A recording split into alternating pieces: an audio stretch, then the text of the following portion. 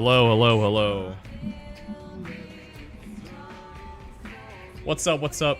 We're gonna get started here in a couple minutes. Welcome in.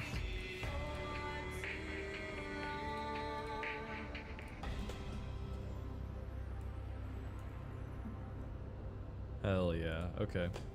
Everything should be working, let's go. Okay.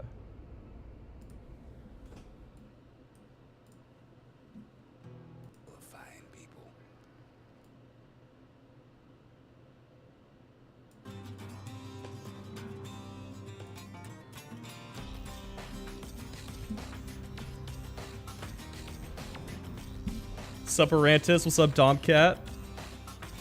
What's up, Fapple? Welcome in. Tell the Discord we're live and we'll get started. What's up, Wrestler? What's up, Silver Tips? Oh, today we got some tough fights, I'll tell you what. Holy.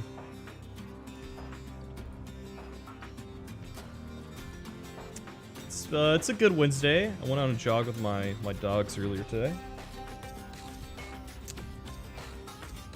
Did some calking. Some good old calking.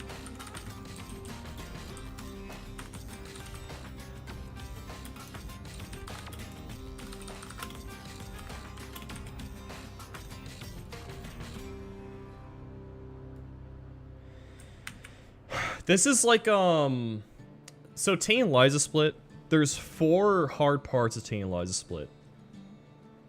There's Lily Cove Rival and Mount Pyre. There is Magma Hideout.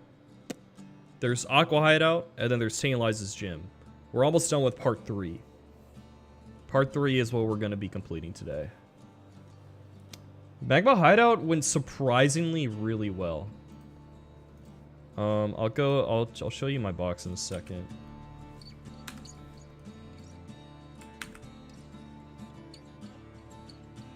What's up, Sono?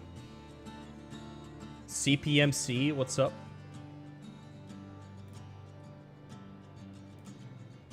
Just getting started here.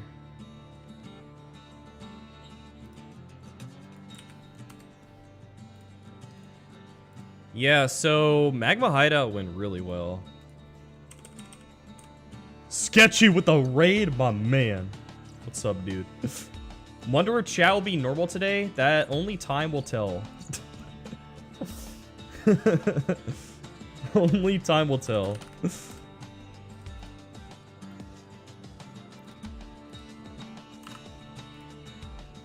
What are we doing first? We're doing the Octillery run. Oh gosh. Oh, dude.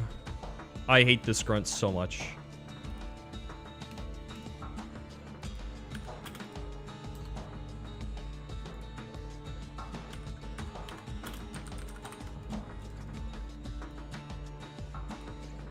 Alright, predictions up. This is gonna be tough, dude. Substellar. Hardcore, Nuzlocke, Vanilla Emerald. Let's go. Let's go. Hey, it's always nice to start somewhere. Congrats on doing that. Hope it's going well. Oh, thanks, Brand. I appreciate it. Looking very good today. Thank you. Your Scuda died. Embarrassing mistake on the rain double on 120. Ah, I see. Getting Basilico Rival is really good, though. The rain double on 120. What is the rain double on 120? Am I dumb? Have you finished Lucid? No, I haven't played Lucid in a while, but I'm parked in Tain Liza's Gym. I just haven't had any... Like, I did Lucid, like, before my winning run in Run&Bun, so, like... I just kind of got focused on doing Run&Bun and never came back to it, and there was like a million updates from when I played. So I'll definitely get back to it at some point, though. My first Run&Bun run? Yeah, my first Run&Bun video is up. We're still working on the second and third ones, though. But the first one's up. My attempt one. What's up, Brandy? Your calcing got interrupted because you had to explain what why nobody has stealth thrust.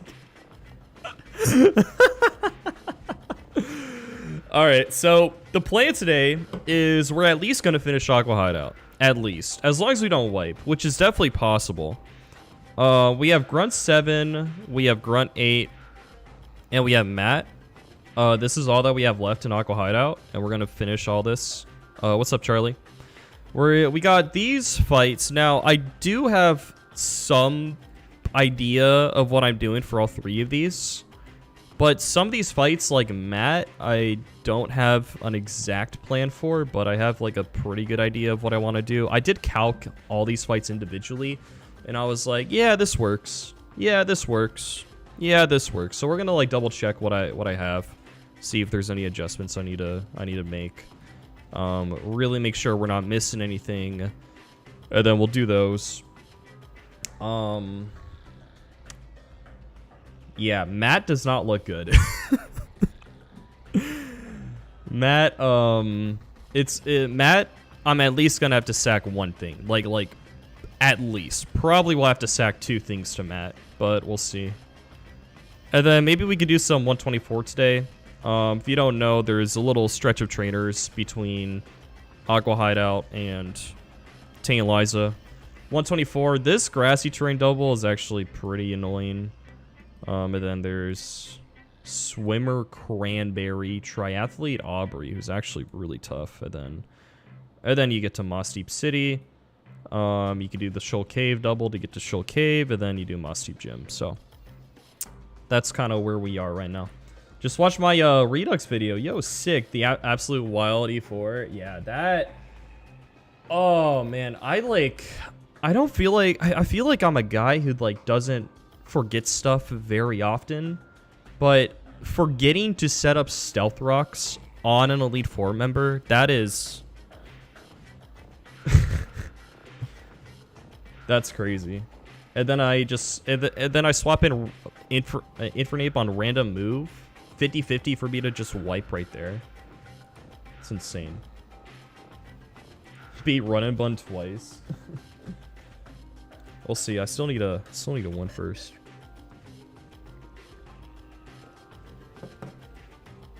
Winstitute, yeah, that fight's tough. Hopefully you got a good Mega Metacham answer.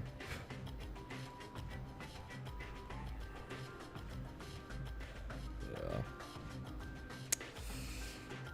So we've done a bit of Aqua Hideout before, or earlier last time, right? So Grunt 1 was a little risky with the Pingoro. I risked like quick lock crit on that guy.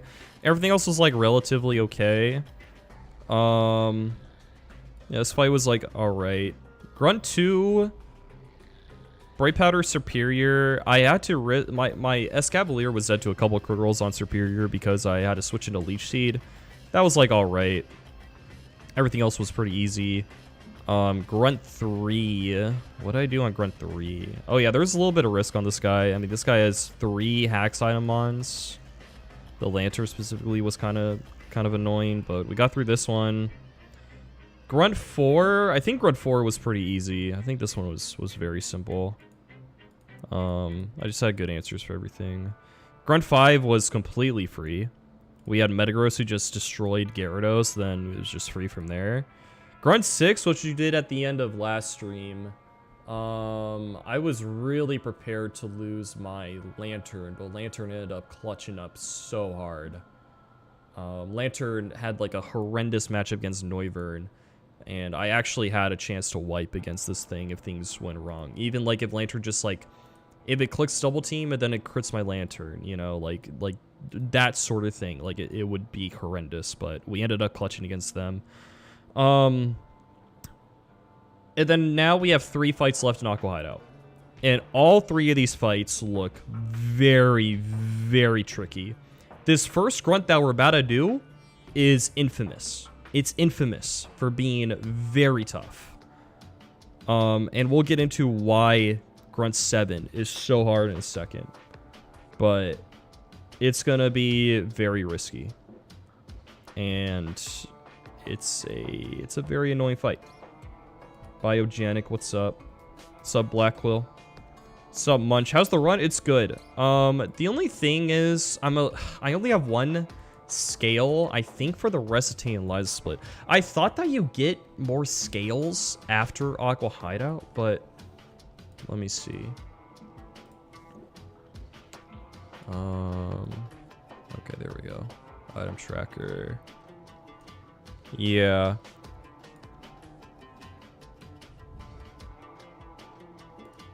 So these ones are, you use dive, and these ones are underwater, and then you can't get to Route 127 yet. So I think we only have one heart scale left until after space tag.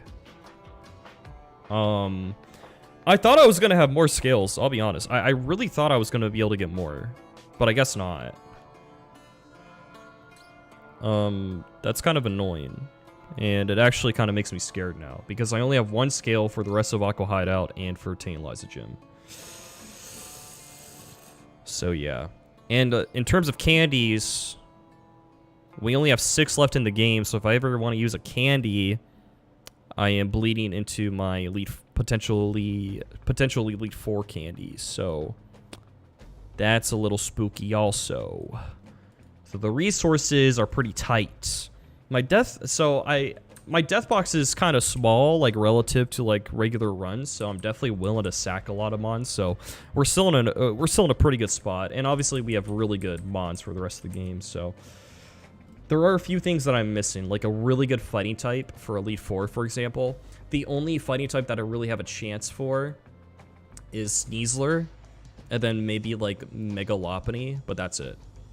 Or else we're gonna have to be using Lilligant for Elite 4, basically, and I need to make sure this guy doesn't die. So, that's interesting.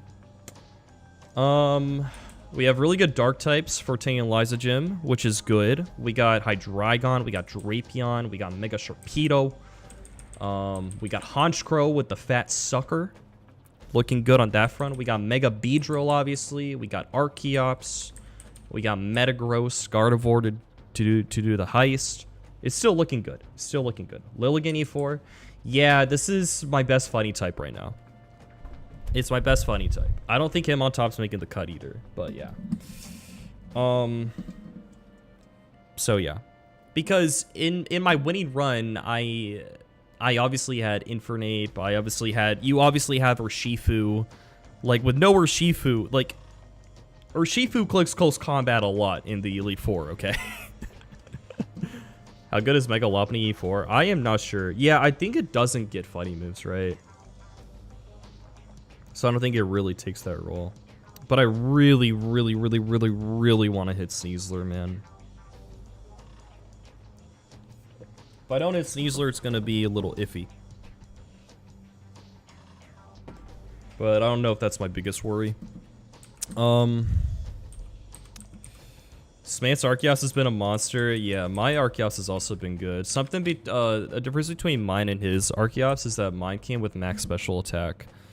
And I've been able to utilize Power Gem a lot. This kills like fire types with low SPDF and other things. And Archeops has pretty good special attack, so I've been able to use that.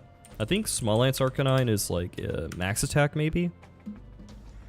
And obviously he has Life Orb, and I don't have Life Orb, so been using ours like slightly differently, but what's up, Draz? Good to see you. Has Yon wiped in Sacred Gold yet? Is Caesar 50-50 for Inner Focus? I'm not sure. No? Dang. What is Sneasler? This guy is... Yeah, it's guaranteed Inner Focus. Okay. Where is it? My encounter tracker. So, if you're wondering where I get Sneasler, Shoal Cave. It is currently a 31% chance for Sneasler in Shoal Cave. That is where we would get it. Or 31% here, 27% here. I don't know if there's like any encounter routing that I can do to increase my odds. We'll see, maybe. Maybe I like delay this encounter for a while, but obviously if I'm doing Finalizing Gym, I probably want it. We'll see. I don't know if I can do Shoal Cave double. Where's the Shoal Cave double? Because I gotta do the Shell Cave double to enter a Shell Cave, or else I bring like a... I do the cringe egg strat, or I do like the flyer, right? Like maybe Corviknight can like get the encounter, alright. Metagross goes dummy on it. I think Archeops goes dummy on it too.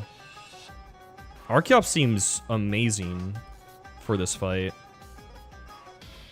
Like, I'm not sure... I don't think I'm outspeeding a 9-tails, but I should, like, outspeed everything else. I can kill, like, this guy with dual wing beat.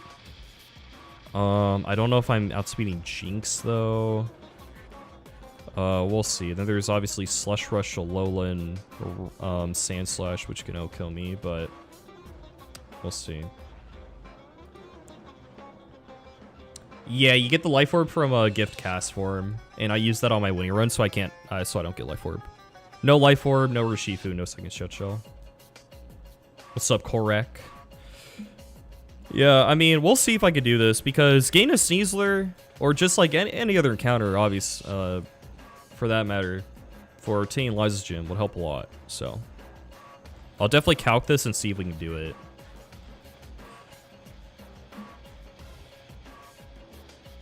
Yeah, in my winning run, it was really easy.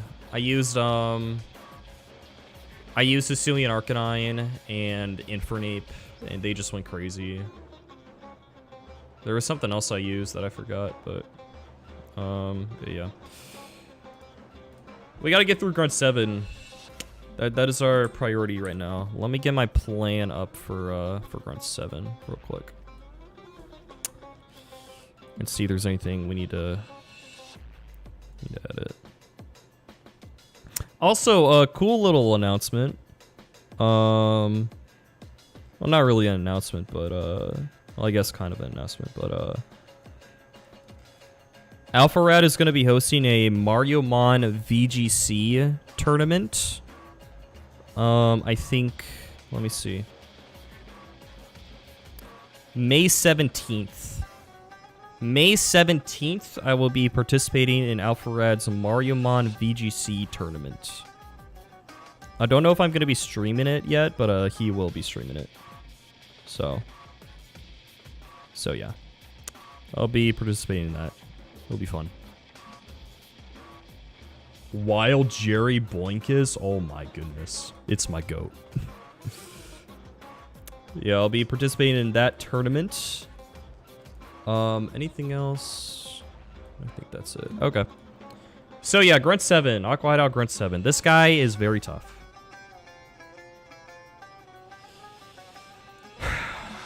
Dude, Matt. I was calculating Matt earlier, man. Oh, that fight looks so tough. We'll get to that. Well, let's worry about what we gotta do right now. Grunt 7.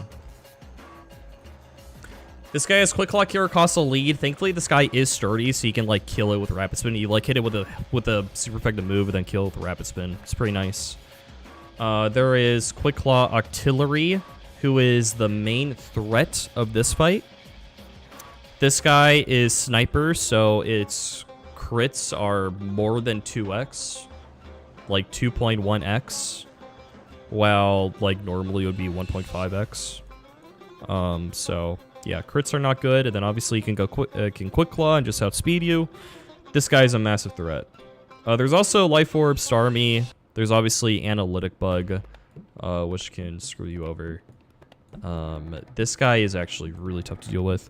There is Gliscor with Sword Stance, Facade, Dual Wing Beat, EQ. Thankfully, I have a really good answer for this guy, thankfully.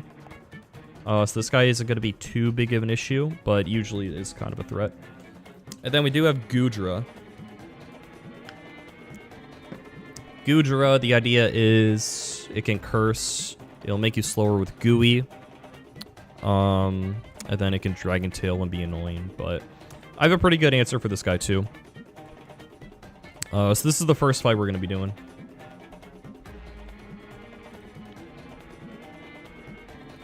Dead Walking Tane Liza, yeah. Pretty much sweeps the game. Yeah, I mean, it's really good for sure. If your Fall Arbor egg is a dupe, you can just soft reset. It just gives you a new one. All right, let me get my plan up. Hold up, 1 sec.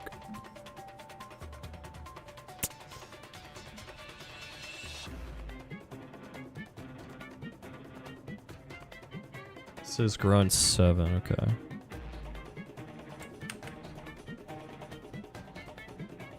How much did he pre-cook? I have like general strategies for everything. I need to double check my lines, but Matt, the current line that I have is like insanely risky and has 2 sacks, so we're gonna be looking at Matt a lot more today. But if I need to run up the current strat that I have, then we will. And it will not be it will not be good. But we'll get to that later. Grunt 7, I am planning on doing Deathless, but I think if I get random move crit or Spadef drop, then I have to sack Lantern. I think that's what we're doing. This is the team at the bottom right here. This is what I cooked. The best Hoenn starter, I don't know. Sceptile's really good. Like, really good. Blaziken is specifically amazing on, like, Dull Battles, Space Tag, Finalizing Gym. It has some... It's good in Magma Hideout, too. Like, Blaziken's also, like, really good, but I think Sceptile's the best. Swampert is, like, fine. It's, like, fine. Like, if you don't hit, what's it called? If you don't hit Size of Toad, it's really good. Like, groundwater typing is very valuable. And it gets Protect. My 2 roamers were Cresselia and Latios, 2 of the worst. So my roamers are actually looking amazing. I got 2 of the worst roamers in my winning run. Where would this be? Other? Yeah. Latios, Tornadus, Thunderous, Landorus, and Namorous. Latios, Thunderous, and Enamorous are 3 of the best, or the 3 best ones. And we have a basically 3/5 chance for a good one. And we could probably, like, if we delay enough encounters, we can probably get the ones we want, basically. Early VODs of this run, I have a VODs channel.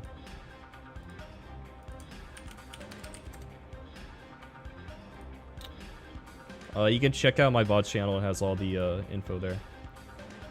Can you steal leftovers on Gudra so that you can use that to exchange for scanner items? I don't think there's any way to do that. The only way you would be able to steal leftovers from Gudra is if you somehow trace magicians somewhere. Which there is no magician Pokemon here. Or if you trace, I don't know, like another, there's like another ability, like Pickpocket. If you trace Pickpocket, but nothing has Pickpocket. The only reason you get Heist on Tantaliza is because Hoopa has Magician. That's it.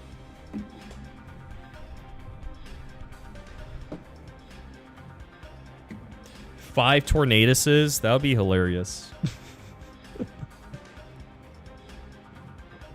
Alright. Let's get our team. Serena is a good lead because it is decently bulky and it has Rapid Spin, so you can hit Caracosta and then click Rapid Spin, kill it. Now, it's not that simple. There's a little bit of risk, and I'll explain why in a second.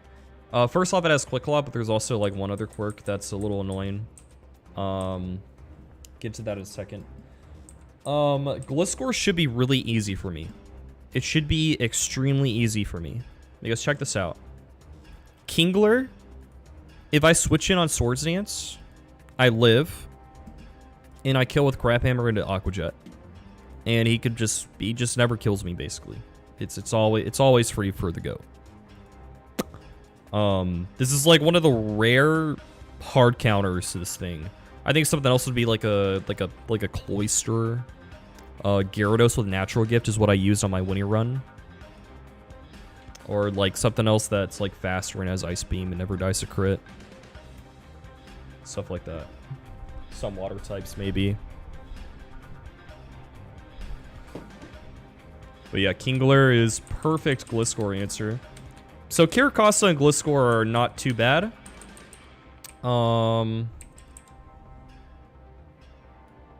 I also, oh wait, no, I'm not using Corviknight, I'm using Azu for Gudra, right? Okay.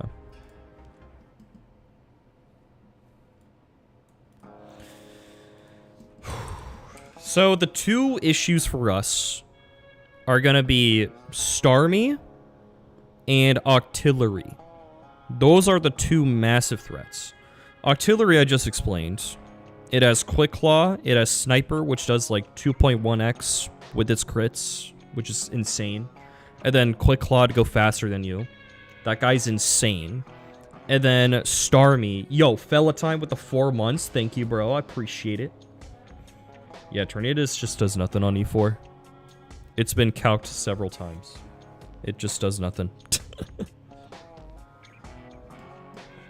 Thank you so much for the sub. I appreciate it.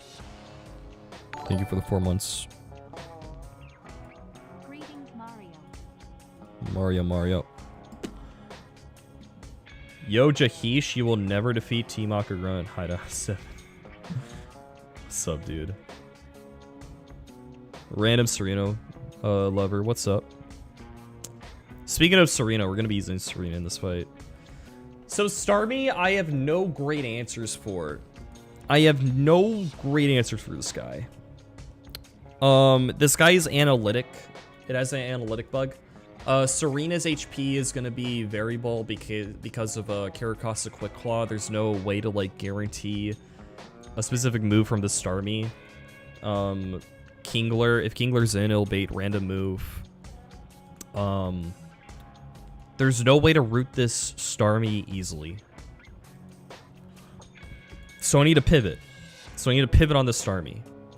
The problem with Starmie is that it gets analytic boost on switching. Like if I switch out and I switch into something else, it gets analytic boost. So I'll like set this guy's speed to -6, then it like will calc the analytic boost. So like Drapion, right? My Drapion is plus Spadef and it's battle armor.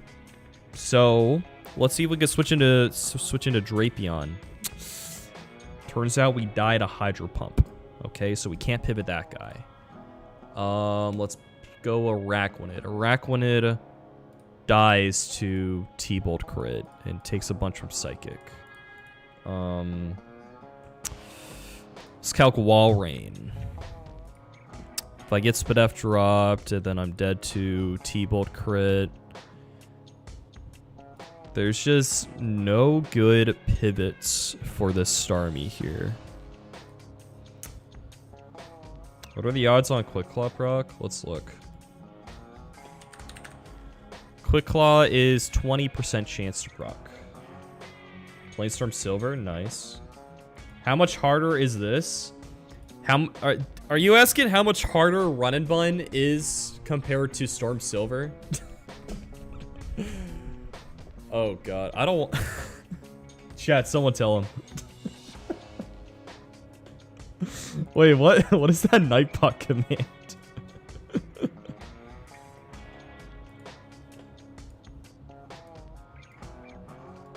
I mean, also keep in mind, I've been Nuzlocking for 5 years at this point, so don't feel bad.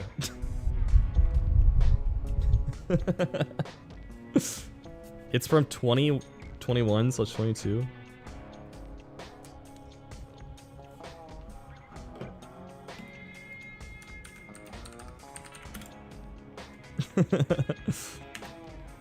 How does Ampharos?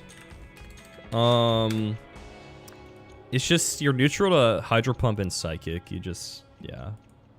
You plan on trying Lucid? I got to... I'm at Tay and Liza Gym in Lucid currently, but I haven't continued it in a while.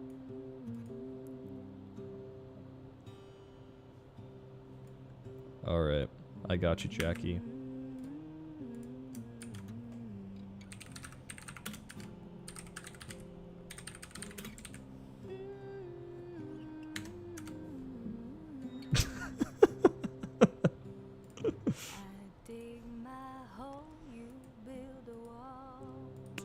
Okay.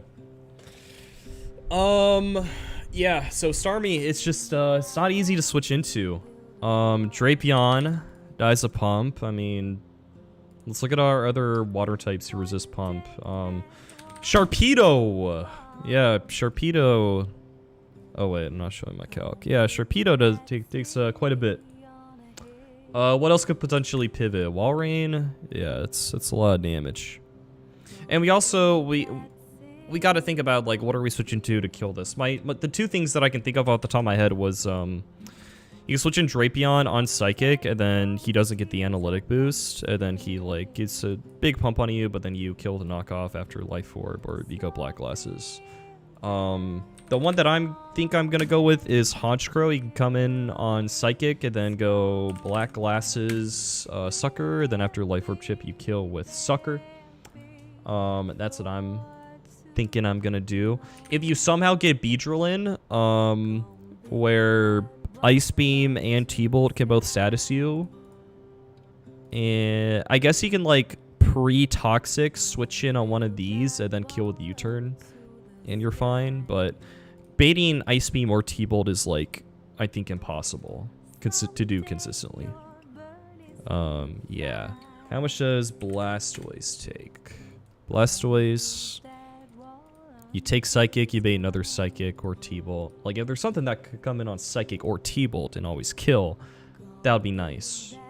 But I don't think I have anything that could come in on Psychic or T-Bolt and always kill. Those are the moves that Walrein baits as well. The moves that Araquanid baits. But I don't think there's anything that comes on Psychic / T-Bolt and always kills. So I don't think I have that. So the pivot that I think I'm gonna use, and it's not riskless by any means, and it might mean that we have to sack, is Lantern. Lantern is immune to T-Bolt. It is a water type immune to T-Bolt, which is very valuable. A water type that's immune to T-Bolt and resists water. Like, Scyther will be immune to T-Bolt, but obviously it's neutral to water. It just died to pump. So what Lantern can do is switch in on Psychic, and if he high rolls me, I can get, or crits me, I can go Citrus Berry. Well, sorry, wait, no, that's not calculating analytic. There's the analytic boost, yeah. So this is the damage we're taking. Psychic, Bolt, and Kill? No, it's slower. What actually outspeeds the Starmie on my box? Yeah, only 2 Pokemon in my box outspeeds this. So, that could give you an idea. This guy is timid max speed. I mean, it's very 115 base speed. It's extremely, extremely hard to outspeed this guy. I think Crobat dies to, like, literally every move. Yeah, Crobat dies to literally every move this guy can throw at me. Yeah, the Starmie moveset is so annoying. Alright, so we're going to switch in Lantern on this Starmie, okay? Psychic crit has 3 rolls that kill me. I don't know exactly what it's going to... Okay, so either it's going to be... If Serena gets Quick Clawed by Caracosta, we're going to bait Psychic / Ice Beam. And then if Serena doesn't get Quick Clawed, and I use Kingler, there's a good chance it's random move on Kingler. So the highest % chance that happens is that Kingler baits a random move from Starmie. We have to go Lantern, and if it's Psychic, Spadef Drop, or Crit, we have to sack Lantern. That's the situation. 1 in 4 into Crit or Spadef Drop. That's how we lose them on here. Well, that's one of the ways. This is one of the risks.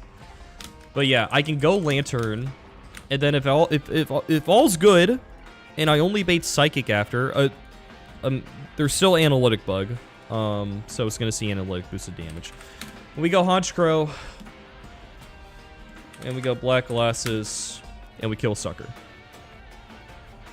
Only if we can guarantee Psychic on the switch in. And we have to use 2 slots for the Starmie, which is kind of annoying, but yeah. So that's what we're dealing with. What's up, Arthur? I'm doing well.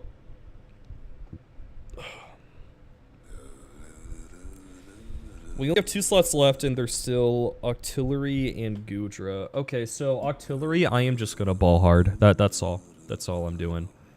Kingdra, the Kingdra matchup is not amazing, but that's what we're doing. We're gonna teach Kingdra Natural Gift, and we are gonna use Blueberry. Blueberry is a 100 base power electric move paired with a natural gift. Natural gift into deep pulse kills this guy. This is the damage we're taking. I have to double check my line, but as long as we come on a water move, I'm not immediately dead to crit. But I will at least be risking Quick Claw crit, at the very least. I could also get frozen.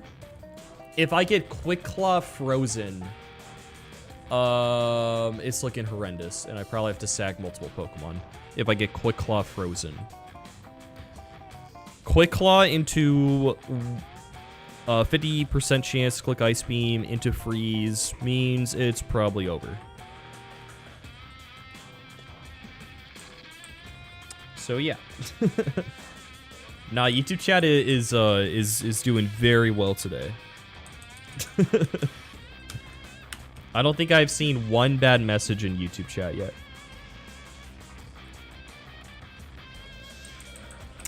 And then Azu has like an okay matchup into Goodra. It's okay. Like if I go Pixie Plate here, I'm immune to Dragon Tail, which is the most important part. I think Primarina is a pretty common answer to this. But yeah, I mean, even if he boosts up, he's not doing too much damage, I think. Yeah, it's not doing a lot of damage. And we can Drainy Kiss the health back, and we just kind of go blow for blow with this guy. Blow for blow, I say, as I'm using Drainy Kiss. What's up, Stay? Stream's going well so far. We're getting started. We're about to be jumping into the first fight here soon. Yeah, the first YouTube stream was that Josh Spink guy being weird, and then the second stream was Chatter spamming for me to click Stealth Rocks. That was annoying, dude. It's one thing to say that and like not know that you can't like use Stealth Rocks in the game. Like that's like, it's like reasonable. You know, you had a good thought, but obviously it's wrong. It's like whatever. But the fact that I like explained for like 2 minutes straight how you can't get Stealth Rocks in the game, and then 10 minutes later the guy said for me to click Stealth Rocks again, I just lost it, man.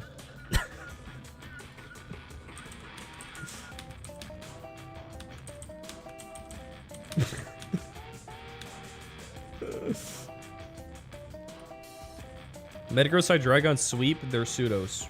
Facts.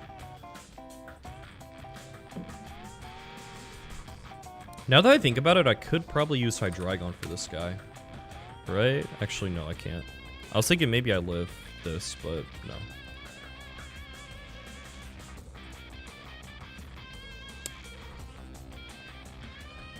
Sub MBF.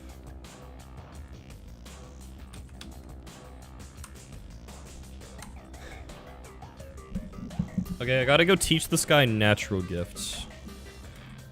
Oh, the lead is a little sketchy.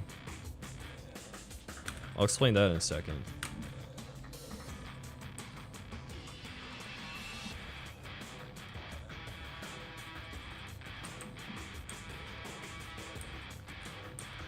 What's up, Sixel69?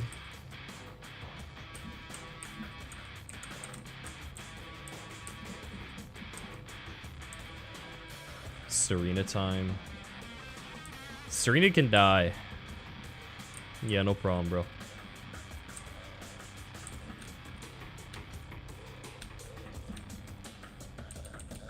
So here's the tough thing, okay? Here's one thing that that is actually kind of funny but also quite annoying. Okay, so first we're gonna give you Natural Gift over Surf, and we can teach that back later. What fight was it on? One of these fights?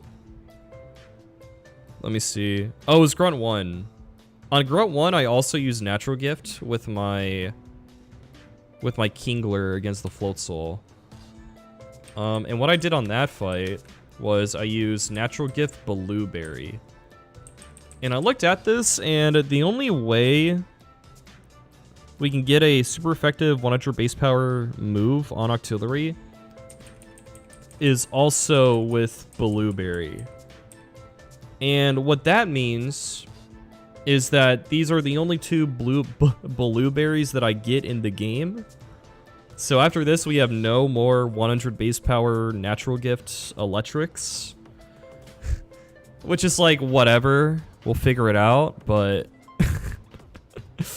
the fact that within like 6 fights I need this very specific Natural Gift berry is kind of scary. Surely that'll matter? I don't know, man. It could. If Lancer goes down, I'm only gonna have 1 electric type in Ampharos left. I've stacked so many electric types in this run, dude. You need to kill Kyogre, bro. Like, unironically, man. I don't know.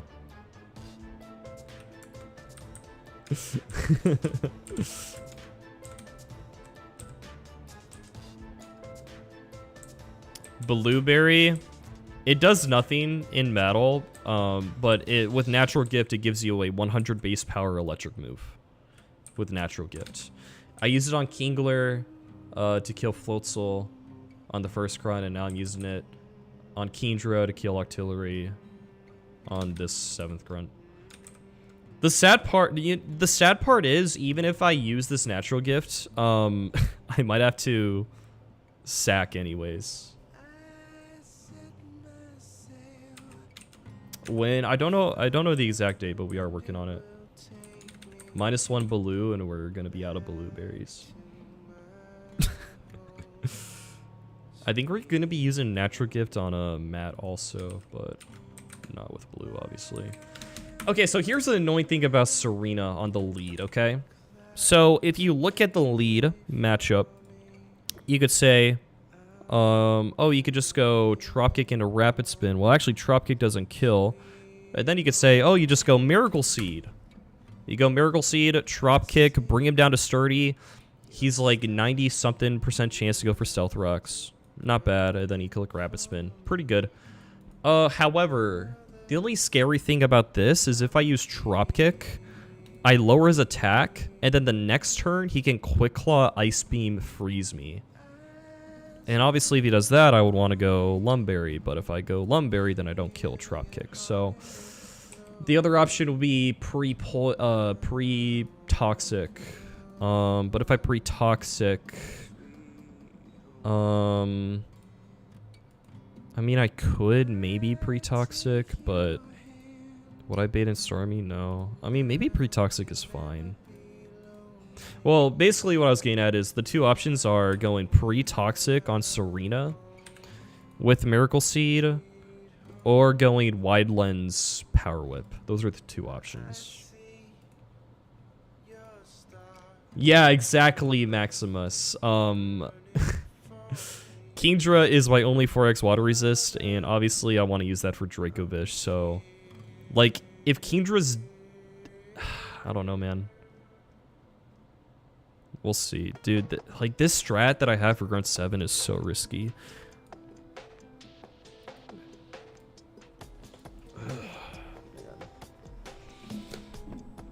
If Kingdra gets Quick Claw crit and dies, then my whole mat strategy is out the window.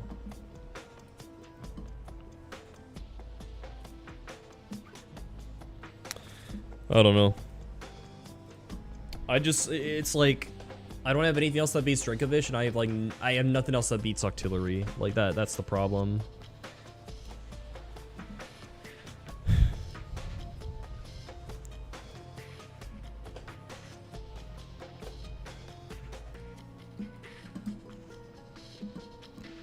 Like, I don't know what else I could use to beat this thing.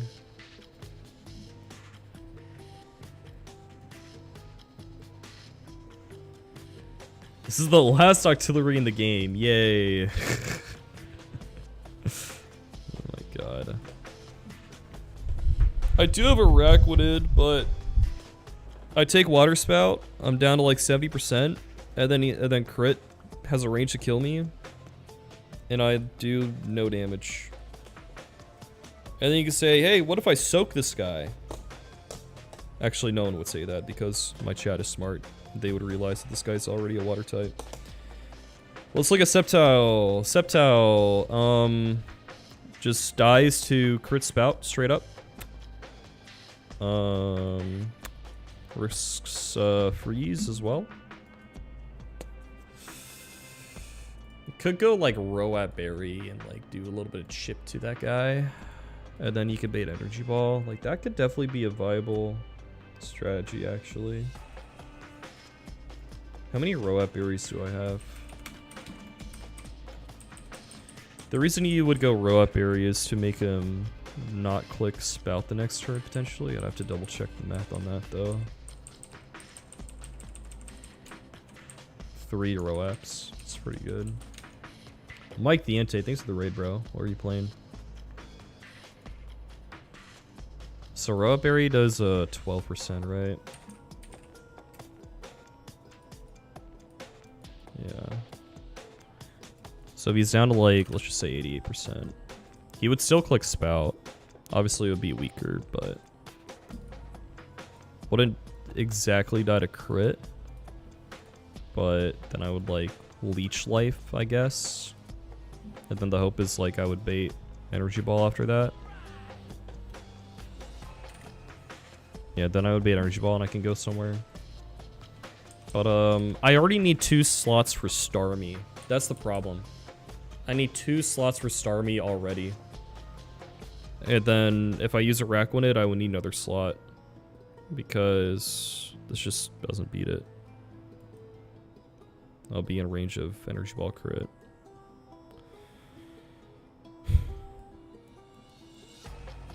And just 1 crit would semi-packing also. I don't know. I think a better option would be Citrus Berry in this case. But again, I switch it on Spout and then I'm just dead to Spout crit and I don't outspeed. Yeah, no, that just doesn't work. And I get, I don't think I get any other moves that are better against this thing. Unless you get, like, Natural Gift, and I do, like, Natural Gift Blueberry against this guy. Nope, you don't get Natural Gift, okay. Yeah, this guy just doesn't have any way to hit Octillery super effectively. Stab Bug moves are my only option. So, that wouldn't work. Thanks, Harry. Isn't the E4 in this game near impossible without Urshifu? No. There's many ways to do with E4. Is it significantly harder? Absolutely, but it's doable. That's kind of why I am really hoping I get Sneasler, though. Sneasler would be a great replacement for Urshifu.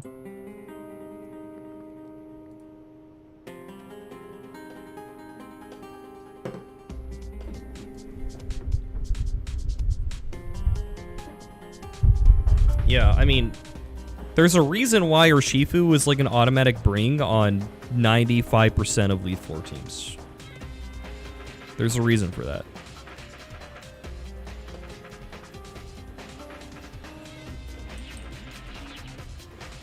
Alright, I'm running this strategy. I might opt to a sack Serena also if things get sketchy.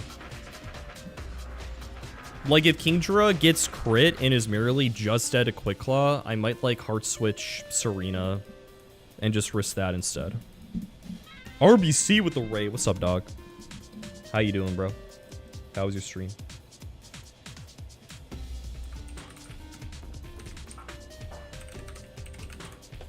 Oh, remember the Natural Gift Kingdra strategy I was talking about the other day?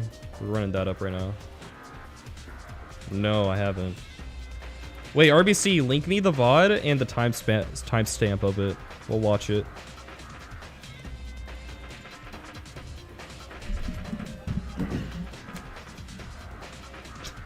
Unless you don't want me to. Alright. Alright, I'm gonna go wide lens on you for the lead. Sure thing, sure thing. If I miss Power Whip, I have to dodge Quick Claw, basically. Again, I can't drop kick because it doesn't do enough damage, and it lowers his attack, meaning he could Ice Beam the next turn. So, it's pretty cringe. Okay.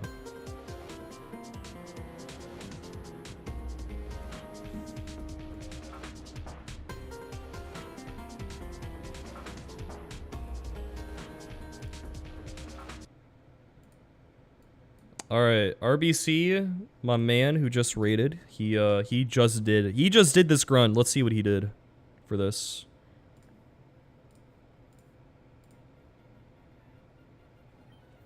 Okay, Sturdy, Quick Claw, Rock Scare, Costa. This guy's a demon. I'm gonna start off with a knockoff. Okay. So to counter his own Sturdy. He did go for the Hydro Bump. So this is the most common line, and it's the one we prep for. Which is perfect. Okay, you knock off the Quick Claw. It's very likely for him to go for... Oh, okay. You knock off the Quick Claw, then you kill with EQ. Let's go. Looking good. You bait Octillery. Going for...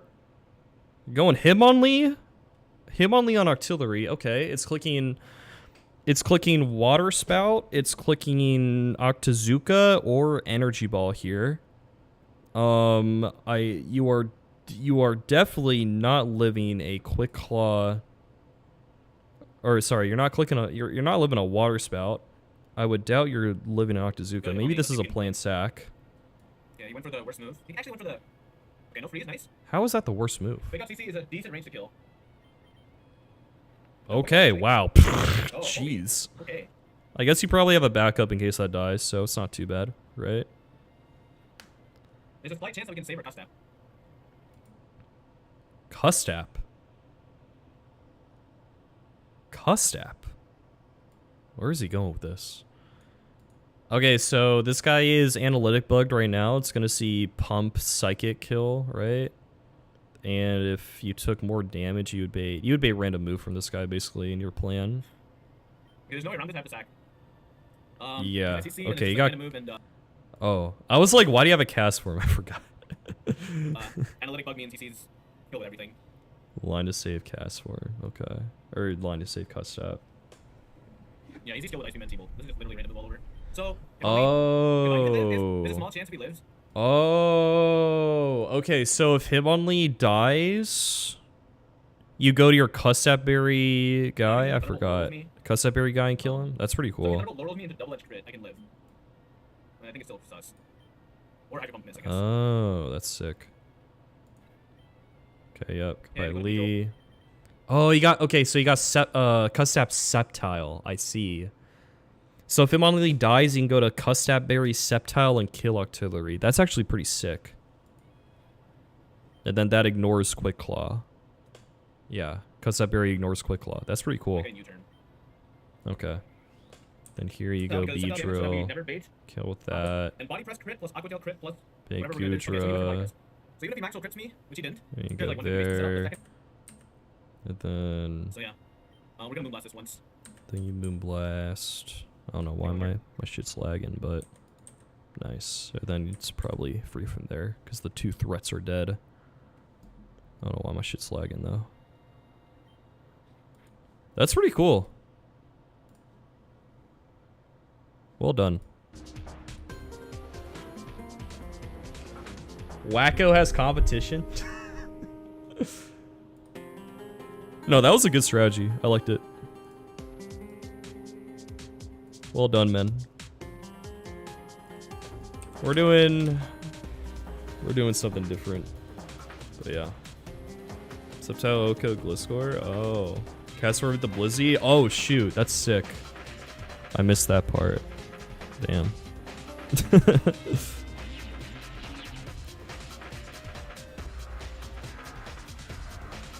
We got Kingler, who's like a hard counter to that guy. Speaking of Kingler, I need a pre-damage Kingler. The reason I want to do this is to have a higher chance of beating random move Starmie, I think. Let me see. Yeah, okay.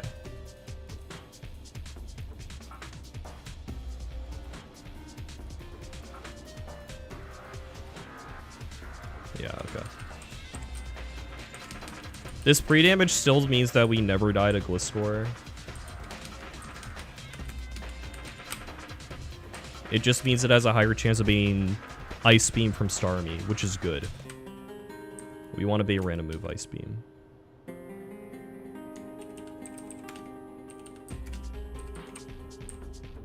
Thank you, bro. I could potentially lose 1 or 2 Pokemon this fight.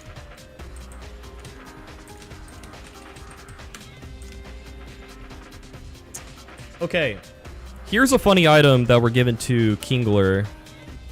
On this fight, any Arista truck here? Yes. 100%. We're given Kingler the Pecha Berry. And you might say, there are no moves on this team that can poison. Why am I going Pecha Berry?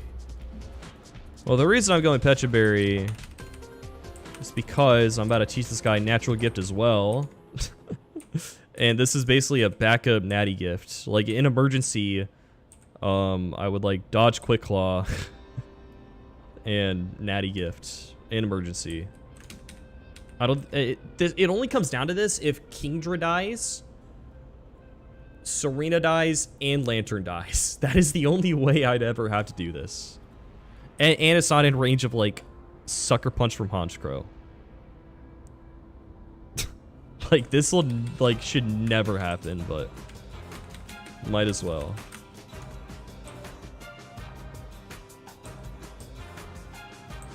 Diseases for your pets for free.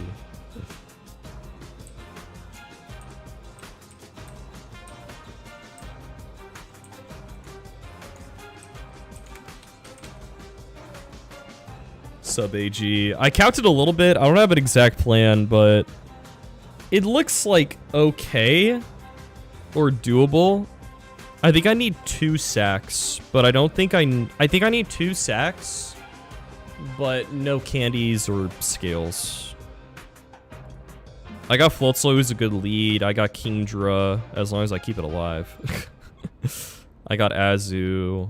Crobat can potentially beat Cortana with some help, but it's a little tricky. Raikou, I have some options for, and then Gyarados, I need to obviously prevent D-Dance, but I have like Lilligant, who has a decent matchup into it. I have Sceptile, who can Oko it if I'm in Overgrow. That's really it, but it's doable, just about find the right line. I think my only Cortana answer is Crobat, though, with either Hidden Power Fighting or Natural Gift Fire. Mercy Natural Gift Sidrus to kill Erratic Weather Toxicroak because he forgot something else. That's insane. I haven't seen that.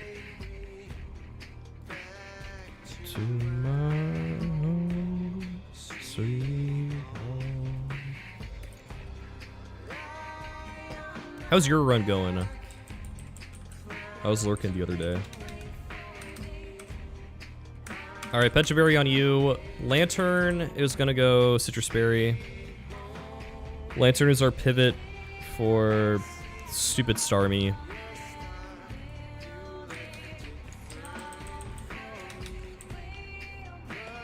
This guy's gonna go Black Glasses. We're gonna kill Starmie with Sucker. We deleted Brick Break? Yeah, we can get Brick Break back whenever. No idea how I'm making it out. Oh, good luck, man. Dude, my Magma Hideout was so good. I scaled U-Turn on Archeops and Crobat, and I only had to sack 3 guys. It was so nice. I had to spend 2 candies on Executor, though. But it was super worth it. It's like either spend 2 candies on Executor or, like, sack 4 guys to max it, you know? Super slow? Damn. Dang, that's tough. Yeah, man. Having Crobat and Archeops, such a blessing. Like 2 scales. You'll survive. You'll survive. You got it, bro.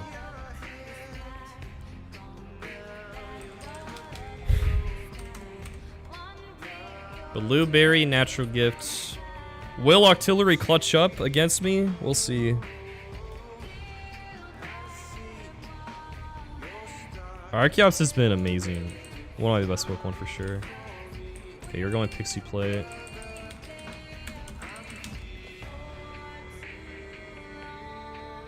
Good luck on that, Torian. I have not played Radical Red personally, so. Alright, let's go down our checklist. Wide Lens, Serena. Got that.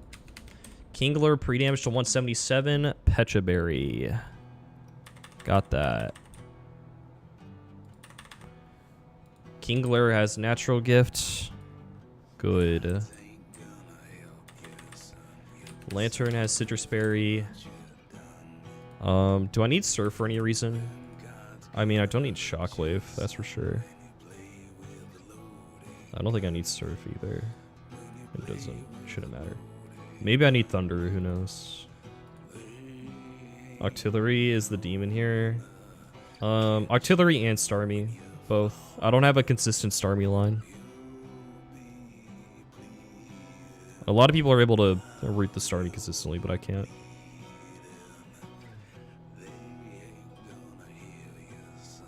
I'm more likely to have a death on Starmie if a Lantern gets crit or Spit-Off dropped. Honchcrow's black glasses.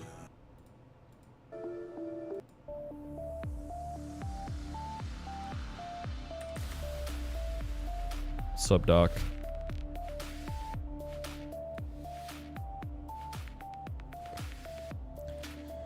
Black glasses on you. Blueberry on you.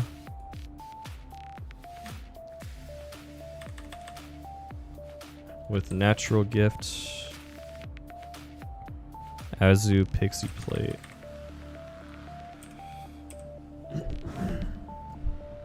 OGB Pyre without Custap.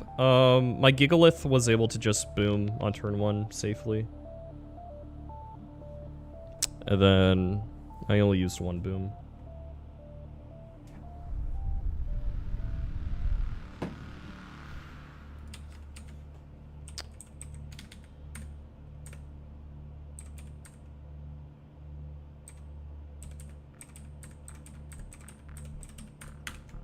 Alright. Let's go.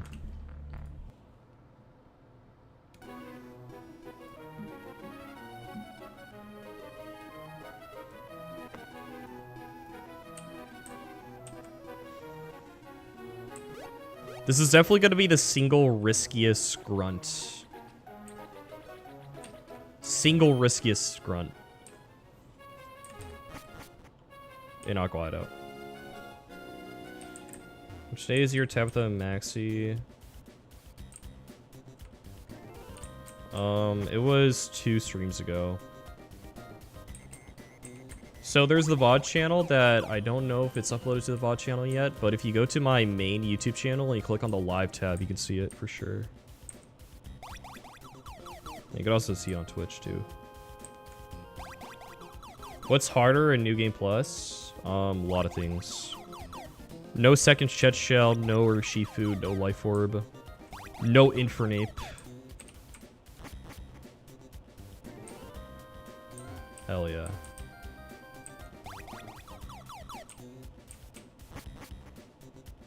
Okay.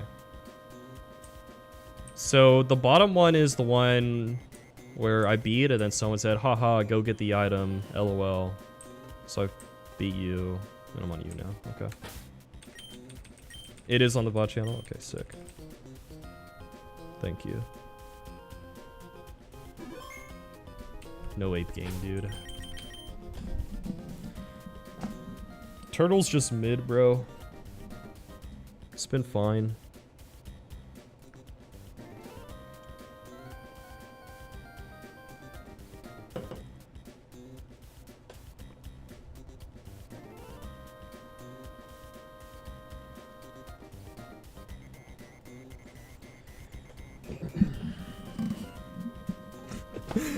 Yeah, maybe I'm a little mean, but Ape is just that good, man.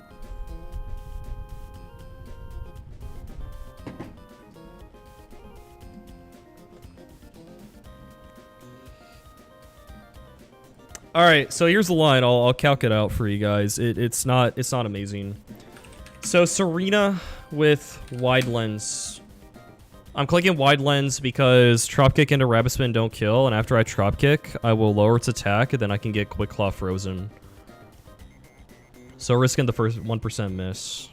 And if he Quick Claws, it's like fine. If he does a Rocks turn 1, and then he hits me, and then he Quick Claws, I'm dead. So there's that also. But yeah, I'm gonna click Power Whip into Spin to kill this guy. Hope it clicks Rocks turn 1. If I don't get Quick Clawed, then I'm baiting Gliscor because it outdamaged me. You I kill, you'll outdamage. But you'll come in first. So if I don't get Quick Clawed, it's gonna be Gliscor, which is good. We want Gliscor to come out. But if I get hit, it's gonna be Starmie. And if I get Quick Clawed by Caracosta, I bait in Starmie, and then it's literally just 50-50. Depending on how much damage I take from Stone Edge, but it's gonna be 50-50 Psychic Ice Beam. If it clicks Psychic and he spit F drops or crits my Lantern, I have to sack Lantern. It's that simple. If I don't get hit and I bait in Gliscor, I can go Kingler. Kingler's pre-damage, but that's fine. 2 EQs doesn't kill me, and then +2 does 175. So we never die. That's, yeah. We kill with Crap Hammer into Jet, and then we outspeed you. We bait fast kill you. 1 in 4 random move from you is good, because then we can go Lantern, Psychic, Spell Drop, or Crit. Means we have to sack. But if that doesn't happen, we go Haunch Crow. If Haunch Crow comes in... If Lantern comes in on T-Bolt, and Haunch Crow comes in on Psychic, I will just go back to Lantern. I would go to Haunch Crow, then back to Lantern, and then it'll take the Life Orb chip, and then I go Haunch Crow, because Black Glass's Sucker needs him to take 1 Life Orb chip. Which is fine. So we'll just take 1 hit with Lantern. We'll kill Sucker. And then after that, I'll be at full HP. You'll have Slow Kill Spout, and then we just go Kingdra, and Kingdra has a clutch. We'll go Kingdra. Spout crit isn't the issue. It would be like one of these. I just need to get the natural gift off. As long as I get the natural gift off with Blueberry, I can then go to Lantern. I can go to Serena. We have ideas with like Haunch Crow, Sucker. We have a lot of backups as long as I get this Blueberry natural gift off. But if he clicks Ice Beam, or if he Quick Claws and he clicks Ice Beam and he freezes me, I'm screwed, basically. I should live a crit also after a Water Spout, so... The thing that makes us, like, come into wipe territory is if he Quick Claw Ice Beam freezes me. That is disaster. Quick Claw Ice Beam freeze. We just gotta dodge that. And then we can, we kill a natural gift into Dragon Pulse. Yeah. Azu against Goodra is also a decent matchup. We're Pixie Plate. We do a lot with Play Rough. We have Draining Kiss to heal the damage off. It should be okay. I didn't really think much about this, but hopefully it'll be alright. That's the plan. It's not great. I could potentially lose 2 or more Pokemon, but not much else to do. Don't you sack a revenge kill? I would sack, and then I would go to Serena and pray it doesn't Quick Claw me. That's it. Because Serena will be dead to Ice Beam, potentially. I have to dodge Quick Claw, either crit or freeze at that point. And also hit a wide lens power whip. It's not great, but it is a backup, you know. Let's go. Thanks, Lisa. I gotta use the restroom real quick. Give me just 1 minute and I'll be back. And then we'll get into it.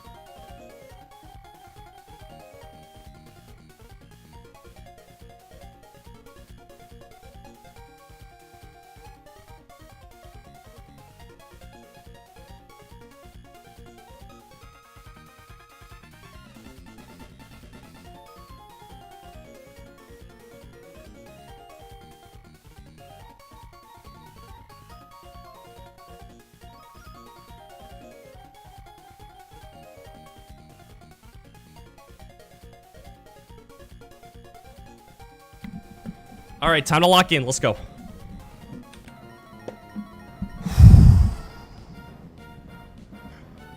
Come on. Grunt 7, let's get it. It's definitely the hardest grunt so far.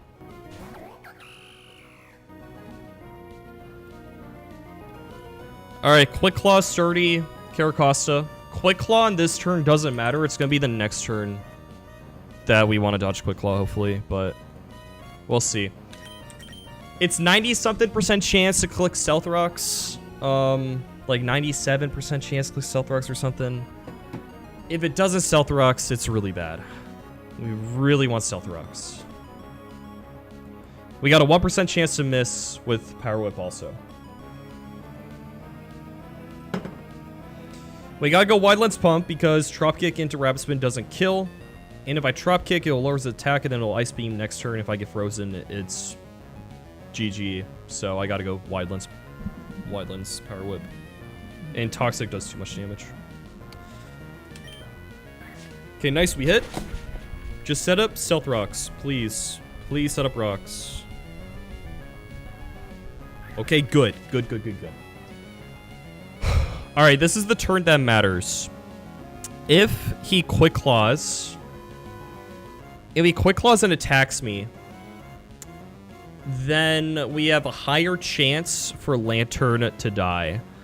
Because then it'll be 1 in 2 random move instead of 1 in 4 random move in a Lantern. And we want the 1 in 4. So we're gonna hope for no Quick Claw here. If he Quick Claws here, I actually want to get crit. Because then I would be in range of 3 moves from Starmie instead of 2. But ideally no Quick Claw. That's not good! Okay, can you miss? Miss. Fuck. Okay. Not a good start. No crit either. Okay, guys, this is not good. This is not good. Should go Starmie here. No. I wanted to ban Goliath score, but we're banning Starmie now. Okay. There it is.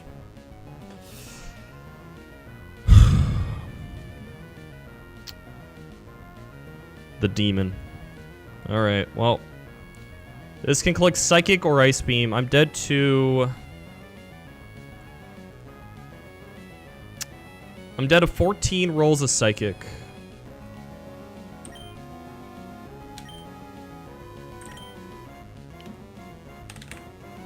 And all rolls of Ice Beam. If we see Ice Beam here, we're good. If we see Ice Beam, we're good. If we see Psychic, we have to dodge crit or Spit F drop. If we get either crit or Spit F drop, we have to sack Lantern. Unless he maybe low rolls me. We'll see. Okay, just use Ice Beam, please. Just please use Ice Beam.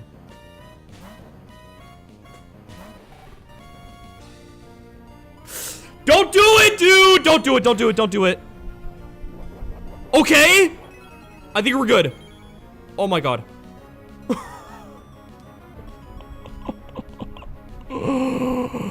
We are barely not dead to pump. Pivot has been successful. Okay, we are now only dead to Psychic. Holy moly. That did 1,000,000. Okay. We're never dead to pump. We're never dead to pump with the analytic bug. We were only dead to Psychic. Should be a free Honchkrow switch. Should only ever be Psychic here. And he took a life orb chip, so we kill with Sucker. Okay, good.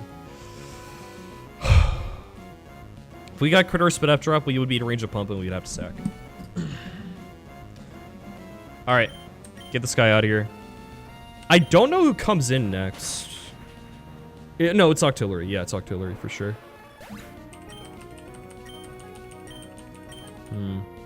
I didn't really think about this, but I could stay in and Sucker Punch this guy if I want.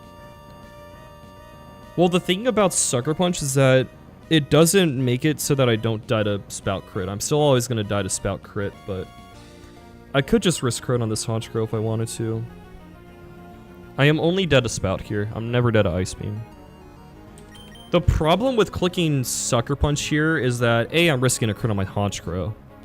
But B, I'm baiting random move Ice Beam on my switch if I do that. And it could also be Octazooka too, and Octazooka can obviously accuracy drop. This is demon number 2. I mean, this is the main demon of this fight. Yeah. I mean, after the natural gift, I could go Honchkrow also. And just, like, risk crit and freeze from Ice Beam and kill. With Sucker. I think going Kingdra is always the play. Because I should at least always get the natural gift off. As long as I don't get Quick Claw frozen. Yeah. Alright, we're gonna go Kingdra. Kingdra, we taught him Natural Gift. It has the Blueberry, giving it a 100 base power electric move, meaning Natural Gift into Dragon Pulse always kills this guy. The way we can wipe is if he Quick Claw Ice Beam freezes me. It's 50-50 for Energy Ball or Ice Beam. If he freezes me, it's extremely, extremely bad. Prefer no crit on the switch-in. We would really not want to get crit on the switch-in. Yeah. Yeah. Don't crit me. Please. Please don't crit me. Okay, good. Okay, we're never dead a crit. We always live a hit here, and we nail him with a natural gift. The question is going to be next turn, what do we do? That is the big question for next turn. We'll see. Because I'm pretty sure I need Kingdra alive for Matt, so we'll see. Like, if I get crit right here and I'm only risking Quick Claw, I'm probably going to switch out. Or if I get Spit F dropped. I could also get frozen by Ice Beam. But yeah. If it's Quick Claw, Ice Beam, freeze, there's a good chance we just wipe. Okay, no Quick Claw. Good. Give me a crit. Give me a crit. Oh my gosh! Let's go! Let's go! Octillery doesn't clutch up. Kingdra clutches up. Holy!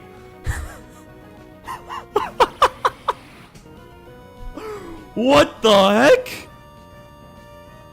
That is insane. That is actually crazy. Kingdra, you are a monster. What? That's wild. That was a range to kill with crit 2. Actually, no, it wasn't because I'm Sniper 2. But holy moly. That's crazy. We hit the 1 in 16. Hell yeah. Okay. Okay, what is this guy gonna click? It's gonna click Curse or Dragon Tail. I mean, we always go Azu. There's no question about that. We always go Azu. I prefer Dragon Tail here. Okay, good. I can play rough once. Yeah, I can definitely play rough here. We're gonna be slower than this guy no matter what because of Gooey. Yo, David with the 7 months, thank you. Okay, good. No curse. I mean, I think we always win this matchup, but... Attack drop 2? Holy moly. Is Kiss contact?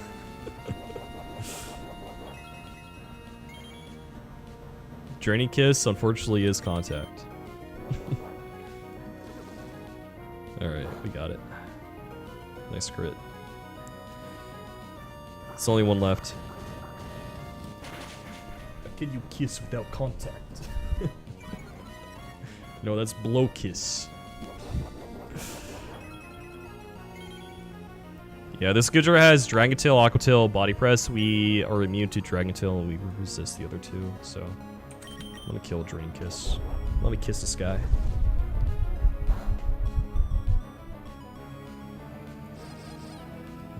Mwah. Alright, last is Gliscor. Yeah, see? It's contact. Gliscor's free.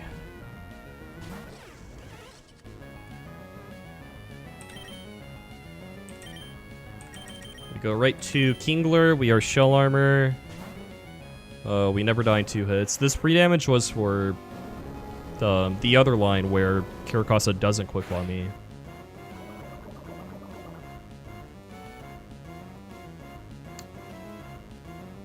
That was a max roll, by the way.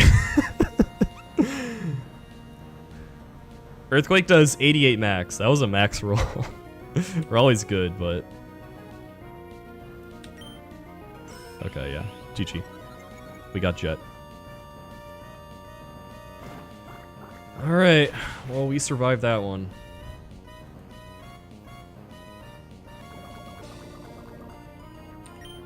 This is minimum 30%. GG. Alright, we're good. I was so stressed about this fight. I was so stressed. Lancer had a good chance to get against Starmie, and there was a lot of risk with the Kingdra against Octillery. I am so thankful. Get out of that one in one piece. Me first. I didn't even know this was a TM.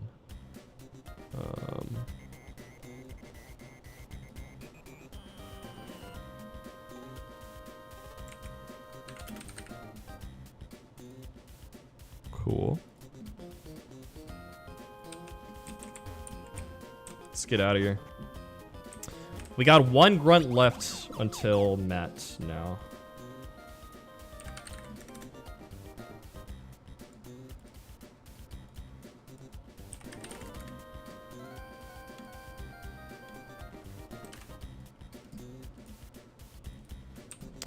Grunt 8 should be a little easier. This one did take me a while to plan, though. They got some big threats. Quaklaw Ampharos has really good coverage. There's a Wobbuffet, obviously, which you gotta play around. Tentacruel heals a lot with Black Sludge and Grassy Terrain. The Rillaboom lead can be annoying. But I think we got a decent plan for it. I'm a little worried about the Tentacruel. That's the only thing.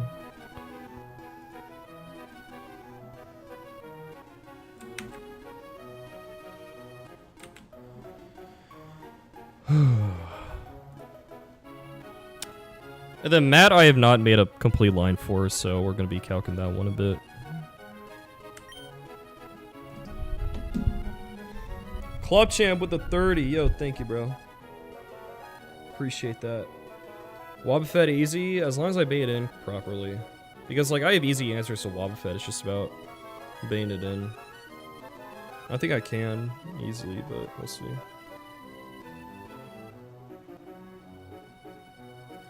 Appreciate you, man.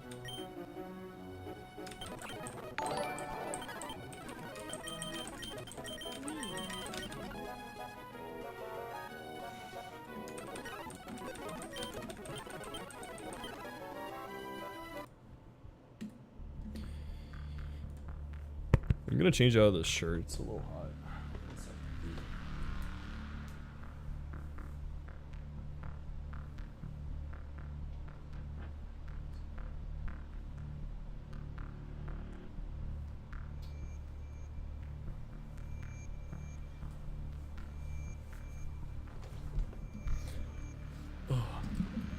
Not anymore, man. Yeah, well, in this game, Azu doesn't get huge power. Gets thick fat always. And I'm modest, so Draining Kiss is actually really good on it. Stab Draining Kiss. Does some decent damage while healing you up. 75% healing. It's just a really good move. What's Azu's base special attack in this game? It's like 90, right? Yeah, it's 90 special attack, 65 attack. It's really good. Freaking hype right now. Let's go, MBF. Glad to hear that. Do you unlock a lot of encounters after Matt? After you do Route 124, which has like 5 or 6 trainers, you get Route 1. For our case, we get Moss Deep City immediately, which is funny, because of Narishifu.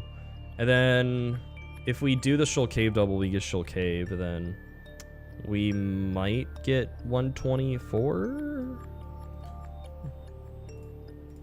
I actually don't think we can get 124. Unless we wanted a Dragauji or a Tenta, which we probably don't. Yeah. Wait, no. 125 is maybe what I was thinking of. Yeah, 125 Milotic is okay. Or we save that for Roamer. And then Shoal Cave. And that's it. Yeah, Moss Deep City. Or is it? Moss Deep City is 50-50 for Cloister or Golduck. And you can't get a Roamer there, obviously. And you don't get Urshifu, so just get one of those.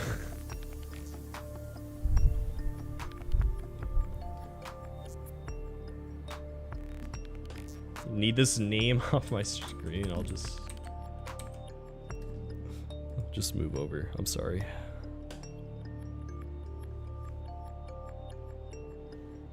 Fully finishing Hideout today? Yeah, we're gonna fully finish Aqua Hideout, and then we're gonna do some of Route 124, hopefully, also.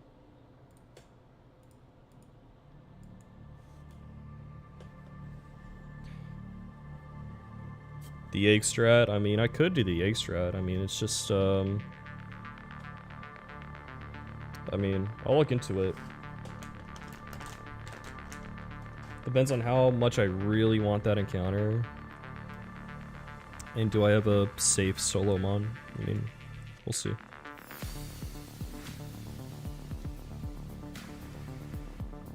Very pogger name, what's up?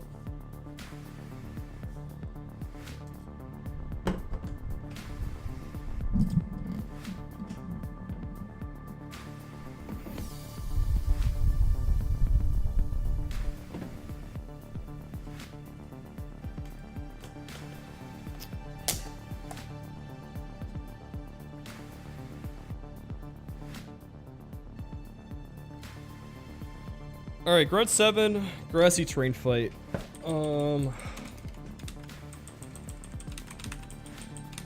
Let's talk about it. What do you think about it? Oh yeah. Grunting VGC and the new Mariamon patch. Yeah, there is a new Mariamon patch, which with some balance changes for the competitive metagame.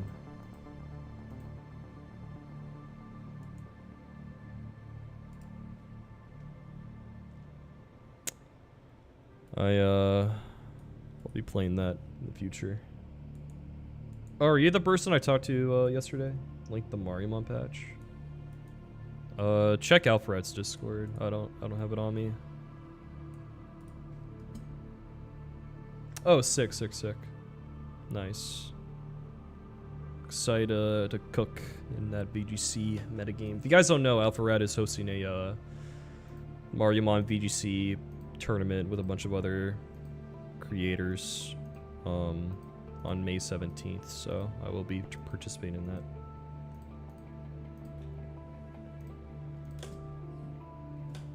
Yeah, maybe someone else can link it to you. Alright, grassy terrain fight. It's lead Rillaboom with focus band. It hits insanely hard, but its coverage isn't that great. It has Woodhammer, Grassy Glide, and High Horsepower. We can kind of just sit in front of that thing with a lot of things. Like Corviknight can sit in front of it. Crobat can sit in front of it. A lot of stuff can. No Shifu for this run? Nope. We got Shifu in our regular Nuzlocke of this game, so can't use it here. Any rewards? I don't think so. You can't do a prize. Putting a prize pool is a little risky because of the whole Nintendo thing. So it makes sense. It's just for fun tournament. But a guy like me will obviously be taking it seriously. So that's what I do. Yeah. Rillaboom lead, so we could also go like Beedrill and like try to U-turn it, which kills, but obviously you can focus band. There's a lot of options for the lead, and I originally was thinking that I needed to use Mega Beedrill, but I think I need a different Mega for this fight.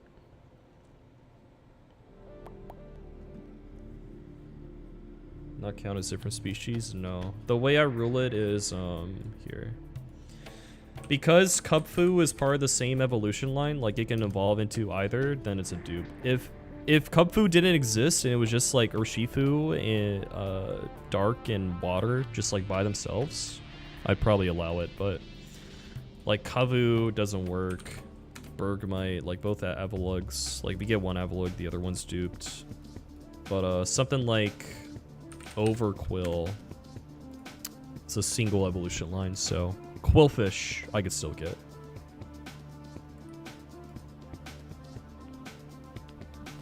Also encourages cheating, yeah. Probably want everyone to stream in that case too. Cracking down on stuff. They have went over some fan games like Pokemon Uranium and stuff, but I think they did a poor job of like advertising too much or paying people. I don't know. But they never went after like difficulty hacks or ROM-X that behave properly, I guess. I don't know, I'm not an expert on it. Branch Evos, I mean, it just means I can't use them in Energy Plus, that's all. Do we have status for Wobbuffet? I don't have a Toxic user, but I do have a couple Ghost types that can manage it. So here's what I'm doing. I'm gonna lead Crobat. Crobat, basically, I will show Fast Kill with Brave Bird, meaning it's gonna be +11 on Grassy Glide. And Endeavor can only be like highest damage, so I'll never click that. And basically we can spam Leech Life against this guy and be at pretty high HP.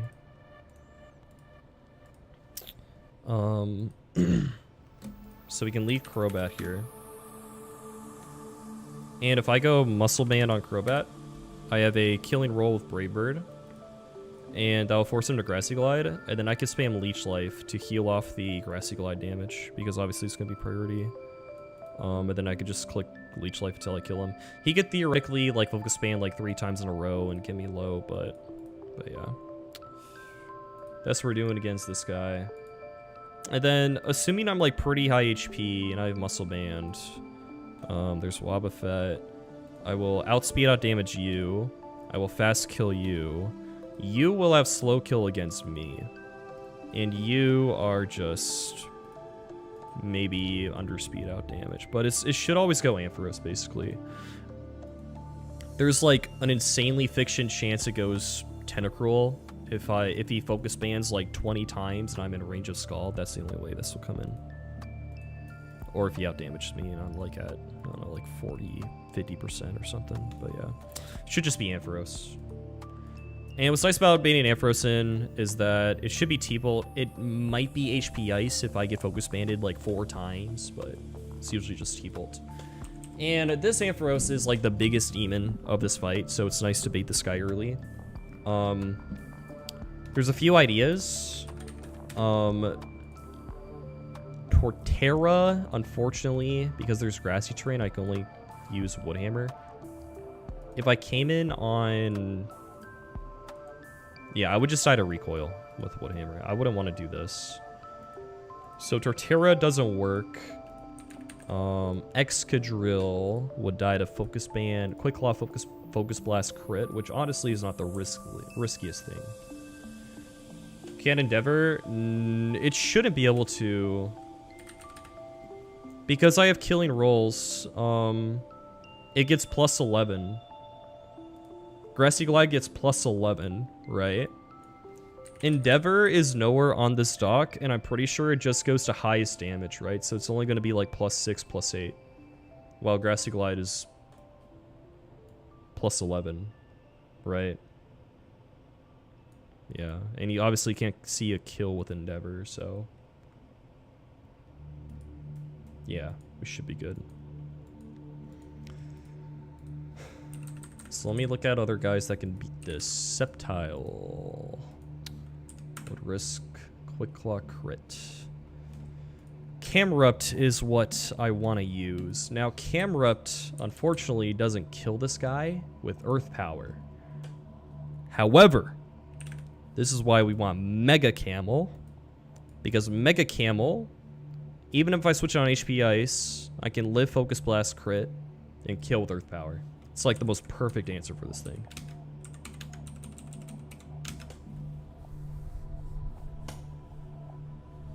Pokemon considered second party? Not sure. So much fun to ruin by them? Yeah. Like going after Point Crow for the Legend of Zelda stuff. There's a lot of Mario ROM hacks out there. Yeah. I had a lot of fun playing Super Mario... Kaizo Super Mario Galaxy 2. It's Super Mario Galaxy 2, but very hard. I got like 60 or 70% through the game. Trying to 100% it. I spent so much time playing that though. Holy. That was my first time playing a Galaxy game too. There aren't any ways to steal items. False. I can actually steal an item with a mon in my box right now. With Trace. We can Trace Magician and steal the Hoopa item. I have seen that CPMC. Yeah, Hef has been in my Twitch chat a few times. He also does some Nuzlocks. Or at least in the past he did. How to set up Run&Bun? If you go to Drxx's Discord, there's like everything you need, but you need to get like the ROM yourself, and then you gotta patch the file on your ROM. Yeah.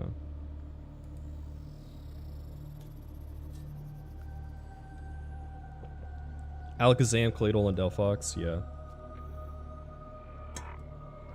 Thankfully we have Gardevoir. Alright. So Camerupt should be able to kill Ampharos. And I'm dead to Tentacruel. Fast kill Scald. What is Toxspike's score gonna be turn 2? 75% for +7, okay. Tentacruel is a really annoying mon. It's very fast. It has Black Sludge and Grassy Terrain healing. It's pretty obnoxious. It has hard hitting moves, or like good coverage, and T-spikes.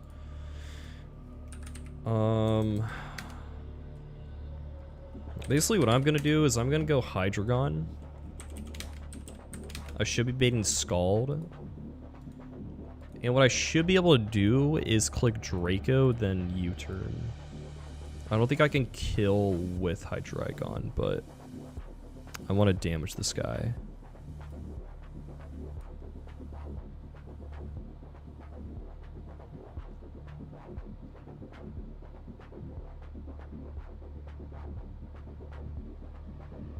He did a poll whether to do Emerald Kaizo or Run&Bun, and Emerald Kaizo 1x1 vote. Really? Wow, okay. That's cool. Glad he's doing that. Emerald Kaizo is pretty surprising though. Bait T-Spikes turn 1. Well, there's a couple issues with that. You can't guarantee T-Spikes, right? Well, if you're not dead to anything, or wait, no, sorry, wait. No, you can't guarantee T-Spikes. And, I mean, like, switch around and then go Drapion, but that's not my priority. I got a plan for this already. I want a Draco and U-turn this guy to put this guy in a range of Torterra. The reason I want Torterra in safely and for Tenna to be in range of EQ because, let me do the math here. If 1 divided by 8 times my max HP. So on switch-in, I'm gonna go from 270 minus 33. On switch-in, I'm gonna go from 270 to 237. And then I'm gonna, because of the poison. If you could change one event in history, would you choose to stop 9/11 or change Delcatty living on Mount Higher? Delcatty living on Mount Higher, obviously. 9/11, it was a tragic event, but it... Okay, let me stop there.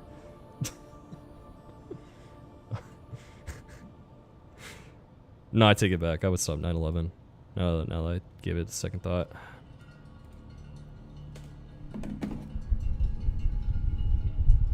Anyways, okay, so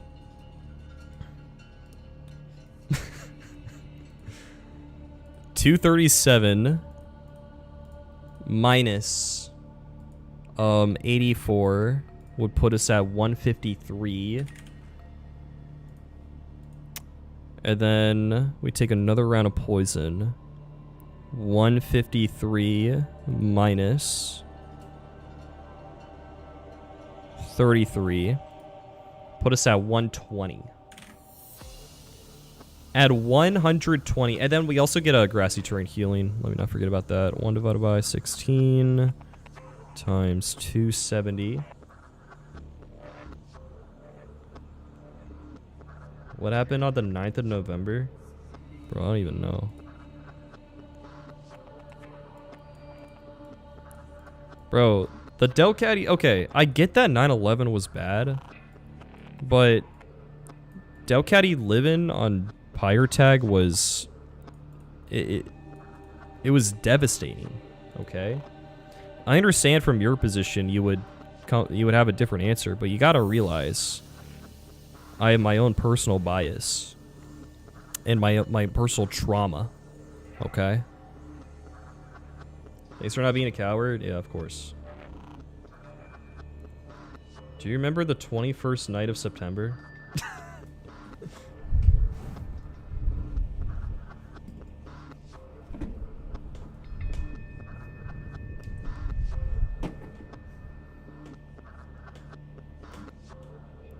Okay.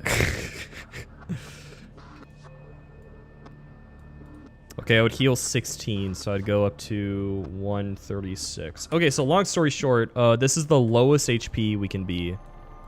136 to over 270. If we come in and get poisoned by T-Spikes or Sludge Bomb, and then we kill with EQ. This is the lowest we can be.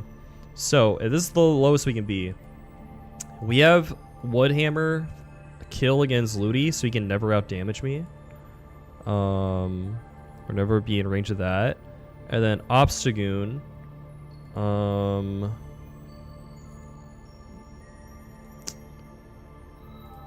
Can Obstagoon outdamage me? Let me see. This is fucking healthy. Are you even alive on 9/11? I was born like 20 days before 9/11. Less than a month before 9/11. So, unfortunately, I don't have, you can't concretely say without a doubt that I was not responsible for 9/11, but I do have a really good alibi of being a infant.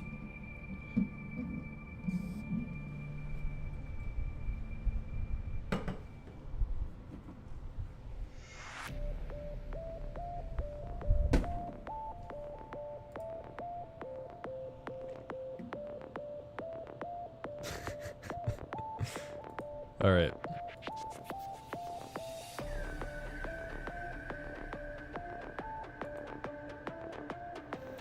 We can actually, so 30, it's 81 divided by 136, so it would be like 80%. You'll see like 80% would knock off, and I do 87%, so he should never come in. It should always be Wobbuffet. I should always outdamage Obstagoon. I have kill against Ludicolo. I'm never dead. It should go Wobbuffet on Torterra. That's basically what I'm trying to say. So we can go Shed Shell Torterra.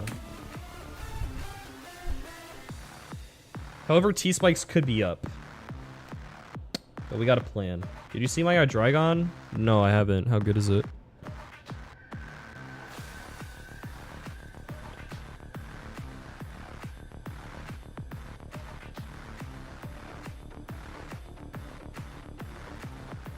Your alibi is not as good as yours. 20 HP, 31 IVs, and everything else. Natty Bold. What the heck? That's crazy. Is mine better, though? Genuine. I'm just curious. Mine is mild nature. Mild is kind of big. I don't know how much more special attack that is, though. Bold is sick. It's not that bad. Like, you're still super bulky, but obviously it's annoying. The good thing about Hydreigon is that it just has so many resistances and 2 immunities, right? So there's a lot of Pokemon that you could just always take hits from. Right. 31 attack is also nice for the U-turn damage. It actually came in clutch in Magma Hideout. Unironically. What's up, Ryan Bishop? Just going good. Oh, the last fight, we got really lucky. We got really lucky against the last fight. So Torterra can bait in Wobbuffet, and then I go Shed Shell on Torterra. And I'm going to go Delmise. Now, T-Spikes are up, but I can pre-sleep this guy. Or pre-freeze. I don't know which one's better, but... Delmise, obviously, is a ghost type, so I can switch out on this guy too, and I do a lot of damage. Basically, I need to PB stall this guy out of Destiny Bonds, but the way I can do this is I can hard switch out to Crobat and click U-turn and then go back to Delmise and just like keep doing that until he's out of Destiny Bonds. And I think yeah, I can go Miracle Seed also. He knows that counter can't affect me, and Mirror Coat is... I don't have any special moves, right? So it should be good. And I think, let me see. Drew McDonald's has chicken wraps? That's epic, man. Damn, this box is Mickey. This box is really good. Not gonna lie, it is really good.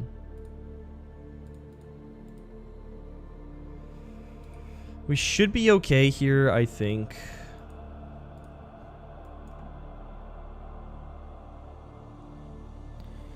But because Crobat was should end this exchange healthy. We should be able to kill Ludicolo also.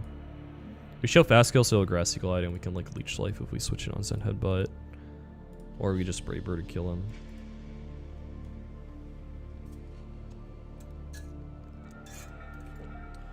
Well, there's many different types of Nuzlocks you can do, but yeah, Run&Bun, it's tough for sure. How many successful Elite 4s are there without Shifu? Let's check. Let's check the sheet. Drxx, Magnetics, Arc, Narth, HGD, AG.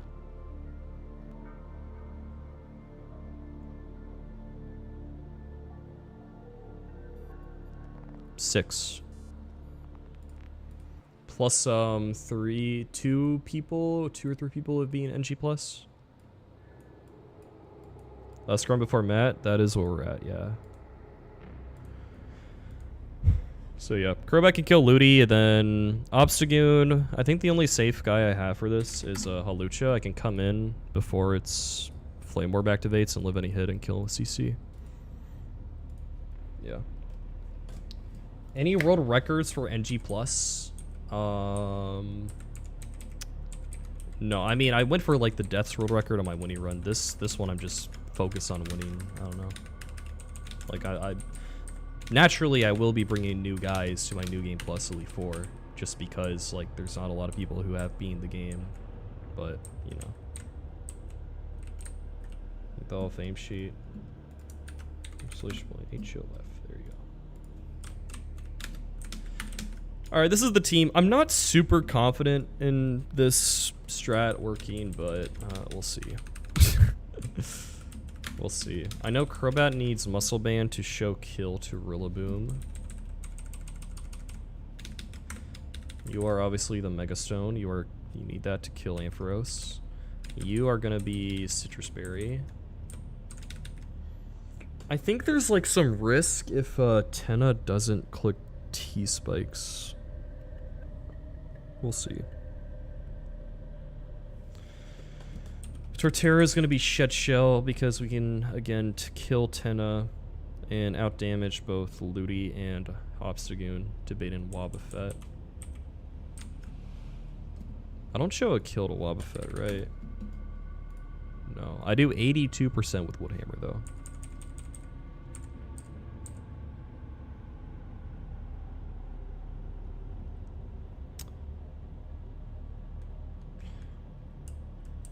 Well, this is New Game Plus. New Game Plus is a whole different category. There's New Game Plus, Run&Bun Nuzlocke, and then regular Run&Bun Nuzlocke, basically.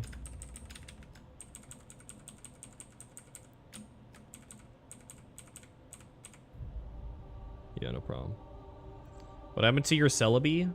Well, my Celebi and I beat the Elite Four. And Celebi lived to see another day also. Be regular then? I have been regular, yeah. I haven't made a video on it yet, but I have, yeah.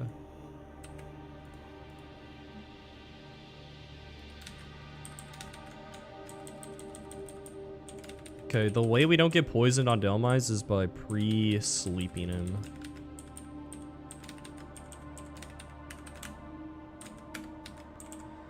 And then you are no item because we can switch it to a knockoff.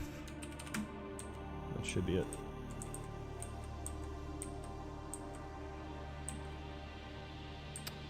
New Game Plus. If you have any other questions, let me know.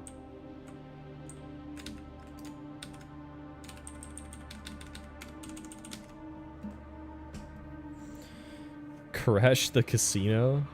Yeah, I have guaranteed Dragon from Casino in New Game Plus, so I got that guy.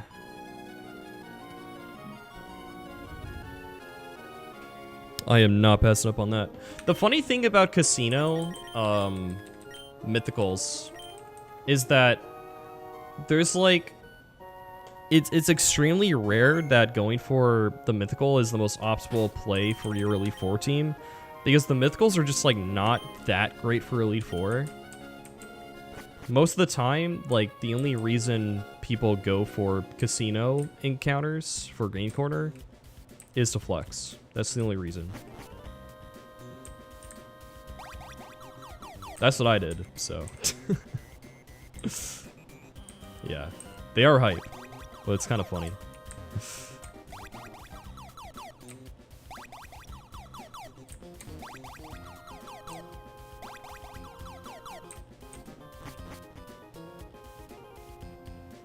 Okay, yeah, fought you. Fought you. What was over here again?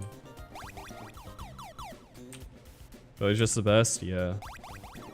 Like, I did have guaranteed Dragon, which would have helped my Elite Four chances, I guess, maybe, but... Well, the thing is, my run, I had such a big box and tons of options for Elite Four, so, like, it didn't really matter. Unless we consider, like, very minuscule risks to be a factor. Like, maybe it reduces some risk somewhere, sure, but... Okay, I just fought you. Wait, did I pre-sleep Delmines? Yeah, okay. Where Dialga? True. Baton Pass sweep? Yeah, that was sick. What I do enjoy about my Elite Four is... I did have a unique Pokemon, obviously Celebi was not used before, but I also had, like, never seen before strategies too, with Baton Pass. Even though my Drake doubles was very similar to buy ones, it was done in a completely different way, so... Very proud of that. Yeah. Like, the setup for Phoebe was perfect, man. It's like, you need specifically Magic Guard on Clefable to be able to pre-burn. Or you need, like, max defense Clefable, which takes a lot of investment. And then you also need Celebi. Or you need, like, some way to Encore Crobat, which I guess a few other things can.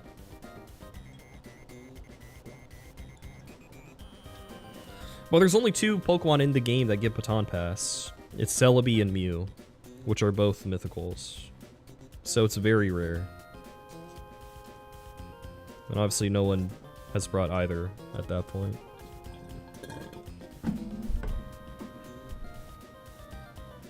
Let's go, Arantis. Thank you, thank you.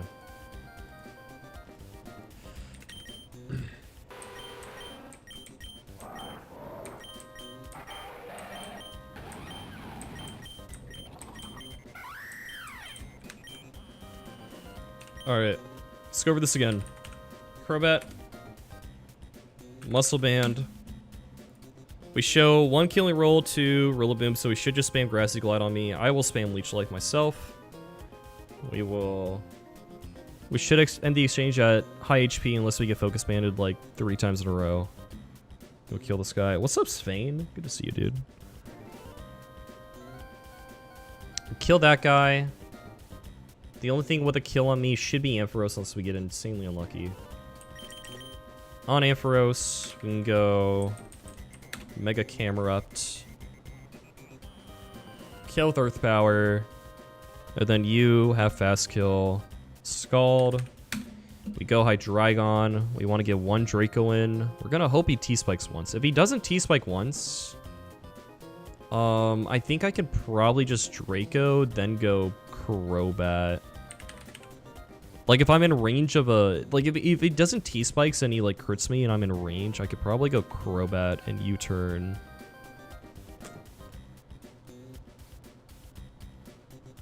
That would probably work. Or I kill this guy with Brave Bird, and what would that bait in? Would I be in range of Obstagoon, or would I outdamage him? He would outdamage me, probably.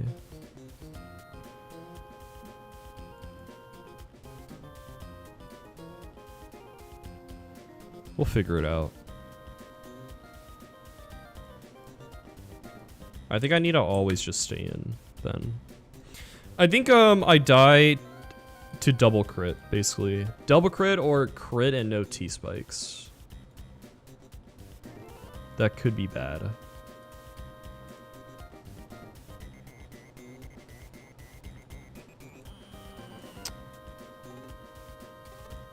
Oh well. Chatters on Yawn's stream said your Gen 4 AI video needed an update. True? I'm not redoing that, bro. That is such a so Gen 4 Switch AI is not only like it's such a niche topic, okay? The only people who care about that are like people like actively like nuzlocking the games, right? Like there's all like what's the update? Like you could just download the document that explains like how Gen 4 Switch AI works, like, and I feel like I explained it fine in the video. Like obviously my voice wasn't like amazing and it was like early on in my YouTube days. Like it's not a high quality video, but it's not supposed to be. Like what is there something that I missed in Gen 4 Switch AI? Like did I miss something? Like I don't know. I think there's a couple things that are issues with that, but I mean, I think there's like a couple things that I missed, or like there was some specific Run&Bun things that I took as like I don't know. I'm not redoing that. Throw in Run&Bun stuff, yeah. I mean, it was only tested at Run&Bun, obviously, so. Short answer, there's no way I'm redoing that, bro. Yeah, just look at Leia's doc. Exactly. Do you ever get tired of Nuzlocks? Not really. It's very rewarding to get done with them and see your strategies work and whatnot. Okay, anyways, I Draco this guy, I U-turn this guy, I go Torterra. We did the math on this. We will kill this guy with EQ, and we'll always bait on Wobbuffet. And then I will go... I'll go Delmise, and then I'll go Crobat, and basically we'll PP stall the Desi Bond. And then after we PP stall the Desi Bond, I can kill Delmise.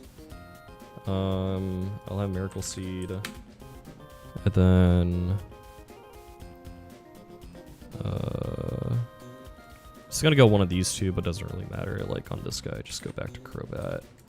And we're good. And then on you, I just go hard Halucha. You are not burned. And then we just kill CC. Yeah, it should be fine.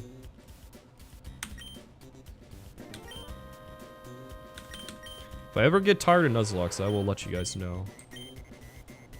So I will not be streaming Nuzlocke if I do that. I will say I have been playing a lot of competitive Pokemon, so I guess there's an element of like, oh, I wish I was playing or streaming competitive Pokemon here, but it's not to the point of like I want to like shift my content completely or anything like that, you know.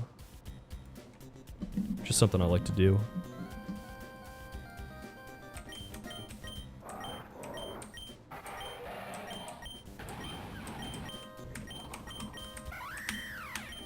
Alright, let's go. Join NatDex Ubers.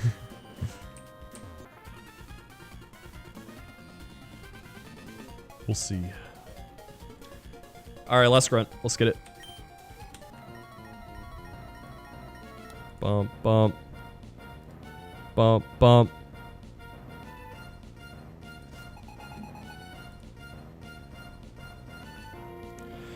Alright, grassy terrain fight. Let's get it.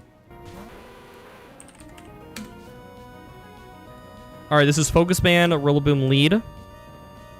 I have Muscle Band on my Crobat, meaning we show Fast Kill with Brave Bird.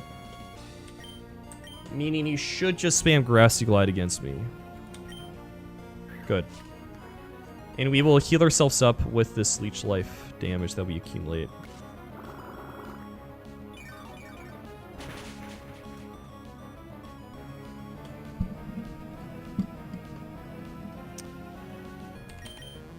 Nice. Grassy Glide should be plus 11. I don't know exactly Endeavor's score, but I think it's just like plus 6, plus 8 for ice damage. So you obviously can't see a kill with Endeavor, so Grassy Glide should always be the highest score here. Alright, let's see if we get focus banded like 3 times in a row.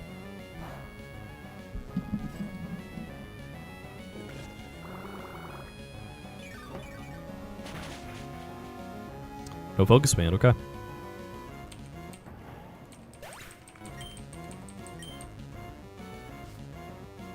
Should be Ampharos. Okay, cool. It's the only thing that has a kill on me. We are not going to U-turn because this guy's Quick Claw.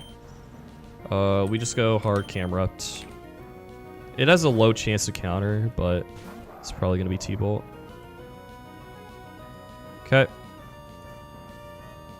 I originally wanted Mega Beedrill for this fight because it can get like 2 or 3 kills, but this is like my only safe answer for Mega Ampharos. Mega Evolve, but then Sheer Force, Earth Power kills.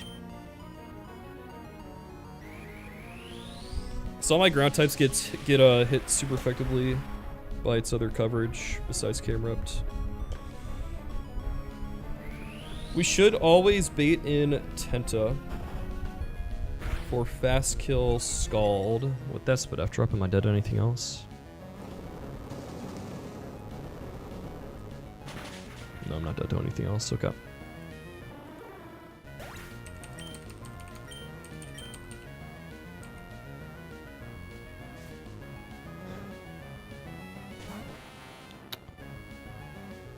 Okay.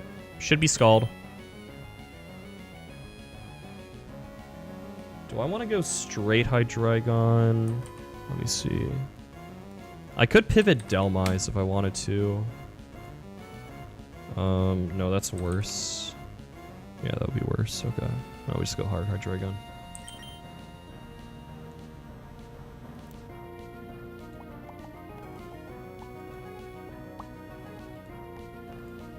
I think there might be a little bit of risk here. We're gonna hope that he clicks T-Spikes. Sub 98 roll. Yo, Dr. Brew with the 33. Thanks, bro. Appreciate it. Okay, there's Scald. No burn. Beautiful. I think no burn means this is always safe now. Okay, Draco never kills with crit. We just want to put this guy in Torterra range. T-Spikes is fine. We don't mind that. We're gonna chunk him for a lot of damage. This is now in Torterra range. Torterra does like 67 to this guy. Okay, cool. Now we slow U-turn. One nice thing about Hydreigon, there's so many nice things about Hydreigon, but one of them is there's a lot of opportunities to click slow U-turn, giving you a safe switch to other things. Obviously, that's very valuable. And in this case, we get a free switch to Torterra. And even though we're going to get poisoned here, we should never get put into range of Ludicolo or Obstagoon, meaning this should always be Wobbuffet coming out. Because as long as we out-damage both Ludicolo and Obstagoon, it will go to Wobbuffet. So that should be what happens here. And we are holding the Shed Shell, right? Yeah, perfect. And he's always set to EQ. Yeah. Should be good here. Let's see. 59. Okay. We should take poison and then get healed by grassy terrain.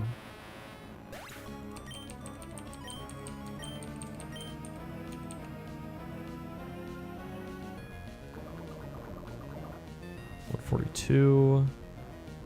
Perfect. Perfect. Okay. Wob is in. We got a PP stall the Destiny Bonds.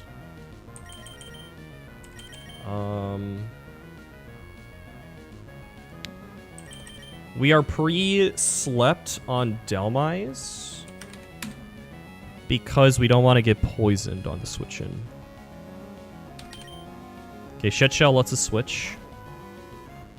And we got a PP stall. Okay. And now we can switch to Crobat. Crobat has U-turn to escape. There's Destiny Bond. Beautiful. It's number 1. I can safely U-turn here. Because I'm immune to counter on Delmise.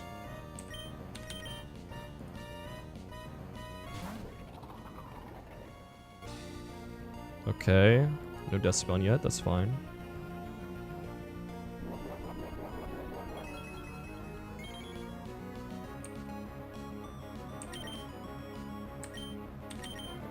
When is this game deathless? We'll see. Okay, there's that's 2, right? Yeah, that should be 2, right? Can anyone confirm? That should be 2. Being safe on Decibond, I think like 50%. Let me double check. Yeah, that's 2. Okay, okay. Muscle Band U-turn crit does 53. And he has to be Decibonded too. Pretty much times, yeah. He has healing from leftovers and grassy terrain.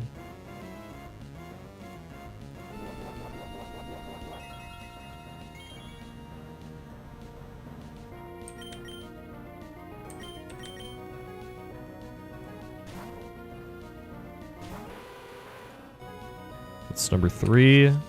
Thank you, Squirk.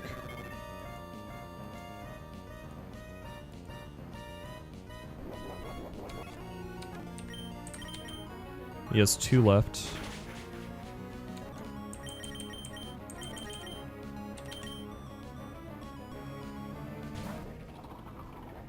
Maybe I can go high Dragon. Well, I can't go on counter. I would go to like right now, but there's no reason to. Okay. He has 2 left. It's number 4. He has 1 left.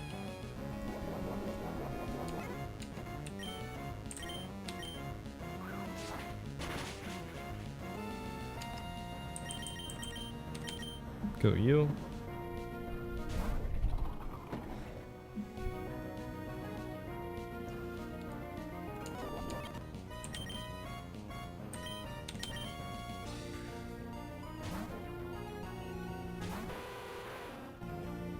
Perfect. Okay. All right. So Decibot is PB stalled. He couldn't have mirror coded my Delmise because I don't have any special moves, and he couldn't counter me because I'm immune to counter also. So now we click U-turn, and we should be safe to attack it with Delmise. Pretty sure. Oh, wait, we have to go now, obviously, because he has counter. I think we still... Because he can't switch AI if he's under 50%, right? I'm worried he could, like, somehow... switch out. I don't know how a counter scored. Let's just keep doing this, right? It should be safe. Like, he can't counter a mirror code on my switch in. He obviously can't Destiny Bond right now. So, I'm not going to be at risk of killing him. Let's just keep U-turn cycling, because U-turn does slightly more than what he heals, so... It's pretty good right now. Yeah, he's using Encore right now. Okay. Let's just keep doing this. Okay, crit. Cool. Maybe we can kill it on the next cycle. We'll see. It doesn't matter whether I kill this with Crobat or Delmise too. Counter. Cool. Crobat does 38% with Braybird. We'll see if he's in range of that.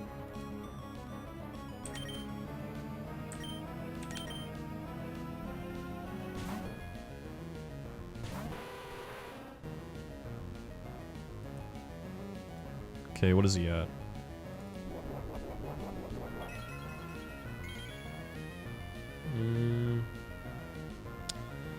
Doesn't look like a safe kill yet. That's fine. Sublifuse.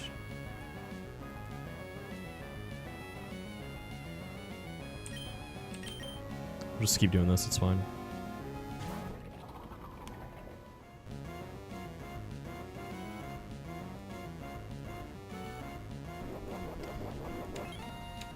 think we should be able to kill now.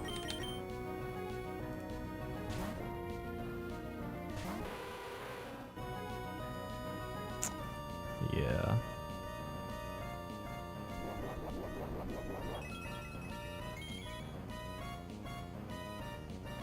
Yep. It's at 31. We do 38 minimum. Goodbye. No decimal, obviously. Yep. See ya. Perfect. Will NG Plus be a YouTube video? 100%. Not for a while, but I mean, I have to beat the game and then make the video. If I wipe, I probably still will make the video, but okay. Obstagoon. We don't stay in. We go hard Halucha because he could click Obstruct here because it doesn't have a kill, so we cannot U-turn because then we would die on the switch into Facade. But this way, it's not burned. We don't die to anything. And now we just have speed and kill CC. Goodbye. And last is Ludicolo.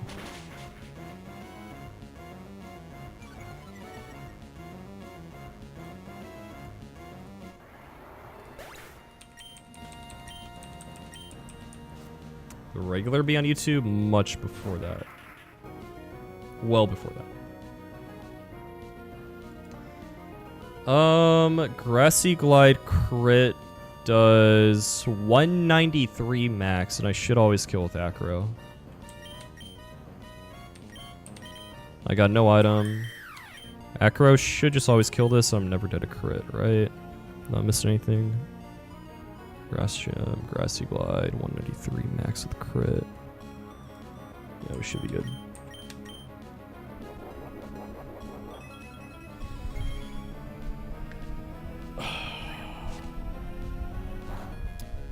That should be GG.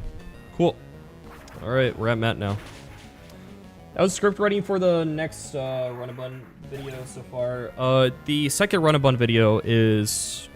The script is done, the voice over is done. It's in the process of being edited. The thumbnail's almost done too. That's the Mount Pyre one. The winning run one, I am working on the script currently for that. My editor is editing the second one. Till Crystal Kaizo Plus Part 2. Whenever I get around to beating the Elite Four, then I make a video on it. There's a lot of stuff I gotta finish. The fag mentioned in the video? Of course, man. That's like one of the most important plot points.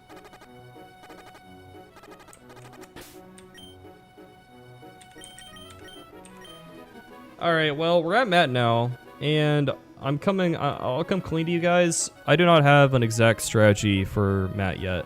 It's looking pretty ugly. So we're gonna do a little cooking sesh. Most likely I'm gonna have to sack 2 Pokemon to this fight. Most likely we're gonna have 2 deaths here.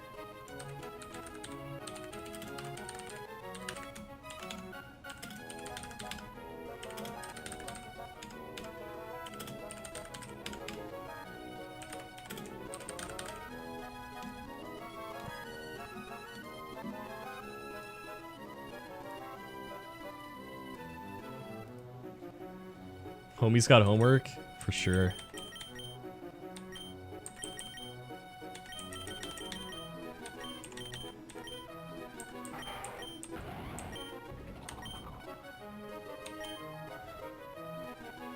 Just beat you for round 1 again and so you beat you for round 2. That's funny. Heard the Noble Souls were losing to Matt. I'm not sure yet. I think probably Kingdra and Seismitoad, but that's like optimistic because those two are not amazing past this part of the game. Like those two would be pretty decent sacks, but Kingdra just makes the most sense because it's my only Dracovish answer, and then like if I need a sack for momentum, that's like the #1 thing. I have like one good lead against Mamoswine. Like one really good lead against Mamoswine. Which is good because a lot of people, if you don't pick Infernape, that is. A lot of people don't have a good answer for Mamoswine, but I do, so that's good.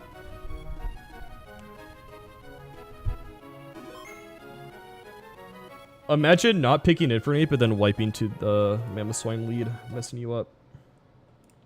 Couldn't be me. Oh, I do not mean to. Please, YouTube, do not copyright me, please.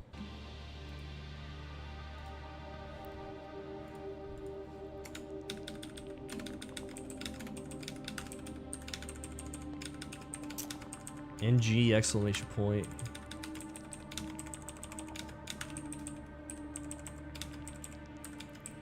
That is the dude that Jim who tells you that you're using the machines wrong and lasso you for it.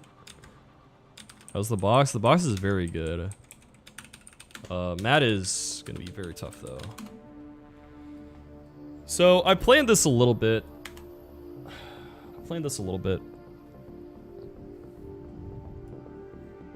I think I'm on the right track.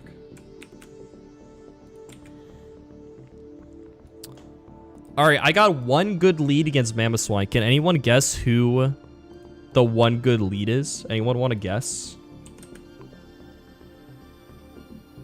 Is it me? No.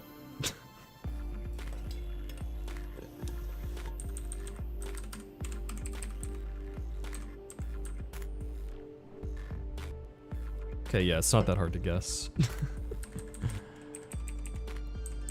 It is Floatzel. The water Infernape. We use Infernape on our winning run. We're going to use water Infernape on this run. Basically, you can lead against this guy with Floatzel. And you go Mystic Water.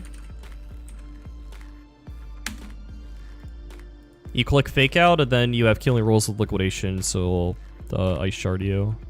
And then you can kill with, you can either go like Rock Smash, drop his defense and then kill with Flip Turn, or you could just go for the kill with Liquidation. We have two good options with this. The only risk is, oh, no grassy terrain. The only risk is going for Rock Smash or Liquidation, missing the roll with Liquidation, and then he goes... He needs to see the 3 rolls of EQ that kill. And then also, where is it?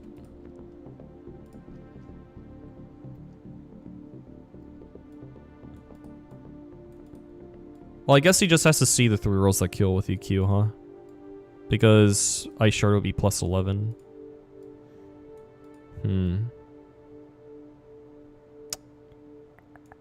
So it'd be like 1 in 3, or sorry, 3 out of 16 chance to go for EQ.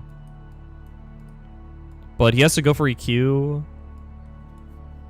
Oh wait, no. He has to roll. No. He has to roll the kill also, right? Well, he has to roll the kill and then also kill me, obviously.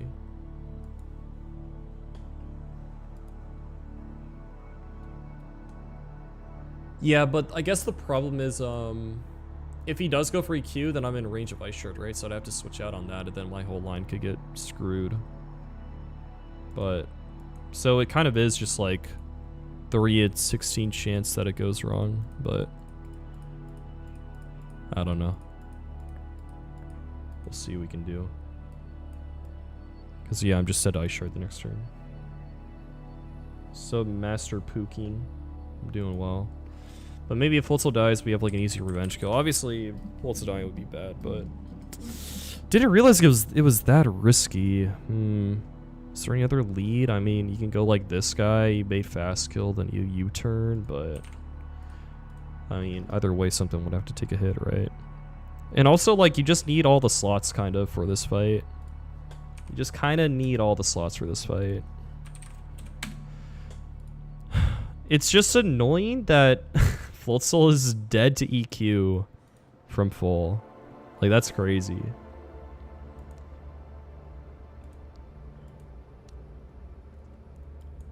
It's just wild. I just get O-code by this. I could flip turn And if it EQs, then I know it's going to EQ. Otherwise, it's going to Ice Shard. I could kill with something else. But that something else would probably want to like outspeed and have priority. Or just have priority in general. Okay, but here's the line that I'm thinking of. Can you use a raccoon to set up webs? Yeah, that would require a scale, but it also is a question of how valuable are those webs, and I don't think those webs are like even like that valuable. Like we could maybe make a team around a raccooned webs, but I don't know if that's going to be better than what we can do alternatively. Here's the line that I have so far, or like a general team idea. Like Kingdra is obviously our Dracovish answer. Kingdra.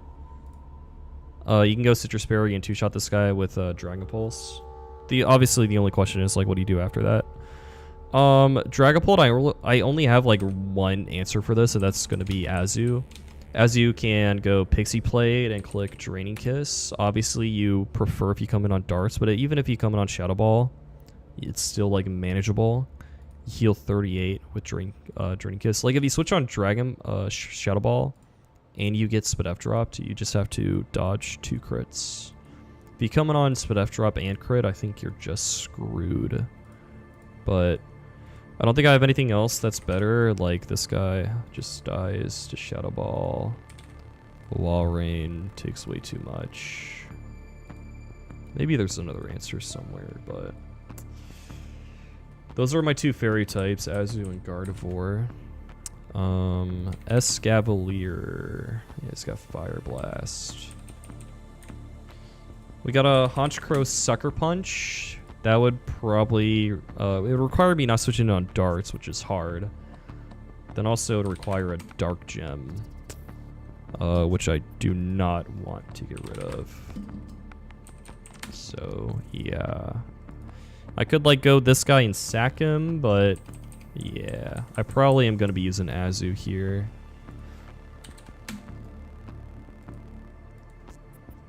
How wild would it be if you scale defense on Floatzel? I was just thinking about that, actually.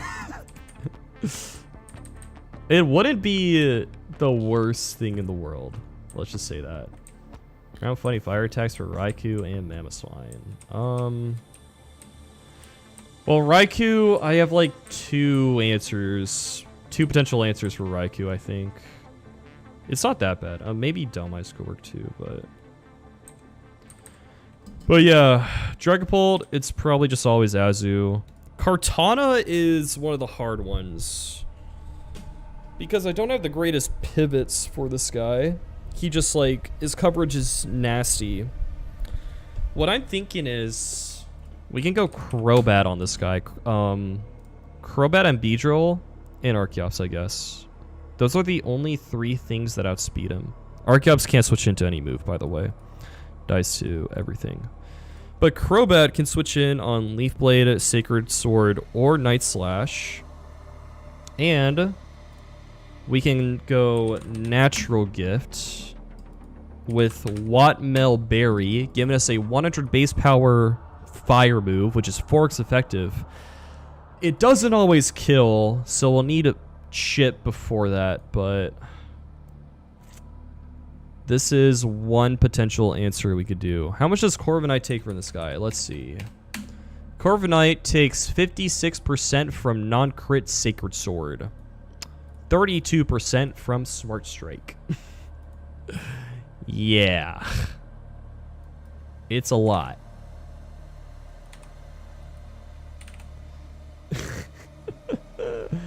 Life Orb Recoil? Yeah, it's not going to be guaranteed, though. Well, obviously, it's not going to be guaranteed. Natural Gift. Wattmel Berry. So, we need some help here, because obviously, he has Life Orb. But I'll put him to 90%. We only kill with a couple rolls at that point. What we really need is like another pivot for him to get another turn of Life Orb, or we can U-turn. Like, if we guarantee coming on Leaf Blade... we can bait guaranteed Smart Strike into something. But let's look at Kingdra. Kingdra takes 42% from Smart Strike, so that's not the greatest pivot. 4x weak to fire? Yes. Yes. Whatmel Berry is a water type move. Or sorry, fire type move. And it doesn't kill. Camera could be good. How much do you think we're taking from Leaf Blade? How much do you think we're taking from Leaf Blade? This is Mega Camera, by the way. A little 90 to 107%. Yeah. Shell Armor Torterra. If I come in on Ice Slash, I can still die to Leaf Blade. Archeops dies on switch in. If you get Beedrill in on U-turn, you can do 55% to him. Do you get a natural gift? Well, that doesn't matter with because I'm Mega. If you had Brick Break, yeah, does half. This guy's just bulky on the physical side. You wanna know what's funny? The second most powerful move that Crobat has besides Natural Gift Whatmel Berry, check this out. Natural Gift Whatmel Berry does 77 to 92. Okay, Crobat does not get Heat Wave. Hurricane would kill, right? Like Hurricane would definitely kill. Obviously that's an act. Oh no, it wouldn't kill. Sorry, it would do a lot of damage. That would be my second highest damaging move. But obviously that could miss, so we're not gonna use that. Air Slash would be like what, a 2-shot? Sometimes, not really. Well, if you go like Sharp Beak, sure, but and then outside of that, Hidden Power Fighting does over half. Hidden Power Fighting does 53 to 62. Yeah. That's the hidden power that we got on him. So basically what we have to do for Kartana is like get damage on him somehow. Like either sack something to Life Orb and then go something else and bait Leaf Blade into Crobat. Or U-turn, bait Smart Strike into something, go back to Crobat, or like sack. Fake out and pivot with something. Maybe. Maybe. There are 6 hard Pokemon on this fight, so, you know, bringing 2 slots for Kartana, kinda hard. Kinda hard to do. That leads to us probably having to sack to this guy, so yeah. But, I mean, I'm complaining, but, like, on the bright side, having something that outspeeds this Kartana is actually really good. Like, the most common answers for this Kartana are, like, Max Speed Infernape, where you have to spend a candy to outspeed Kartana, or Talonflame, which also has to be, like, max speed, or, like, has to have really high speed to outspeed this guy. And it's not even guaranteed that you beat him with Talonflame. So we're actually pretty fortunate to have Crobat at least for this guy. Because this guy can get out of control, like, real bad. If you bait, like, random moves from this guy and he's got Beast Boost, he got nothing else to outspeed.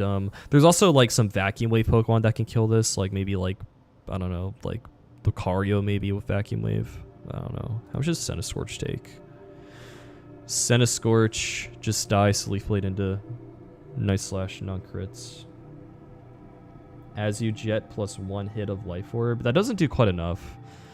What I'm thinking is I might just, like, let me see. I go Kingdra and sack Kingdra.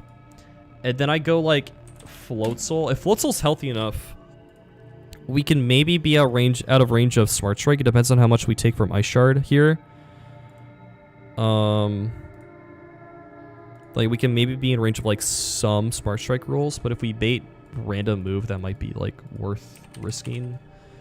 Then we go Crobat, and as long as it's not Smart Strike crit, we're good. And then we kill with a Natural Gift after Fake Out and 2 turns of Life Orb. I think that's the most likely line we'll take. That is the most likely line. Or Azu Aqua Jet. But I don't want to sack my Azumarill, that's the thing. Azumarill is one of 2 fairy types that I have. And there's a really good chance Gardevoir gets sacked to Tantaliza also. And then that would leave me with no fairy types until, like, a potential Enamorus. Or Mega Audino. So, it'll be kind of tough to sack that guy. But yeah. Crobat can maybe kill this Kartana. And then Raikou is kind of tough. Torterra can maybe do it. I'd have to go Lumberry, and EQ is a range. If I candied you, I don't have any candies. Well, actually, I do have candies, but I really don't want to use one. But it wouldn't even make me guarantee kill. Like, Torterra can maybe work. The other thing that can maybe work is Seismitoad. That's calculating Water Gem Scald.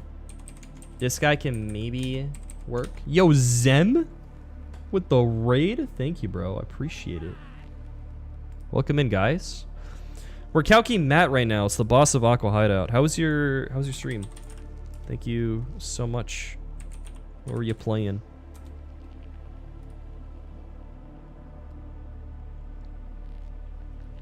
Let me drop you a follow.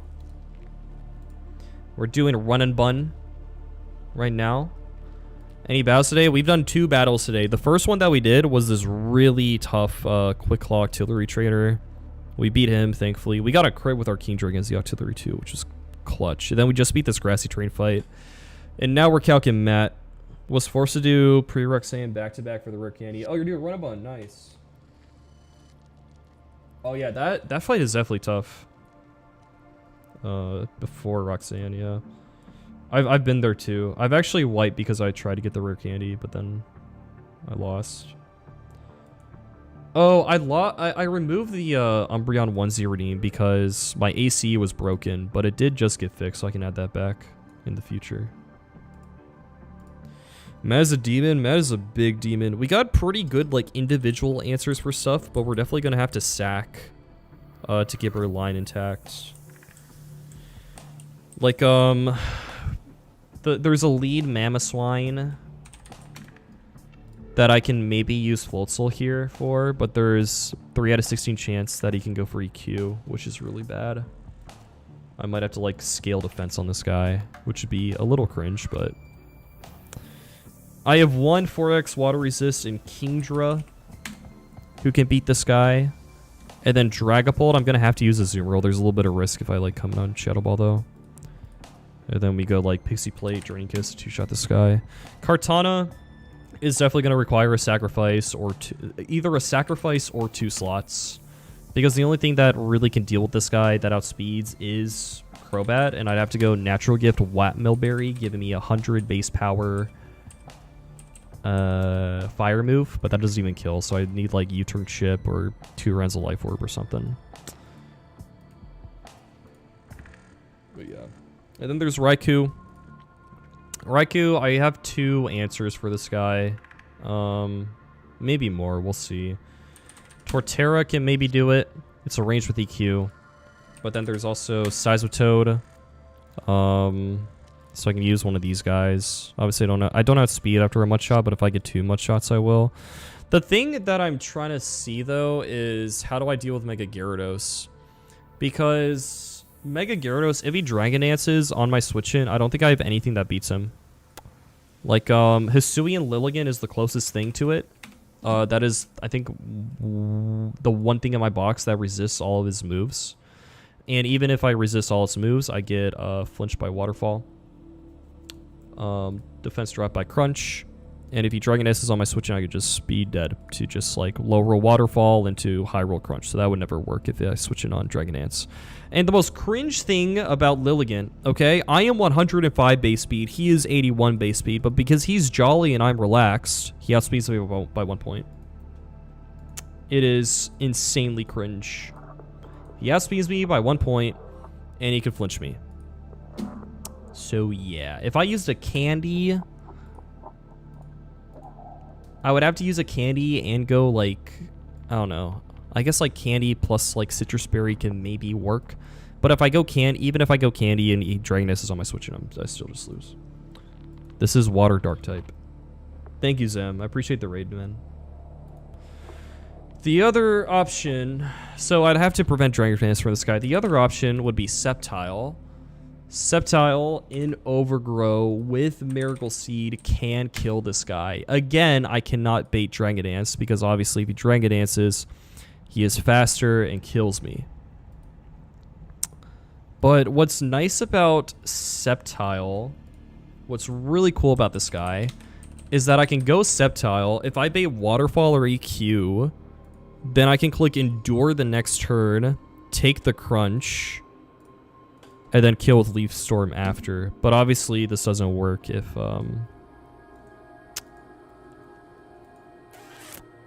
he Dragon Dances. What if I went Custap Berry, actually? If I went Custap Berry, I click Endure. The only problem is I don't always kill. I think one, like, riskless, quote-unquote, way to beat this would be, like, if I scaled special attack. If I scaled special attack, as long as I don't come in on Crunch Crit, I could come in, click Endure, and then kill him. Actually, I don't know if I always get put in actually, I should, yeah. I get put into Custap, and then I would kill him with Custap Leaf Storm if I scaled, but I think I'd probably just want to go Miracle Seed.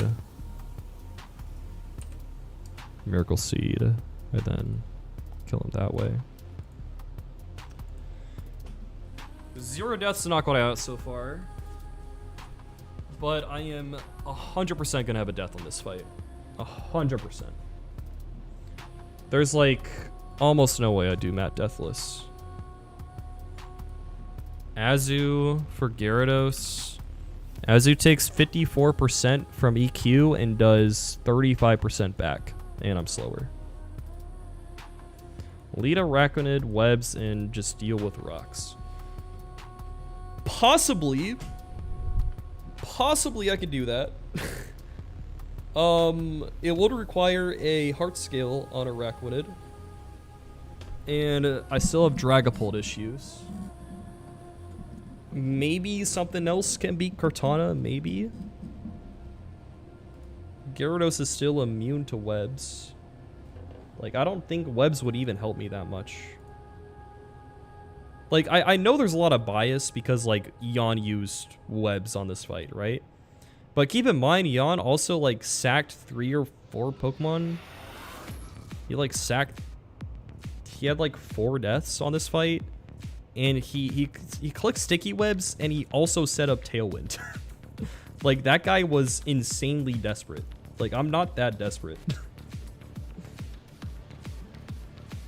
That would also still require, like, 3 deaths, probably.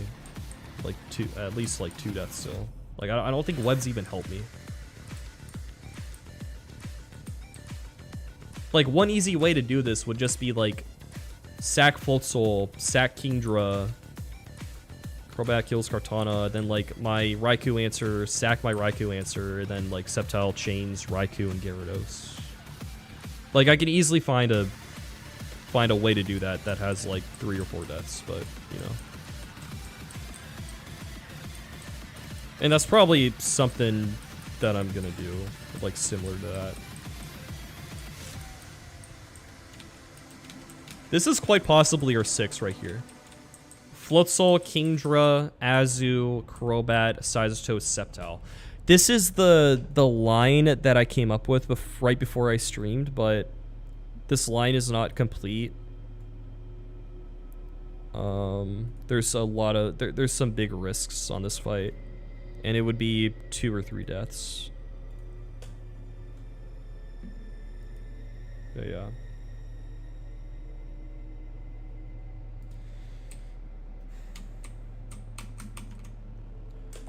This is a line that I'm thinking of. We'll go over everything about it, but, or I mean, we have been going over it, but yeah. The idea is Floatzel lead, fake out, liquidation, kill Mamoswine, bait in Dracovish, go you, kill Dracovish.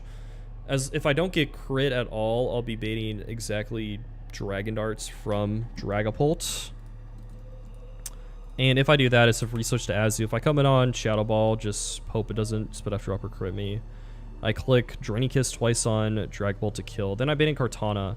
If I never got crit on Azu, or like spit after up on the last hit is fine, but if I don't get crit on Azu, I'll bait Kartana Leaf Blade. And then if it does that, I can go Crobat and U-turn sack Kingdra. The alternative line would be if Azu, so Azu, Kartana. If Azu is in range of Smart Strike, I can't go hard Crobat. If I am in range of Smart Strike, I would sack Kingdra immediately. And then, that's 1 tick of Life Orb, but then I would go Floatzel. I would Fake Out, and then I would bait random move from Kartana, which is slightly more risky, but it's like maybe 1 in 4, even that, to go for Smart Strike. I would go hard Crobat. And then I would Natural Gift, White Melberry, kill Kartana, bait in Raikou, for fast kill Thunderbolt, funnily enough. I would go Seismitoad. Well, I guess if I come in on like Night Slash or Sacred Sword or whatever, he could Scald on my switch in. It would be unlikely, but it could happen. Can Lantern deal with Raikou? No. We'll see that. I'll look at that in a sec, though. The idea with Seismitoad is that you click Mudshot a couple times. You just get this guy like under half, and then you sack Seismitoad.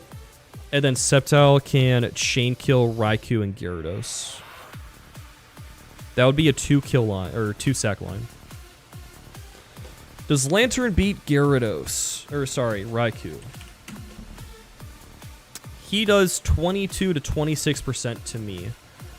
If I give you Surf, I do 22% back. Do I get any better moves? That could also let him Calm Mind. Let's see. Do you get like Earthquake? Let's see. I get Supersonic. I get Swagger. I get Natural Gifts. Let's give you Natural Gift. Ground.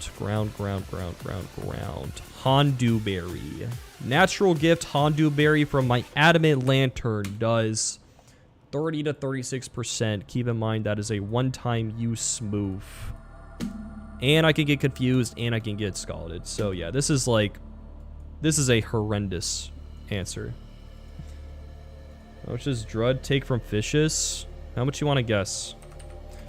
My prediction is 80 to 85%. Oh wow, okay. I was way off, but it does get 2-shot. It does get 2-shot. You switch in, and then you're dead. Or you switch in, you Citrus Berry up, you dodge 2 crits, and you might kill with Outrage.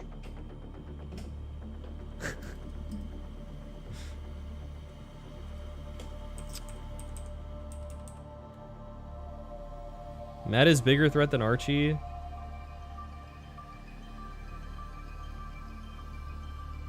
Archie was harder on my Winnie run, but I also had a really good box for Matt. I had Eldegoss to manage Gyarados. I had Infernape who got 2 kills. Roserade was great for Raikou. I had Prim for Dragapult, or no, Clefable for Dragapult. It was plus Spadef.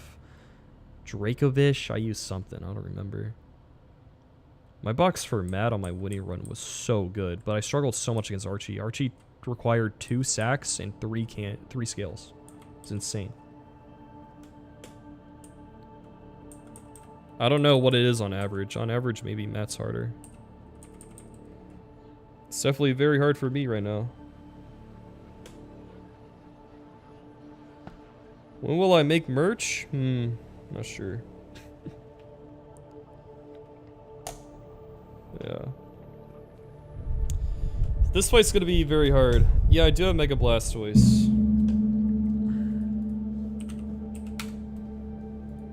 I would have to switch in, and then I don't kill. Well, actually, I do have Dragon Ball CM maybe that I can use. I don't even kill with that. I could scale. I'm pretty sure I'm just dead to crit though. Yeah, I'm just dead to crit. Which is worse here to do to you? 2 shots. Yeah, it's not an answer. I kind of have to use Sceptile or Sceptile or Lilligant Asui for Gyarados basically. I mean, Kingdra's a fine answer for Dracovish. The nice thing about Kingdra is that it beats Dracovish unless I get double crit. And it's also, like, I'm fine with sacking Kingdra. Like, I'm not attached to Kingdra whatsoever. Like, it is my only 4x water resist. That is true. But I'm not Swiss Swim. And it's, like, a fine sack. Like, I'd much rather sack this guy over, like, Floatsoul, Azu, Crobat, Sceptile, right? So I'm okay with sacking this guy in this fight. And it's my best answer for Dracovish, so... Dracovish is fine. It's Kartana, Raikou, and Gyarados are the big threats. I also like Azu's my answer for Pulp, but I also like don't want to sack it, which makes it kind of hard. And also we just found out that Floatzel has a 3 out of 16 chance to just not really beat this Mamoswine too, so that's fun. I don't even have access to the Water Gem, do I? Water Gem would make this safe, but... Yeah, you need Dive for it.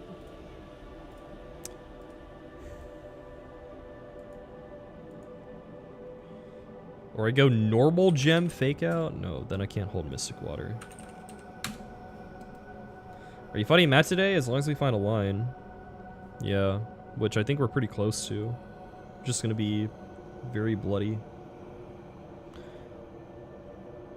Because I only have so many options to lead against this Mamoswine.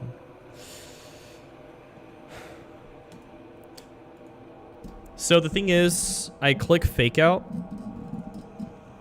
I flinch him.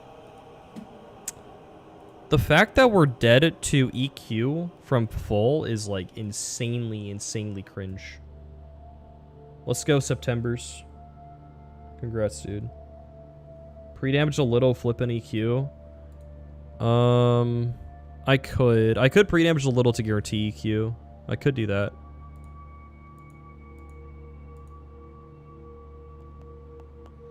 Then I can maybe like go Crobat and then switch back to Floatzel.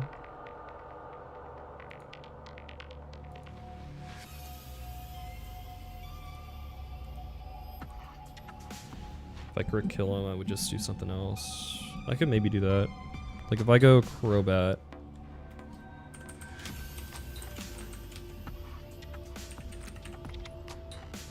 Because then he would never Ice Shard, obviously. Right? Yeah, because plus 11 versus plus 12. Wait, no, sorry. No. Hold up. No, slow kill will be plus 9 or plus 11. Oh, it's even unlikelier to EQ then. Yeah, it's even unlikelier to EQ. Because... Where is it? I think it's like 1 in 10 to go for EQ, actually. Yeah, because Ice Shard is going to be plus 11. And then EQ is going to be plus 9 or plus 11. Yeah. It's like 10% chance to go for EQ. So it's actually not that it's not that risky. He has to roll this and then also hit the 10% chance to click it. It's very unlikely. It's like 3% chance. Or no, sorry, wait. It's like 2% chance. Like a 2% chance to EQ or something. I don't know. I can't head calc the probabilities, but it's very unlikely to EQ actually. Because I was looking at fast kill damage, not slow kill damage. Yeah. It's very likely to Ice Shard. Without Mystic Water, with this in mind, I might as well like go for it, right? Like sure, I could Fake Out and then just not show a kill to it. Actually, I guess I can do this. Fake Out, then Flip Turn into Crobat, and then maybe I guarantee show kill to it, and then I bait Ice Shard, but then it's still 1 in 10 to go for Icicle Crash. Then it would be 1 in 10 to go for Icicle Crash, because I'm dead to it, obviously. Then I'll go Floatzel. And then if the Icicle crashes, maybe I'm okay. But the whole idea with this guy being healthy was it would be a backup for Kartana. That was the idea. If I take all this damage, it's... So I could take all this damage, losing my backup for Kartana, but it is more safe on lead, right? That'll be the idea.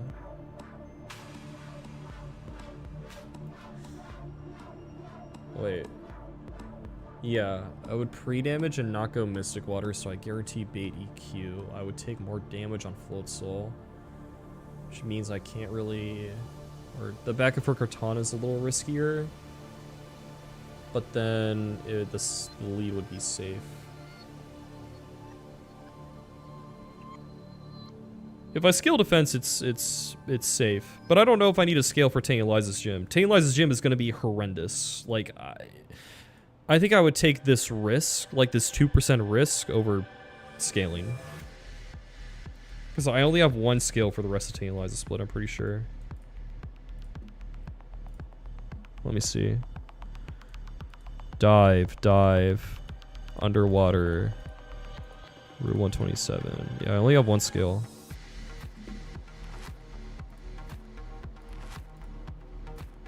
Like, I might need a scale for Tantaliza. Are you into any other Pokemon, non-Pokemon games? Not a lot. I mean, I grew up playing Minecraft, and I played, like, UHC and Hypixel and stuff. And I watched, like, events for that from time to time. I don't know, I'm not really into, like, Fortnite or Apex or Marvel Rivals or anything like that. I'm into strategy games, though. I really like Catan. It's a board game, but I play that online a lot.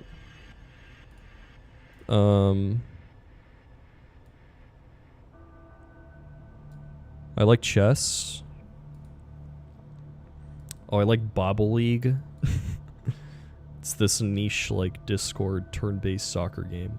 I know that sounds weird.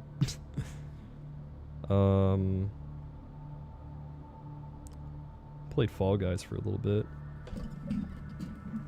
Well, Showdown, yeah. They asked for non-Pokemon games, but I play a lot of Showdown. I do tournaments for random battles. I play that competitively.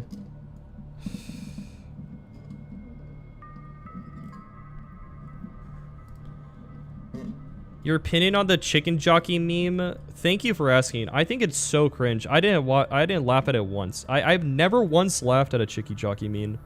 When I'm scrolling through Twitter and I come across a chicken jockey meme, I like sigh and then just keep scrolling. It is the most cringe thing of all time. Like, I think it's a little overblown with the people, like, going crazy in the movie theaters. Like, I think it's, like, pretty cool that there's, like, a meme around the movie and people are, like, really into it. I just think the meme's cringe, that's all. Obviously, the people who are, like, bringing a live chicken into the theaters and, like, disturbing other people, like, it's a little cringe, but... You don't have joy and whimsy in your life? I don't know, man. There's a lot of stupid stuff I find funny, but Chicken Jockey is just not one of them.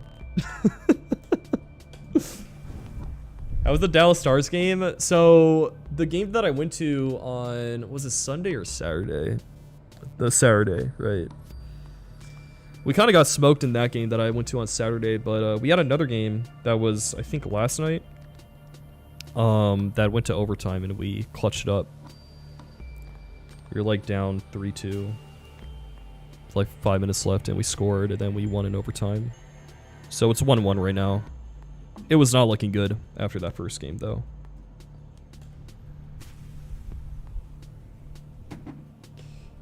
Yeah, the people who are like throwing popcorn, yeah, that's cringe. But if like a bunch of like teenagers are in the theater and they're like, haha, chicken jockey, you know, I think that's fine. But the people throwing popcorn and whatnot, very cringe.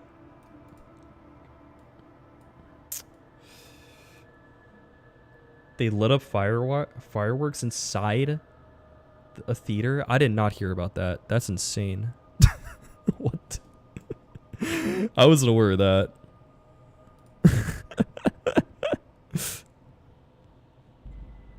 Jesus Christ. Minions? I didn't hear about the Minions thing. I'm not on TikTok. I don't use TikTok. It like barely missed me. Like TikTok got popular like right as I graduated high school, then COVID happened, and then I just never got into it.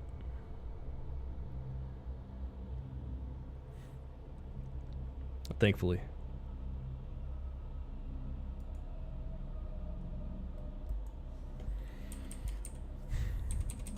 All right. I mean, I think we're close to a line. Like, it's actually not that not that likely for DQ, right? He has to roll the 1 in 19, and then it also it's basically just he has to roll 1 in 19, or sorry, 19%.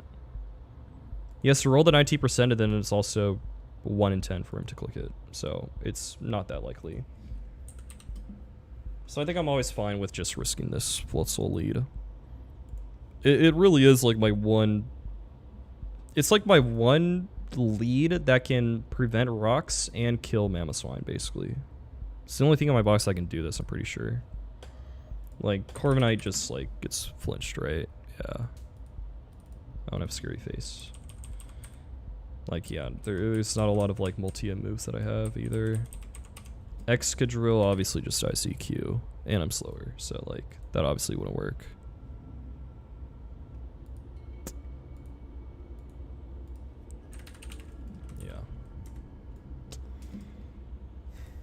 Yeah, Floatzel has to be my lead, basically. Which is fine. It's a great lead. Big Floatzel. So the question is, so there's like 2 routes that we can go with. We can either go with we can go with Fake Out, Rock Smash, Kill with Flip Turn, or we can go with Fake Out, Liquidation. We can go with either one of those. I can either kill with Floatzel, or I can Flip Turn out to something and kill with that.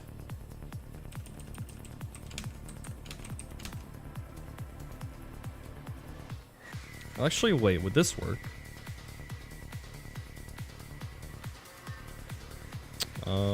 Yeah, because... Wait. I'd have to go Mystic Water regardless, right? Yeah, I'd have to go Mystic Water regardless. Because I can Fake Out, then I show Kill, then I Rock Smash him, and then he's said to Flip Turn. So I can do one of those two.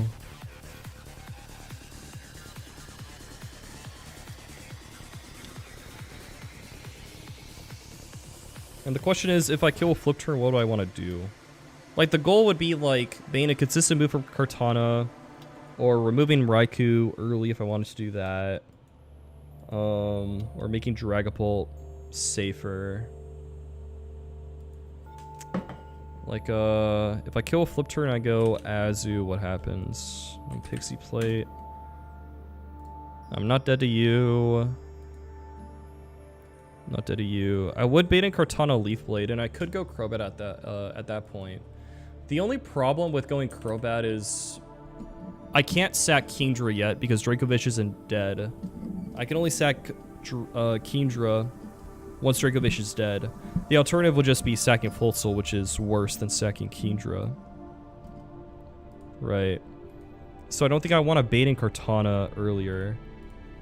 It's like, let me see. I would go Crobat on Leaf Blade, and I would have like the Whatmill Natural Gift, right?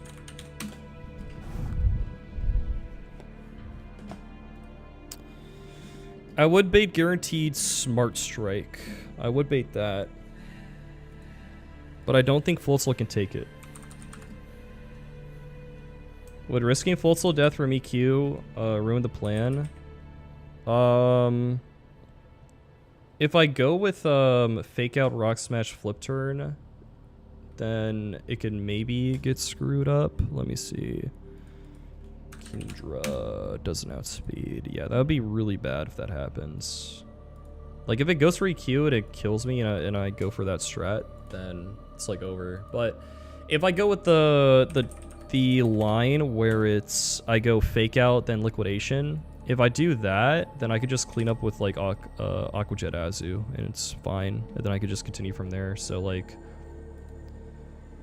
if I just go, because what I was explaining, what I was just explaining was if Floatzel goes Fake Out, Rock Smash, Flip Turn to kill, and I like bait in Kartana, like I still can't really beat Kartana without a sack. and I can't sack Kingdra yet because I haven't been Dracovish. The alternative would be like, does anything bait in? Oh yeah, I could go Kingdra here. And then Kingdra can bait a darts kill, and then I can go Azu. And that would guarantee darts into Azu. And then, what would I do? I think here the thing would be it's inconsistent for Dracovish to come in.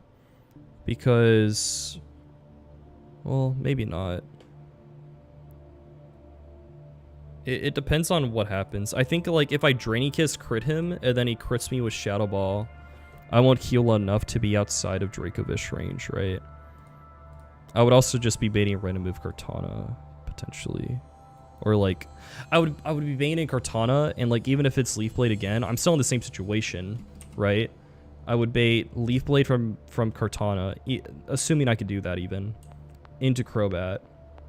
But then what do I do after that? I would just like sack Azu. Like, I don't want to sack Azu, right? I can't sack Azu. So that what I'm saying is I don't think the fake out Rock Smash flip turn line is even good for Floatzel, because what we want to do is remove Dracovish early so that we then have the Kingdra sack earlier on before we ban Kartana. That's what I'm trying to say. And my Azumarill who kills Dragapult doesn't even bait Dracovish.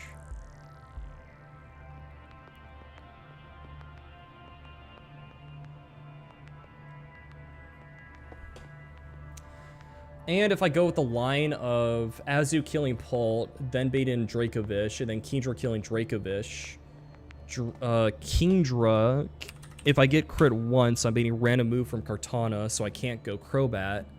And it's only one tick of Life Orb if I sack it immediately. So we want to. So what we want to do is we want to remove Dracovish, have Azumarill out, so that we bait potentially non-Smart Strike. And I think that gives us a better line for Kartana, basically. Because if we're not at range of Smart Strike, we can go to Crobat. And then we can U-turn. We can go Kingdra and sacrifice it. Then just go back to Crobat and kill with a Natural Gift. Basically.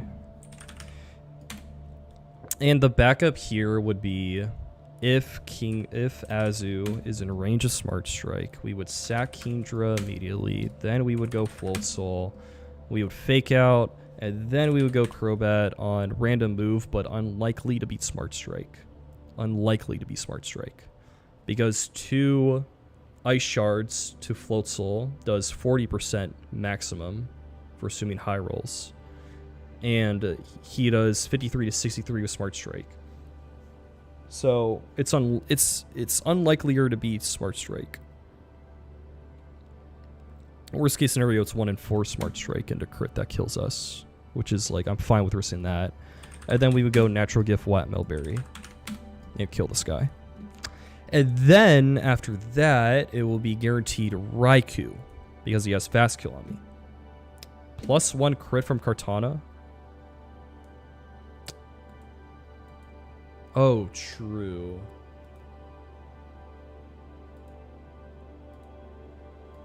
I guess I would always have to go hard Crobat then. True. I forgot about Beast Boost. Shit.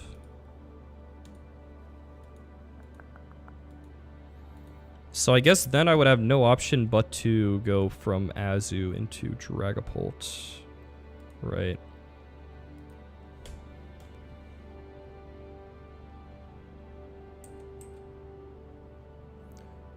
So, like, the risk is, like, if Kingdra gets crit once by Dracovish, I'm baiting a random move from Pult. If it's Shadow Ball into Azu, then I think I'm most likely baiting a random move from Kartana. That's the risk.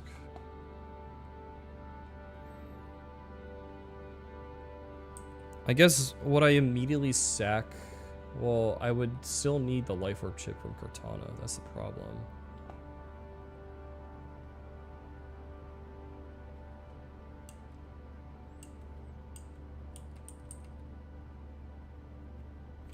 Yeah, we need the U-turn chip.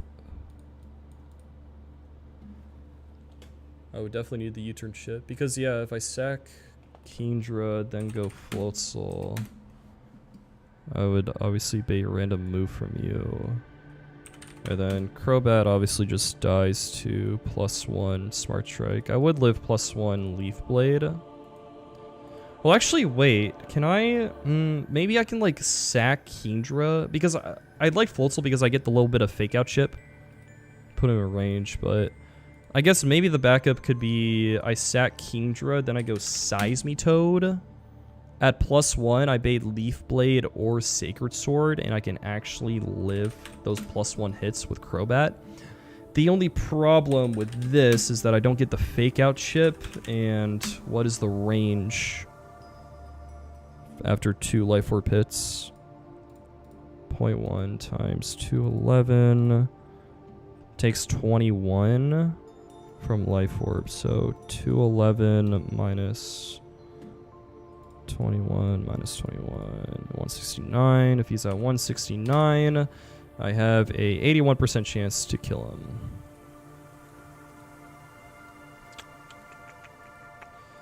Worst comes to worst, I would be able to clean up with Floatzel Fake Out and still bait Raikou Thunderbolt, but that'd obviously be pretty bad. But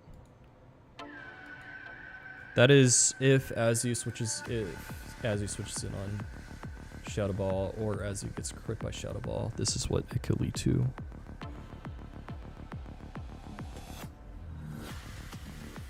It's like a chain of things happening. It's like if Kingdra gets crit by Fidgeous Rend, and then if Azu gets Shadow Ball on the switch in or crit, and if that guy's in range of random with Cortana, and if Crobat misses the range. So it's like 3 things in succession that has to happen, basically. Which I might be okay with risking.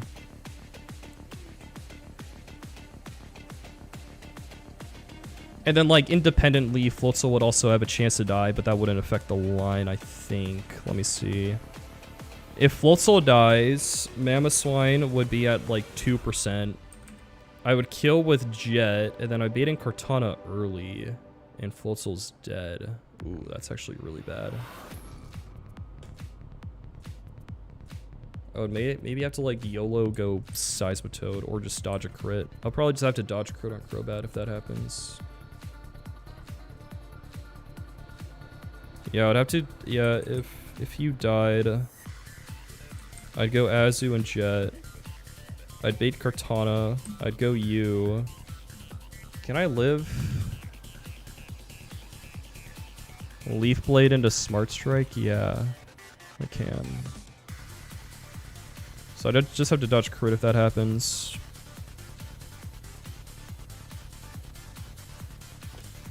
If I dodge crit, I would bait in Dracovish. I would go Kingdra, kill Dracovish, bait Pult, do the Azu thing again.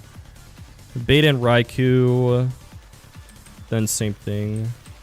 But I need to see if we can consistently set up the chain kill for Sceptile at the end. Number 1, we have to bait in Raikou second to last. We have to bait in Raikou, then Gyarados last. And then we also have to consistently put Raikou into range of put Raikou into range of Sceptile while also be lower its speed once. I don't know if all that is always possible, but here's the idea. This is the idea. If I can go Seismitoad, get 1 speed drop with Mudshot, and then also put him in range of Sceptile, I can go Sceptile, who is pre-damaged into Overgrow, with Miracle Seed. And then I can click Leaf Blade on this guy, kill him, and then Gyarados comes out, and Mega Gyarados I would kill with Leaf Storm. That's the idea. Do I have an energy ball? Would energy ball help me at all? No.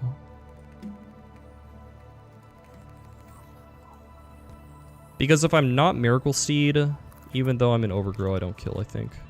Yeah, I would need Miracle Seed. Yeah, and I'm okay with sacking Sazdo too. Originally, I was looking at a Torterra against Raikou, which is a good matchup. Couple issues though. Number one, I don't have a guaranteed kill with EQ. And number two, this guy can Dragon Dance on me. If Gyarados ever Dragon Dances on me, I'm screwed. Nothing in my box can beat Gyarados safely if he Dragon Dances on my switch in. So, that's like number one thing we have to prevent. But if I can bait a Raikou, I can maybe set it up to where Sceptile Chain kills. That's the idea. So hopefully you guys now have a better understanding of what we're looking at now. I'm gonna use the restroom real quick, and then we'll come back in. I think we're pretty close to finding the line that I need.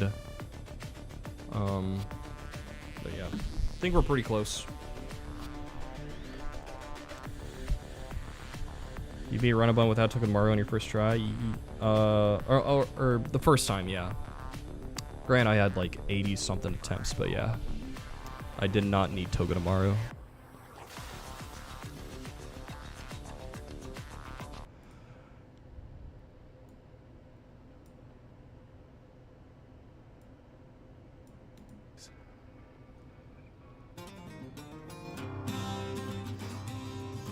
Do you have Psych Up? No. Nothing has that.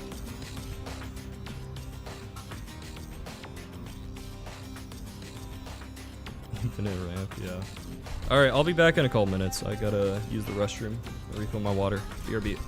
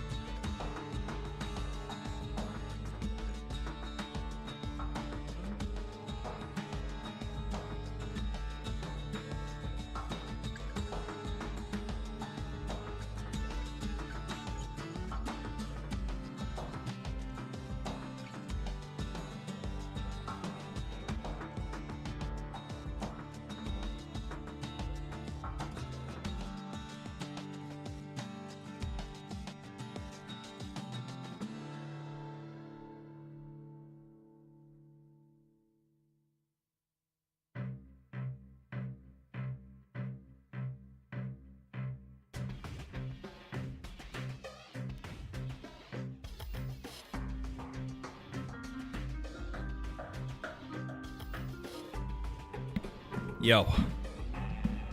Okay.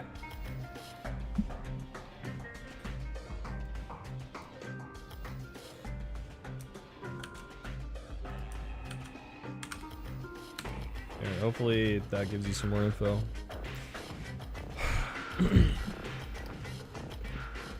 I feel like fine about everything except for this Raikou situation. 82 cap? No, it's 81. Matt is just cheating with 2 levels over me.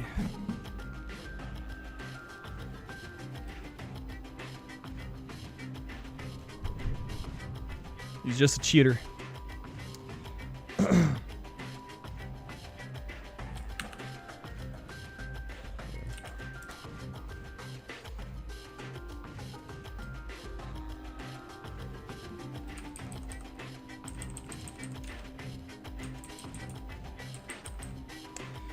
What we really have to think about right now is how is this Raikou matchup gonna go? Because again, the goal is for Sceptile to be an Overgrow and kill this guy with Leaf Blade. Because then we could chain Gyarados. I'm pretty sure we can consistently bait Raikou and Gyarados last. We will double check that, but let me put everything on the team. Kingdra, Azu, Crobat. This will require 2 sacrifices in this fight.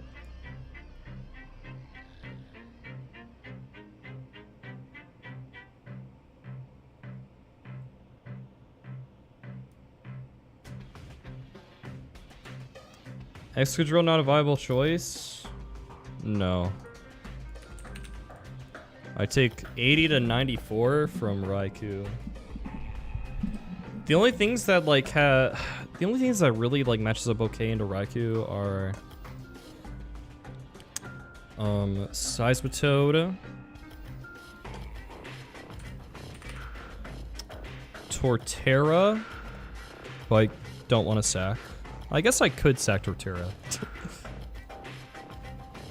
No sticky webs on my spider. I don't think sticky webs are even good here. I don't think it really helps you that much.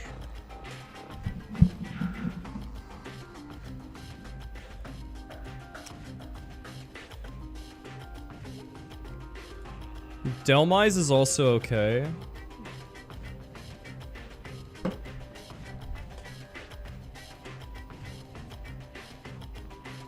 It's okay.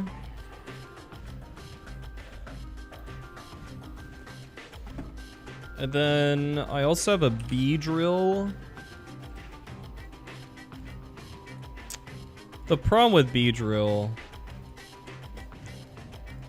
is I don't kill Mega Gyarados. I'm also gonna get intimidated on the switch in. Whiscash? We don't have a Whiscash.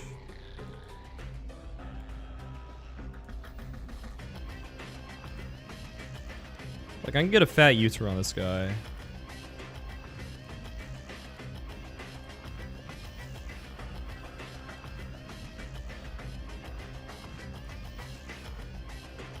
No, you can't get Whiscash in this game.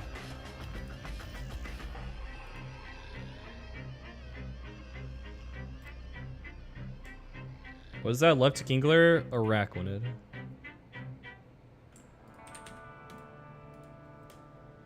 Big Araquanid. This guy is what people are saying has sticky webs. I do not have sticky webs on this guy, nor do I think I want it for this fight. I mean, maybe. Like, it could maybe work, but sticky webs, it doesn't affect Gyarados, it doesn't affect Dragapult. And like Raikou, it's not going to matter against Raikou. Dracovish, I already have a good answer for Dracovish. Like, the only thing that it really helps for is Kartana. Like, this is the only thing that sticky webs like really helps out for. Besides like potentially chain killing 2 things. But here's the thing, I only have 1 scale left. I only have 1 scale left until after Space Tag. And I don't know if I need this scale somewhere else. That's the problem. So I really want to do this without using a scale or a candy. Because I only have 6 candies left in the entire game also. So yeah.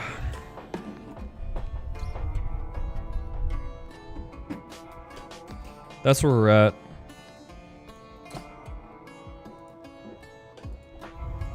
Okay, let's look at this Size of Toad matchup against Raikou. It's very unlikely that I bait anything other than T-Bolt from this guy, I'm pretty sure. Maybe Skull. It's very likely I bait only T-Bolt from this guy. Even with all the RNG and stuff that can happen from earlier. I think it's very likely that we can bait T-Bolt into Size Toad. Basically, I need to lower this guy's speed, so I have to Mud Shot. The thing is, he can Calm Mind on me. That's the issue. If he clicks Calm Mind, I can die to crit. I die to most crits if he Calm Minds. If he Scalds, what happens? I go down to like 50%. Loses gem, and then I'm dead to like some crits after that. I think I'm always going Lumberry, maybe. So it's kind of funny, like if he Scalds,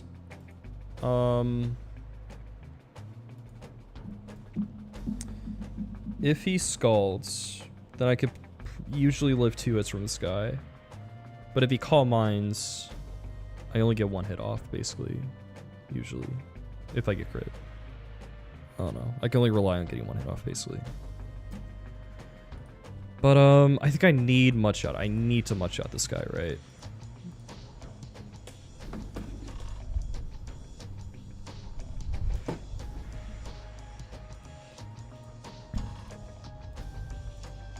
The problem is he can Calm Mind before I Mud Shot. I guess that's the biggest issue, is that he can Calm Mind as I Mud Shot.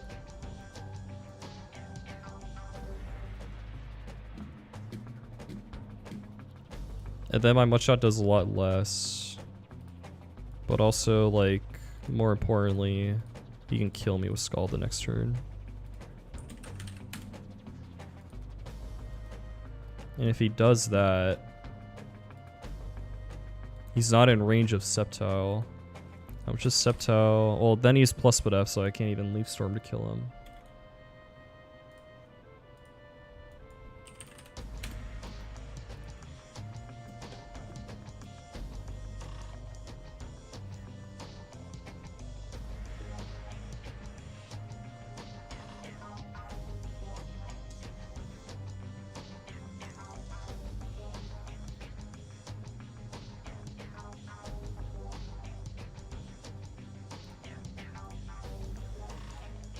I would have to, let me see. How much does Mud Shot do?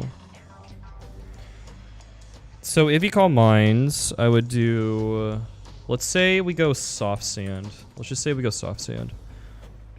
265 minus 66 equals 199. I bring him to 199. Sceptile needs how much damage? Miracle Seed. I do 177. Crobat U-turn. So that'd be enough. So, right? Wait, was I calculating -1? Let me see. Soft Sand +1 Spit F. Yeah, okay. So Mud Shot. So the reason why this is annoying is that Earthquake doesn't show a slow kill to him at full, so he can Calm Mind. If I was able to go, I could go Ground Gem. I think I have my Ground Gem. I could go Ground Gem maybe to make this safe.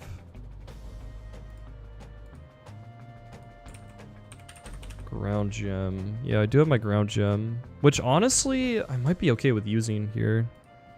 What other ground types do I have? I'm trying to see, like, so like something like my Grass Gem, my Fighting Gem, my Dark Gem. Those are gems I really want to keep in the future. But something like a Ground Gem is probably fine to use. Like, obviously, Torterra EQ, maybe I want to use that somewhere. Camerupt, I probably... Obviously, I'm Mega Camerupt. I wouldn't need that. What other ground types do I have? Nothing, right? Excadrill. I guess Excadrill maybe want to use it in the future, but...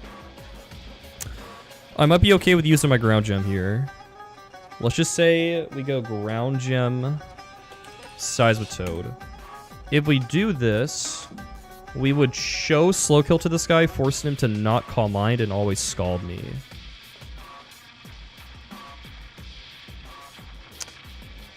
Right? So then I could always Mudshot him. And does that alone do enough damage? 122. 265 minus 122. Brings him to 143. Sceptile. Overgrow Miracle Seed. Oh, is my Sceptile still level 79? Okay, no, it's not good. What's up, Sinistique? Yeah, we always do enough with Leaf Blade, so Ground Gem would completely solve this. The only thing that I need to do, and it's kind of funny that this is an issue, but I would need to make sure I don't accidentally kill this guy, which actually might be harder than it sounds, because if I go Ground Gem, Mudshot, and I crit the Mudshot, I'm gonna leave him at 18%. So essentially I would need an item, or sorry, a move that does no damage to him.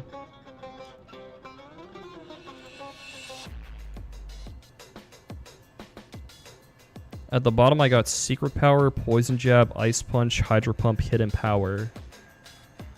I've already used my Swagger TM. There is literally nothing I can teach this guy that does no damage. So it's actually kind of an issue.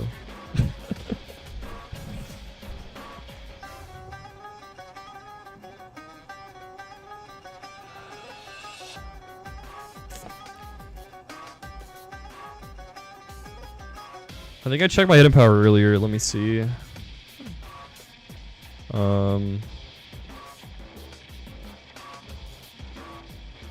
Hidden power ice. Well, here's the thing. My lowest... Wait, is hidden... Oh, shoot. Weather Ball's a one-time use TM, isn't it? Hidden power ice.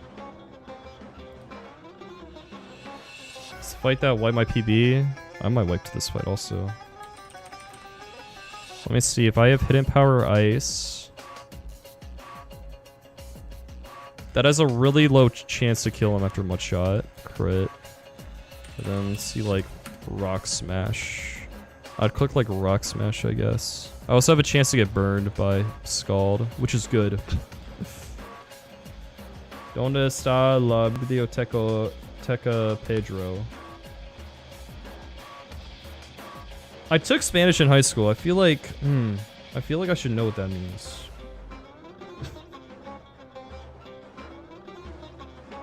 God damn it, dude. Why do I not know what this means?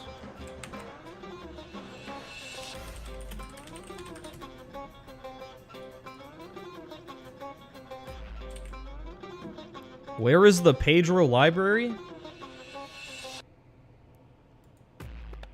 What the heck is a Pedro library?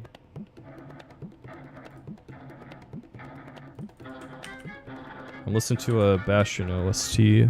That song was Terminal March.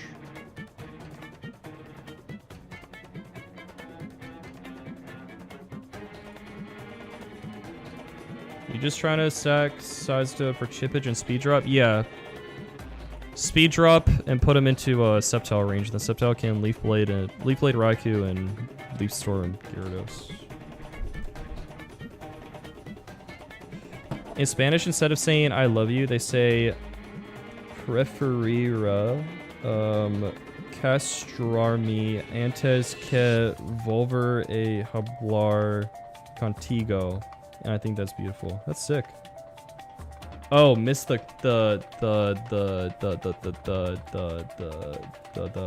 comma. I see. My bad, my bad. That's cool.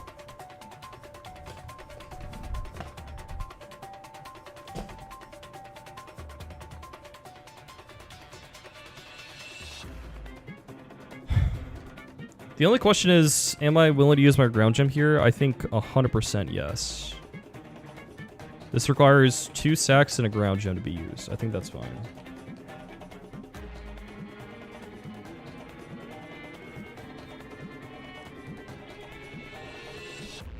Sos una mujer con un trasero gigantesco y quiero... Wait, whoa. That doesn't... Hold up. Hold the phone.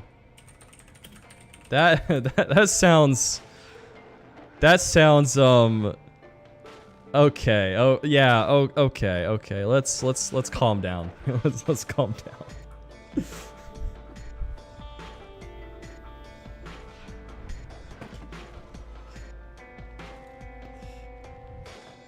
That's what I expected. All right. Anyways.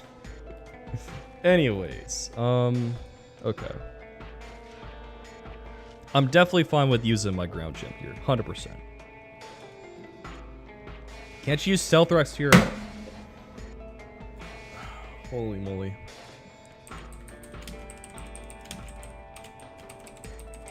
I think I'm gonna run this team up.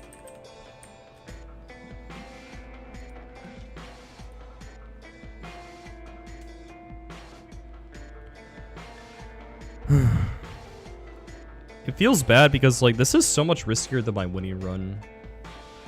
Dude, my winning run was so sick.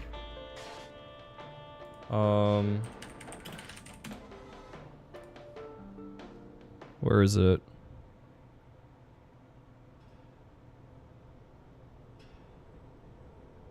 Aqua Hideout.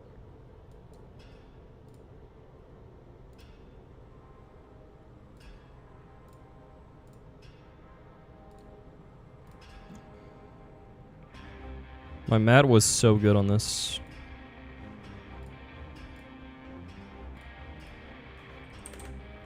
Like, this team was so good, man.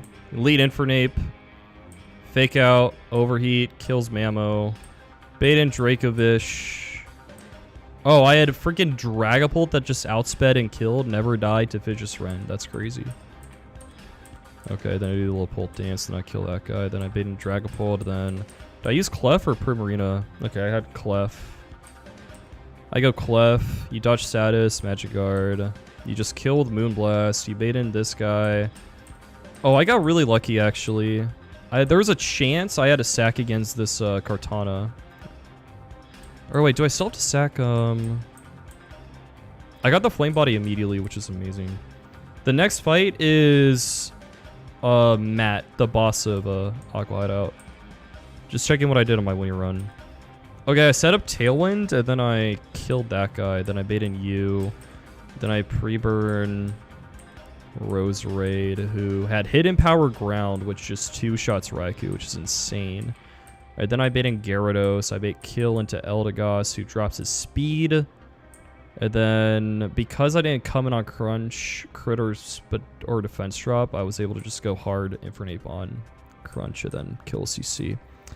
And I did this fight deathless. I did all of Aqua Hideout deathless in my winning run. It was kind of crazy. We are not going to be that fortunate. But yeah. Srox is really good for Gyarados. True. Wait, sorry, Yar. There's nothing in this game that gets Stealth Rocks.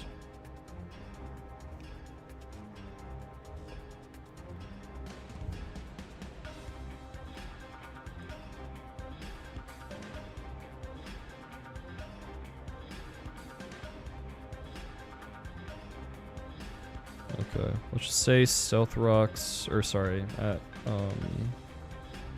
Ground Gem. So I need to teach Sidestone some moves then.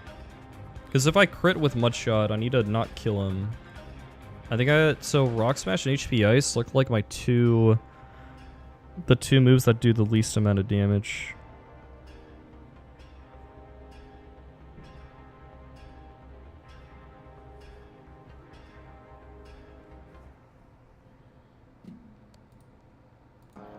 The thing is, even if Raikou does kill me, as long as I'm in range of a kill from regular, or as long as I'm under half, like, I'm fine, actually. So maybe I'm okay. I actually might always be okay now that I think about it, because I take 2 skulls and I'm dead to Gyarados, and as long as Mudshot Ground Gem crit doesn't kill, which it doesn't, I should be okay, actually. I don't think there's any way to save Toad per se, but he shouldn't ever DD. Because he has fast kill. So yeah, I think we're just fine, actually.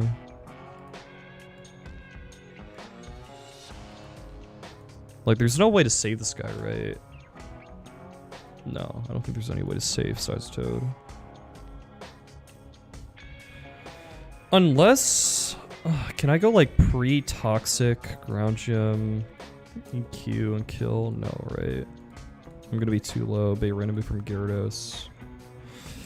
Okay, the way I could save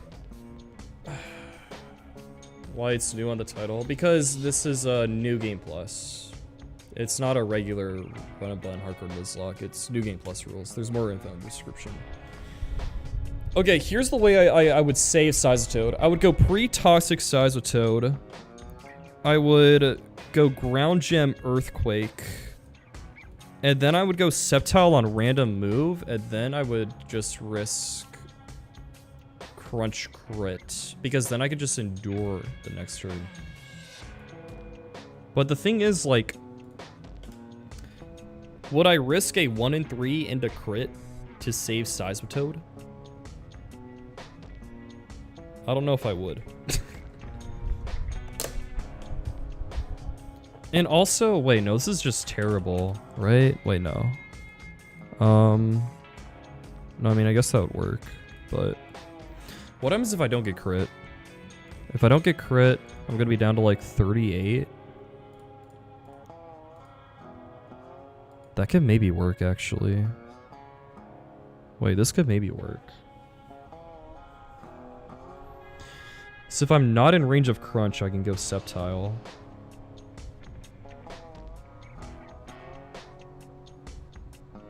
Let me do the math on this, actually. Why not Torterra? Because I don't want Torterra to die. I'd rather sack Toad over Torterra. This might actually work. Hold up. I might be able to save Toad. Okay, so... I come and I take Toxic. 1 divided by 16 times 264.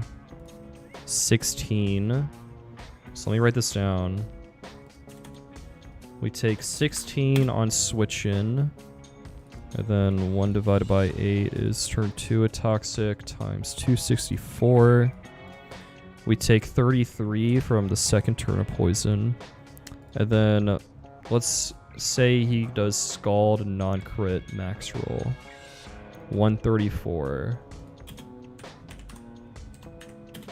So let's do 264 minus 134 minus 33 minus 16.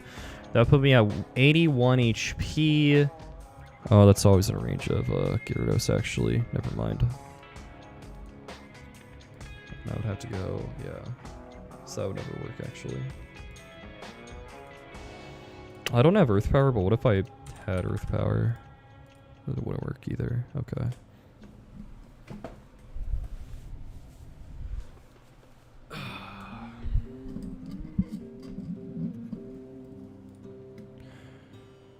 Okay. So, I mean, it's just a question of, do we want to sack Toad or risk the 1 in 3 into crit? If I risk the 1 in 3 into crit and Sceptile dies, I'm pretty sure I wipe, or maybe I have Azu backup. Maybe Azu backup. I will be pixie played, and I could potentially be pretty high HP. It's not guaranteed, but and then he can start dragon dancing though. Yeah, it's pretty freaking bad if he does that.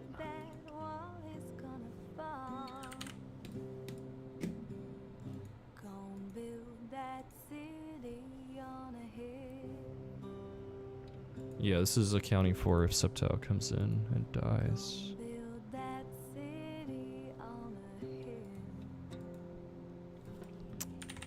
Yeah, because I have no way to kill this guy outside of Septile, so I would go Azu.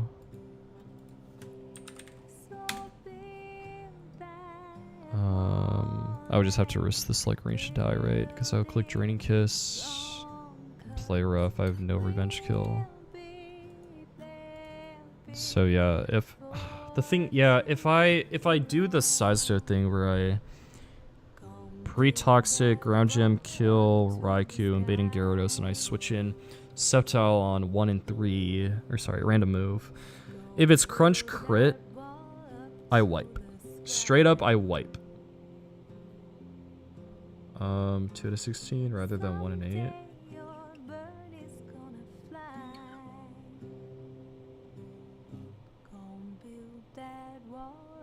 Oh, 2 out of 16. I mean, no. Wait, what? No, it doesn't like. I see what you're saying, but I don't think it works like that, because when it calcs like 3 out of 16 for the next one, like it does 3 out of 16, not 3 1 and 16s, you know? Right. I see what you're saying, but I'm pretty sure it calcs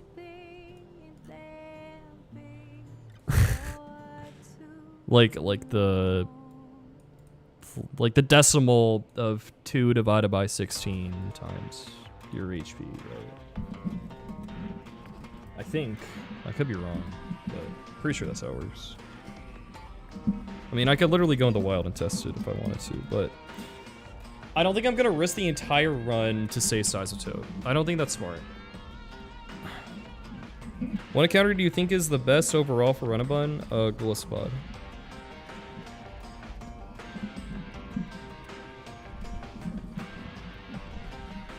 Second would probably be either Dragapult or Beedrill.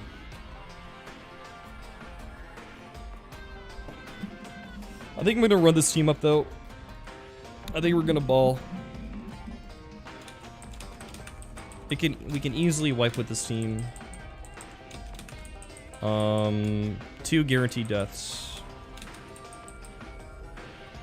Jerry bonus is back for more. Hell yeah, let's go.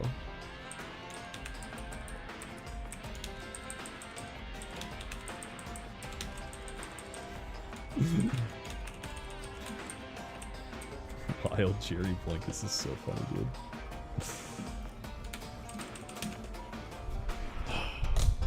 I mean, the bright side about this plan is like, yeah, it's 2 stacks, yeah, it's using my ground gem, but it requires no scales and no candies, and that's what matters. Crunch never crits. I'm not risking it. I don't think I'm gonna risk it, man. It's like, if I was only a range to be dead to Crunch, then maybe, but I'd literally wipe if Septile dies. I don't know.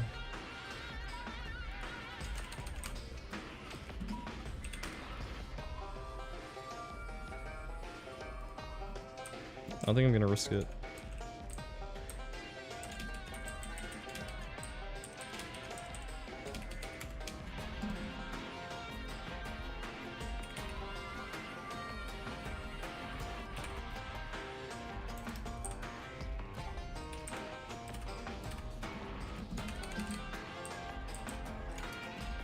And like, it's Sizeto, man. Risky run to crit. It's 1 in 3 into crit, but still.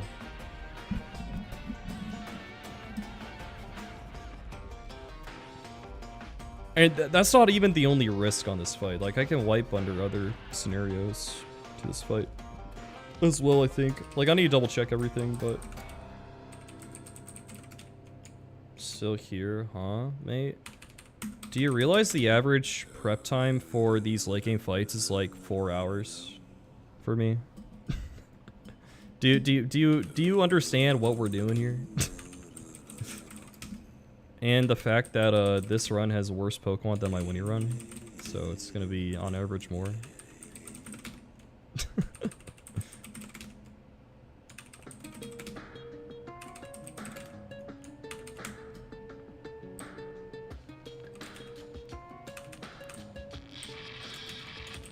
I'm not risking it.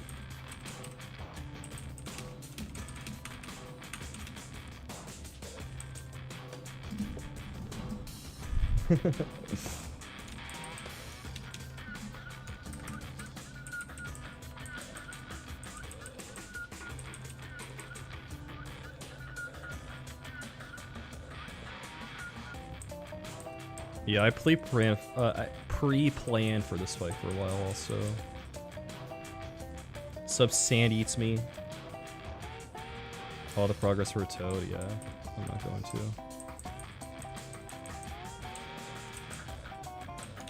Like, it's a minuscule risk. Like, I would risk this in other scenarios, but...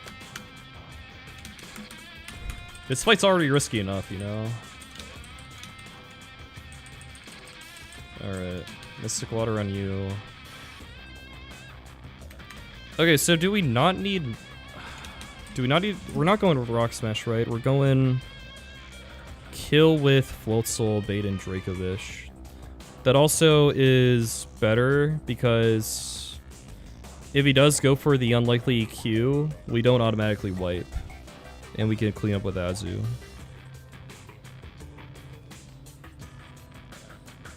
Yeah. Yeah. Alright, you're Citrus. Kingdra is gonna die in this fight. You are Pixie Plate. Crobat.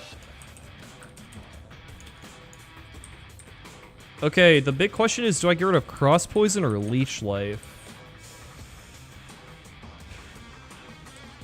I was just using Leech Life on the last fight.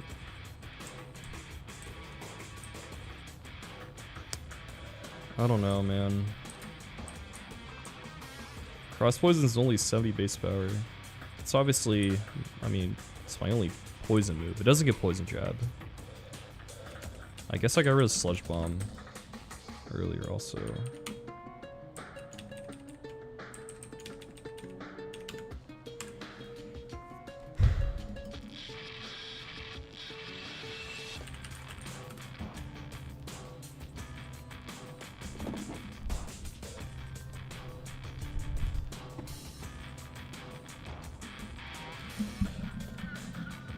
I think I still have my Sludge Bomb TM if I wanted that.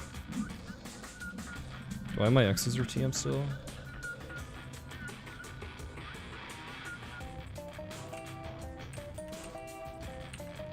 I do have my X's or TM still.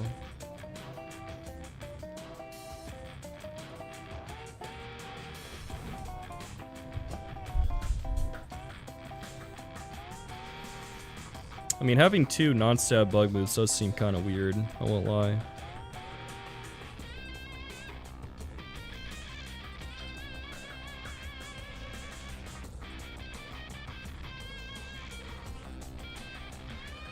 Let me calc against like a neutral fairy type real quick.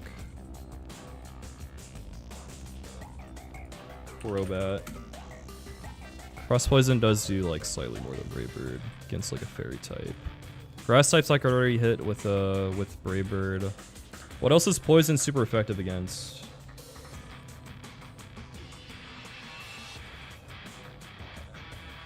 Yeah, it's just Fairy and Grass, right?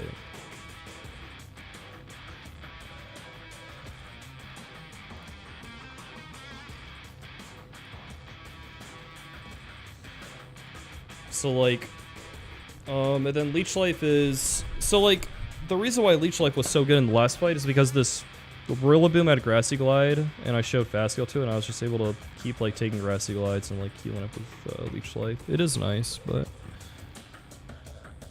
Cross Poison is like weak, and the coverage isn't even that great. And I already have like, I have other poison types, like obviously Beedrill. I don't know. I'm kind of leaning towards getting rid of Cross Poison, but I don't know if that's the right play.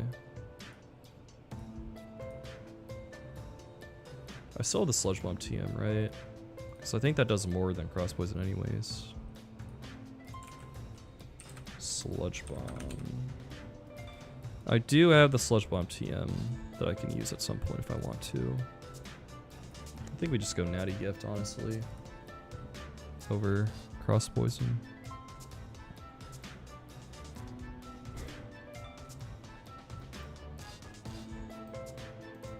Got the description sounds. Scared of anything? I am terrified of this next fight. Everything on this next fight. Everything, every single Pokemon on this next fight can screw me over. I think besides Raikou, maybe. Oh yeah, I'm going with the pre-toxic size Toad, right?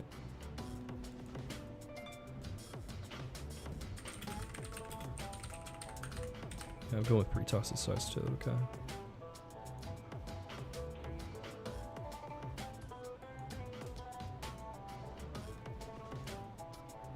I could just Natty Gift Poison move, that is true.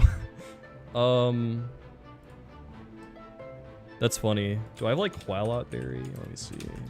What kind of berries do I have for that option?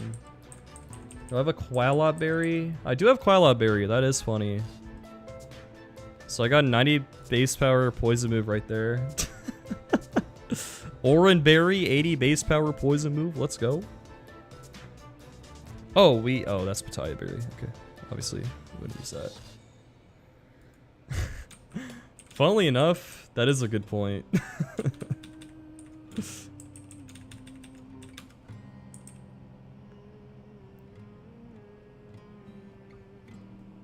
Do you have a link to the... Yeah, give me a second.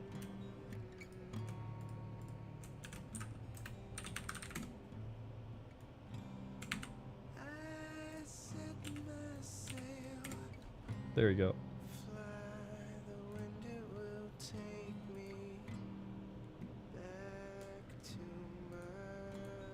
Just make a copy of that. Alright. Get rid of Cross Poison.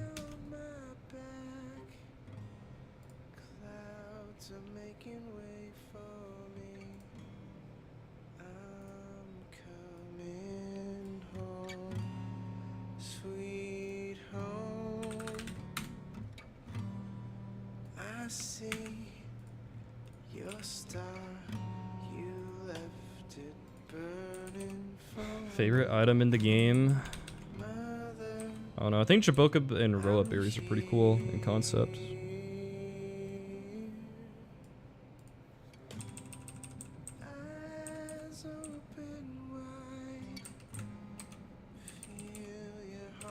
Wattmel Berry.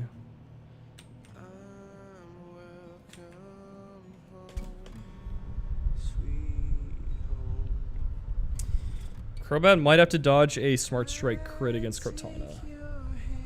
Yes, because I always need the U-turn damage. What was the song?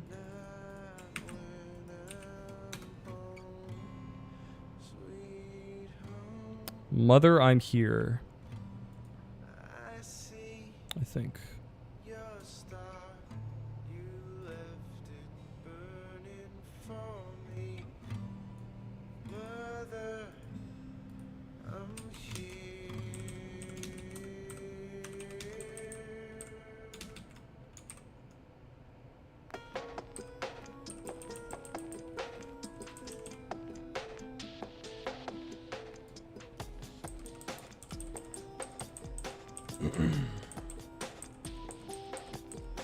Ground Gem.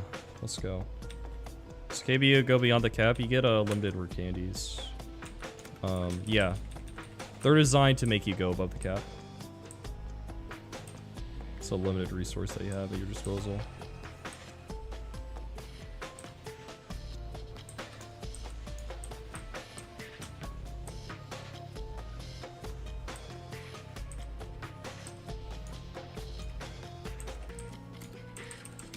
So, okay, let me do this again.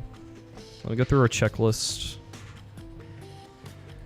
Floatzel's Mystic Water.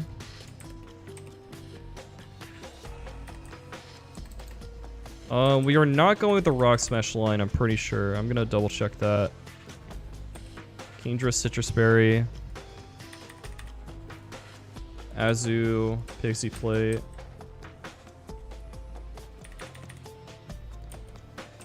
We got Natural Gift on Crobat. We got Wat Millberry. I got a pre-toxicized Toad. Let me do that.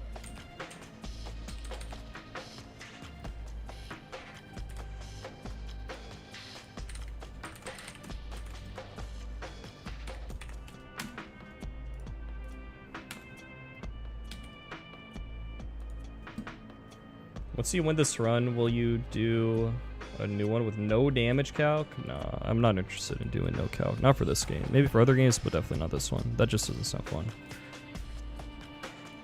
Did you ever use Secret Power in a competitive team? No, I have not. Yeah, no. Favorite item? Jaboka and Roa Berries.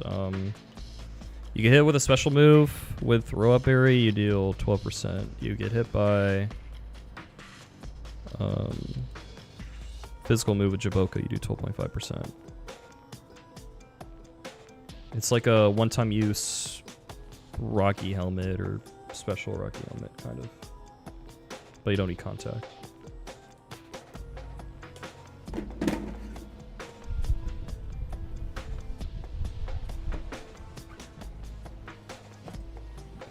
It's legit for like Hall of Fame. The run is then played as Nuzlocke with different encounter.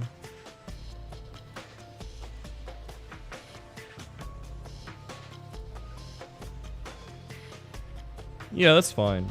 A lot of people save state their starter. Yeah. Just don't guy pack with like more than your starter. So that's cringe.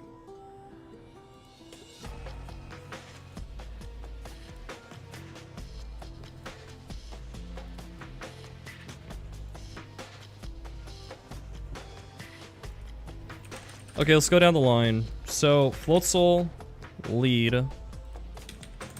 We click Fake Out. It's very unlikely for him to EQ. If he does, it's really bad, but hopefully he just doesn't. We need Mystic Water. Oh, shoot. Wait, I didn't realize this. Fuck. Okay, wait.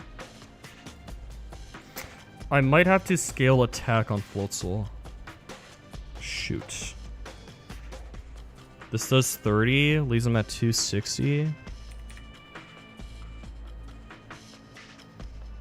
Oh, wait, what? Oh, wait. Mystic Water. Hold up. Oh, wait. What is the max roll? Wait, no, sorry. The max roll works. No, we're fine. I just have to put him into range of like one of my rolls of liquidation. Forgive me. I mean, maxing the attack is not a bad play. It would give us like a range to kill, which is cool, but I don't need to. No, we're good. Nah, I would just save starter. Okay, it's very unlikely to EQ, but it can happen. We go Fake Out, Liquidation. Probably gonna take 2 Ice Shards.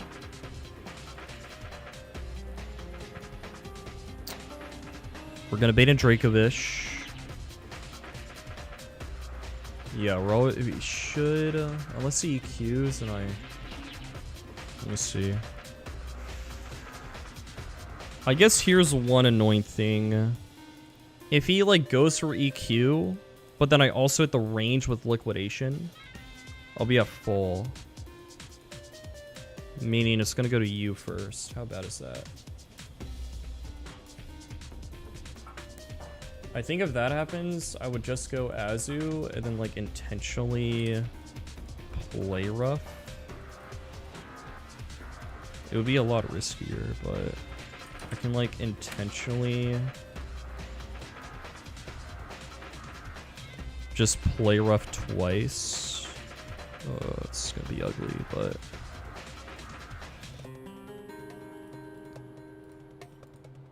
to make sure I bait in you. It's like really unlikely to happen. I need to hit the range. I have to. He has to EQ, and I hit the range of liquidation for me to bait in Pult. And then I also have to get split F drop and crit or double crit on Azu. I'm okay with risking that. That's okay. But the far and away the most likely line is we take a couple ice shards. We bait in you. We go Kingdra. Kingdra only dies if he double crits me. If he double crits Kingdra, how screwed am I? I just have to sack either Azu or Full Soul as well, which admittedly does suck, but I would just have to sack another Pokemon.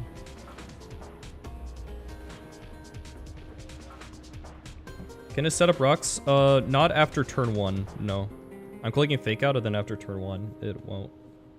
Because Ice Shard is always plus 11.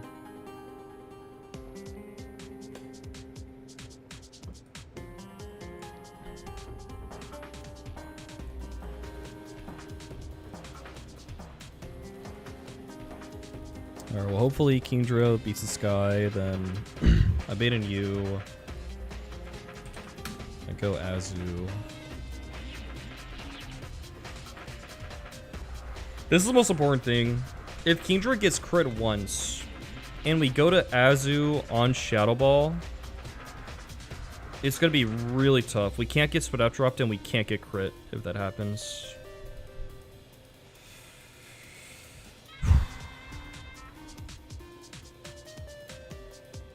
Because I have to hard switch Crobat on this guy.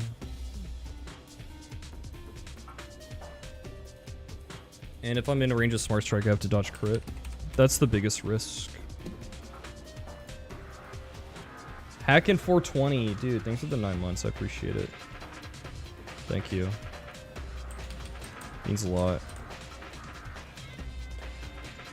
Oh my god. This fight is gonna be ugly, man.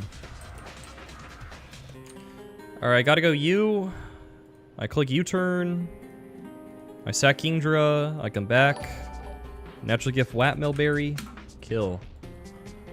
That's the line. If I come in a Smart Strike, even if I dodge crit, I'm baiting random move into Size of Toad.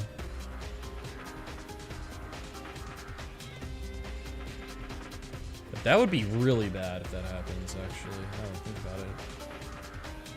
Size of Toad is killing Raikou. Shoot, I just realized. If I come in on Smart Strike and then I'm in range of Scald, what do I do? I guess I would have to like pivot. Wait, no. No. Oh, that's really bad actually. So if I hard switch in on Scald, I can wipe 100%.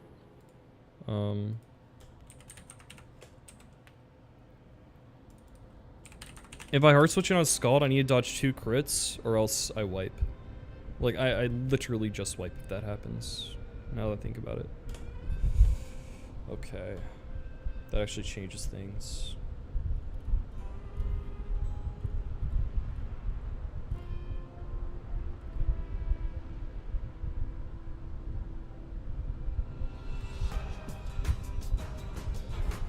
My original idea was going Lumberry so that you can always survive 2 hits, almost. You also have to dodge burn. Well, currently I'm pretty toxic. The idea is if you come on T-Bolt, you never die, and you can always kill with ground gem EQ. And then you're in range of Gyarados, who fast kills you, so never Dragon Dances. But if I switch on Scald, it's really bad. I take Scald, and then his Water Gem's gone. If I get crit one of those turns, I wipe. If I go Lumberry instead, I can guarantee I get at least a Mud Shot off. I think Lumberry's better. I think Lumberry's just better.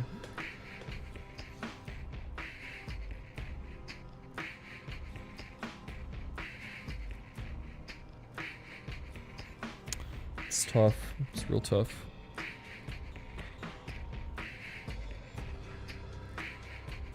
That means that he can call mind. That means he can call mind, but I at least always get the mud shot off. But that's not always gonna do enough damage for Sceptile to kill.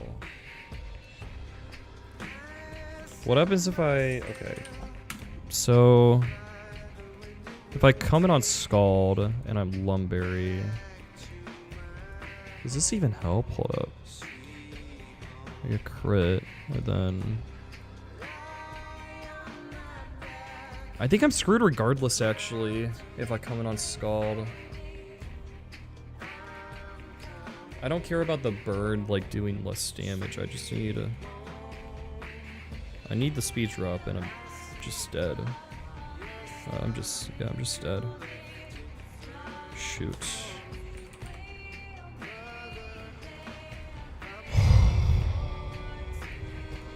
Okay.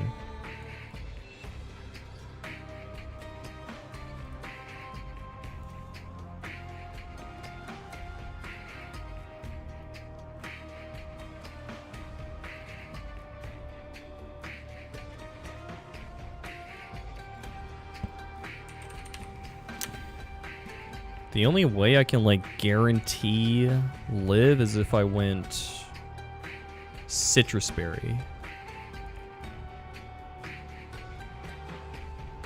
But then that would risk random move, single beam, confusion.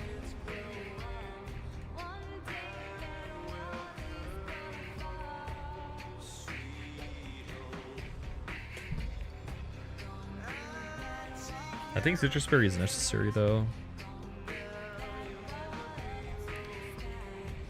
Because, yeah, if it's the original line where I just come in on T-Bolt anyways, like, I should be okay. But the thing is, like, now he can call mind, right?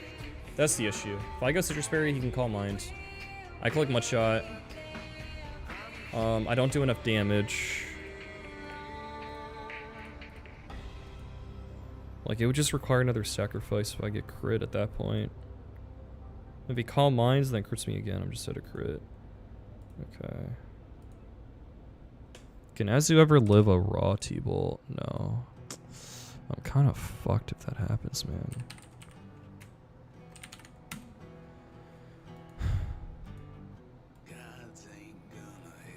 You know what, actually? Now that I think about it, I think I don't need a pre-damage Sceptile. Wait. Because what's nice about Sceptile is that I do have Endure, right? So if I come in on Gyarados and I'm full HP, I can just click Endure, then take Crunch, and then I'm in Overgrow, right? And maybe as a backup, it's better...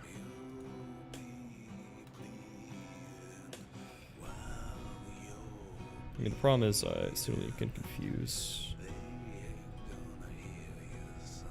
But if things go really wrong, like Size Toad gets crit by Scald and dies, I would at least be able to live. I would at least be able to live and Leaf Storm and kill him, and I don't wipe. But if Size Toad dies to Raikou...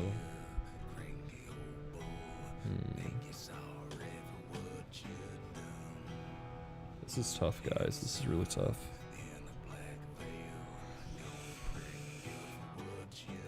This is really tough.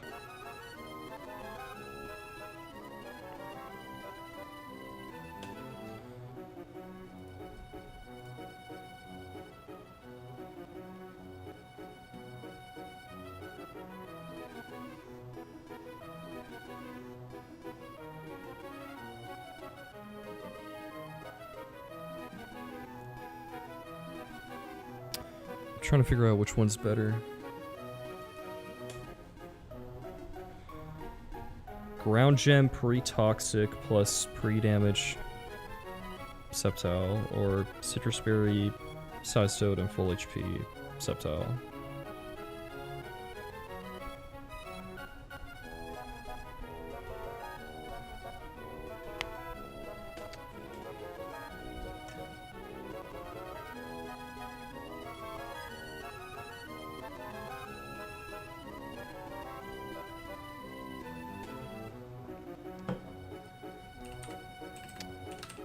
How many crits am I dead to if he goes +1? 81%. I think what I need to accept is... Oh, man. I guess what I might need to accept... Wait. No. Crobat doesn't get U-turn chip on Raikou because I underspeed, man. Oh, shoot. You wanna know the funniest thing? The funniest thing is if I'm willing to sack Torterra... If I'm willing to sack Torterra, it's riskless against Raikou. I think. Yeah, it is. That's hilarious.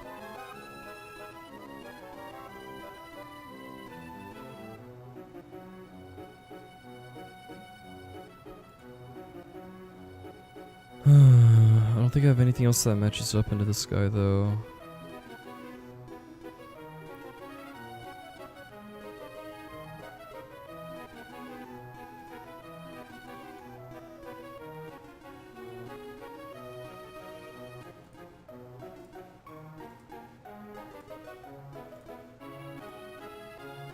We need something to live 2 hits.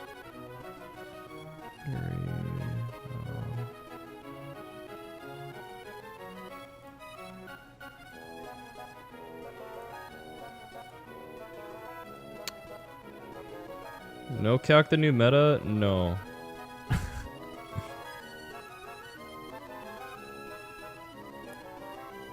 The thing is, like, I gotta speech rep him and I gotta do enough damage. Like, huh.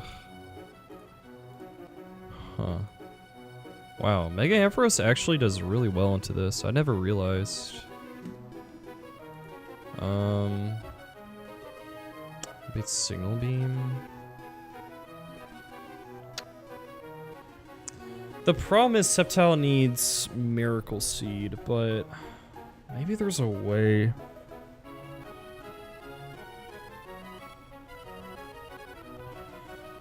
I mean, I also just risk confusion on this guy, but... And he could Calm Mind in my face. It just doesn't sound fun, man. That's all. That's the reason I wouldn't do it.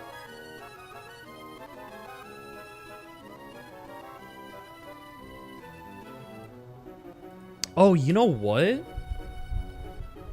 What if I just spam Electroweb with Lantern? Is there any way that would work? Obviously, you could Calm Mind a million times, but... Bro, if Lantern got, like, Bulldoze, that would be perfect. I would also, like, kind of maybe rather sack Lantern than Sasatoad. I get Icy Wind. Do I get Electroweb? Bro, you don't even get Electroweb? Oh my goodness. Then again, the best move I have is Natural Gift. Icy Wind doing a fat 7 to 9%. And then if he goes +1, what webs would he be using for that?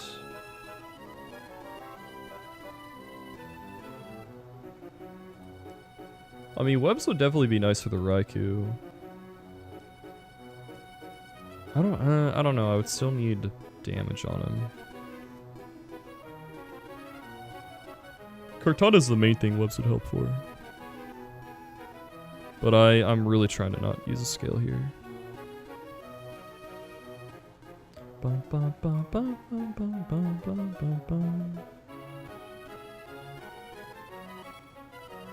I mean, yeah, I think I just have to use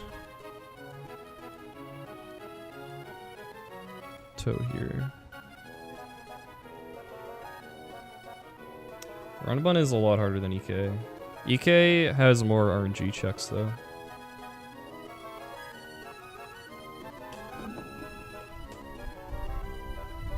Like, the thing is, in Run&Bun, the RNG checks go down as you get further into the game. In EK, there's still a lot of RNG in late game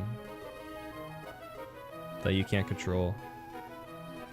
Mostly E4, but Lucid is a lot easier. but has a big learning curve because of the AI and the mechanics. EK early game more brutal. I don't know if I would agree with that. Obviously the VEA thing is terrible, but Brawly's really hard too.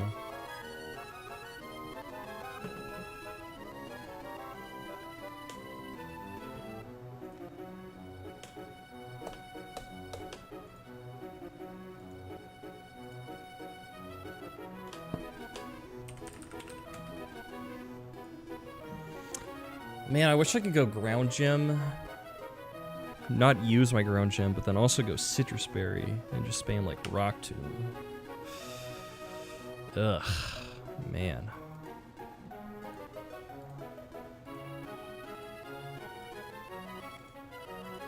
Wait, why do I need a spree poison again?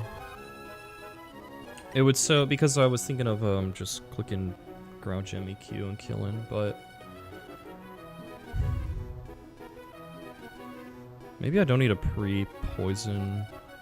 If I do that, I need to commit to mudshotting.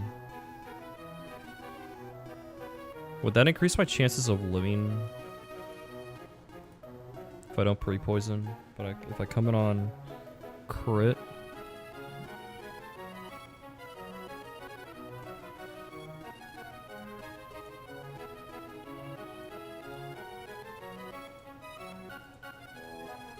That might be the play. Sub John. I just realized there's something pretty tough with my map plan. I might run it up soon anyways though.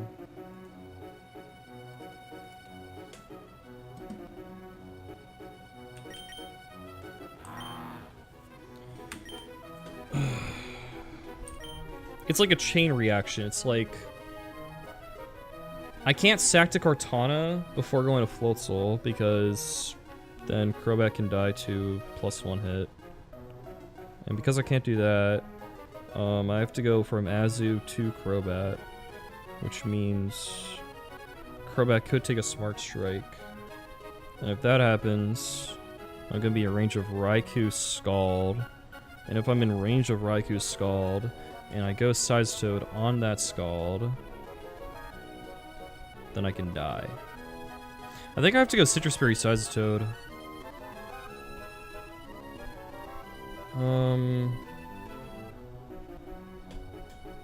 Trying to think. Citrus Berry Size Toad. Citrus Berry Size Toad means I never wipe. But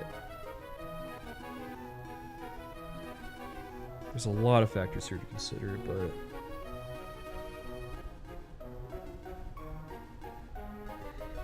I mean, the chance of losing a third Pokemon go up, basically. If I went with just Citrus Berry... Hold up. Let me do this.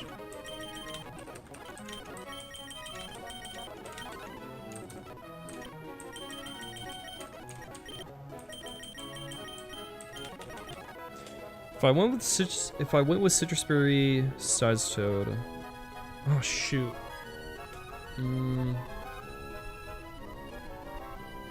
Would I go full HP Sceptile? Yes, right? Yeah, I think I would. I'll go full HP Sceptile, then just click Endure on Gyarados, right? Yeah.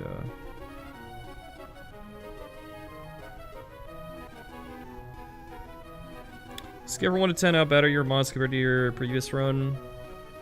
For my Winnie run, probably like 6 or 7. It's not that bad.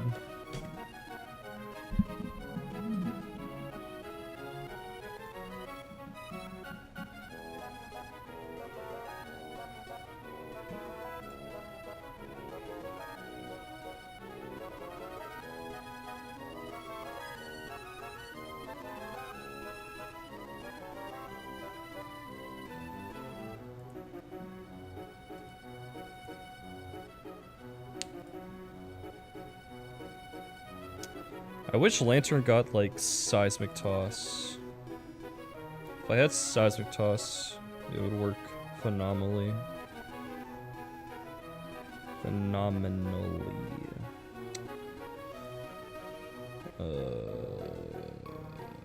Shoot.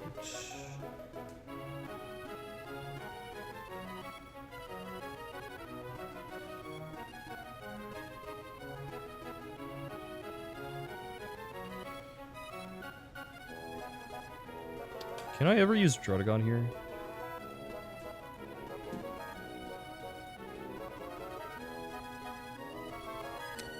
The problem is I need a speed drop and I need damage on him. That's the issue. If I like crit him with outrage, maybe I'm not in range of the move here.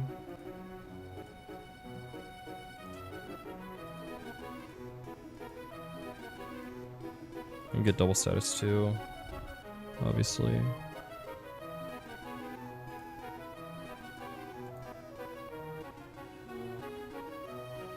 Yeah, no, that definitely doesn't work.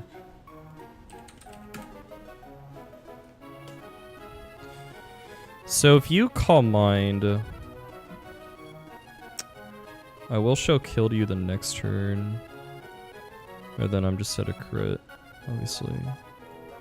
Okay, well.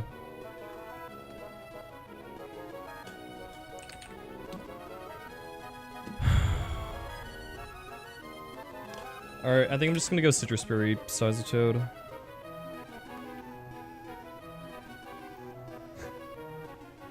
Who are the Browns picking at too?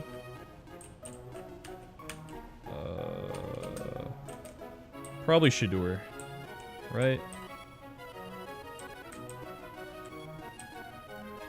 I'm betting your Mons now compared to your oh yeah. You ever do it? Best to ever do it. This is gaming. Hopefully, man. We'll see how it goes. I have two sketchy. There was like this assistant coach who was talking trash about him, right? I saw the report.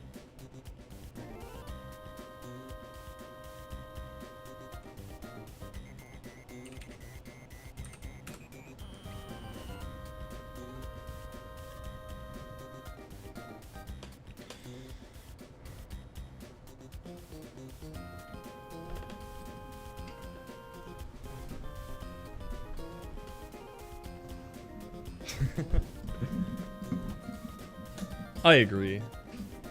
I think that would be unlikely to be true. Okay, so I need to do... Oh wait, I need to go give Size Toad Hidden Power. One sec.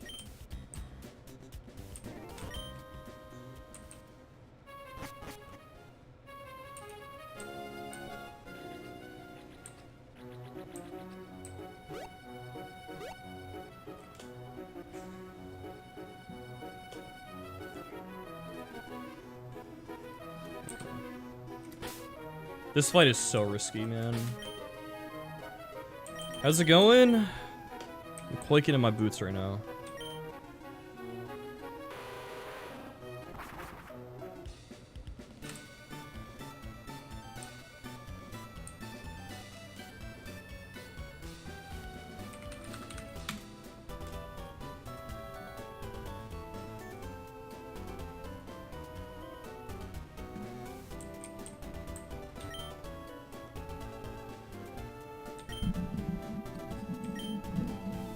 It's been being a couple times, yeah.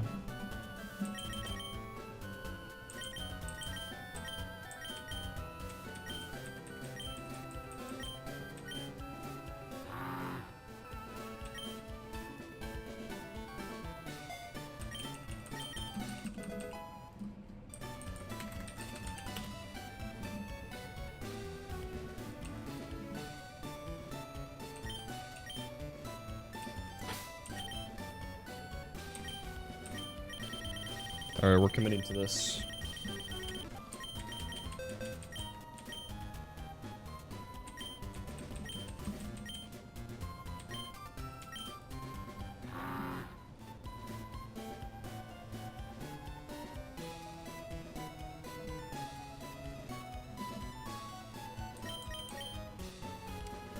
We will not be needing liquidation anymore on this guy.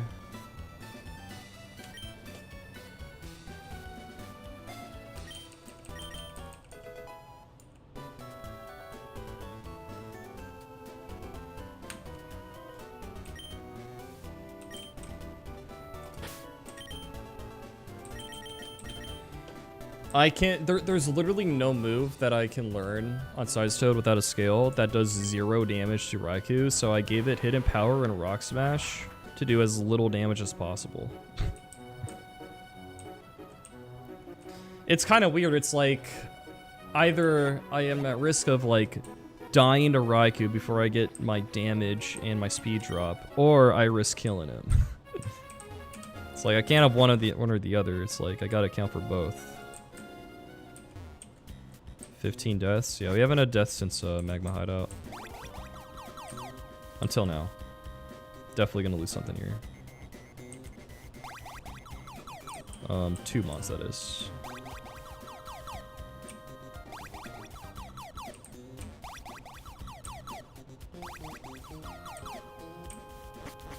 I could also wipe. Could lose 3-2. I don't really know. We'll see what happens. I could easily wipe this fight.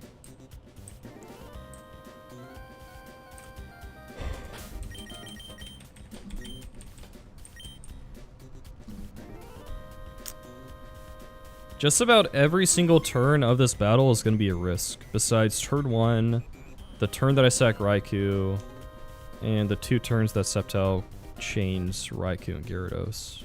If we even get there. Other than that, every single turn is risking something. There's a lot of like compounded risk. Like if this happens, then that happens, then this happens, I wipe, you know. It's a lot of risk like that.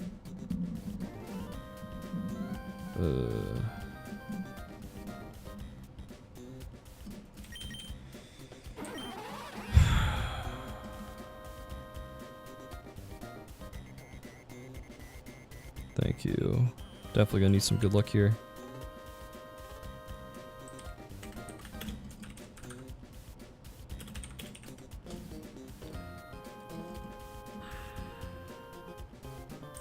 Mr. Mess has no chance. I don't know, man. Okay, I have a natural gift here, doesn't matter. We just need Dragon Pulse, that's it. Pixie Plate. Wat Millberry. Natural gift. Let's go. Well, you don't got Infernape or Talonflame? You gotta start digging for Kartana answers, man. Oh, man.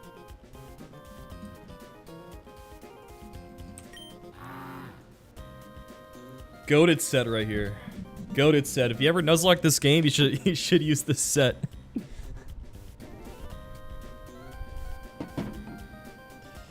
Yeah, we're going with Citrus Berry.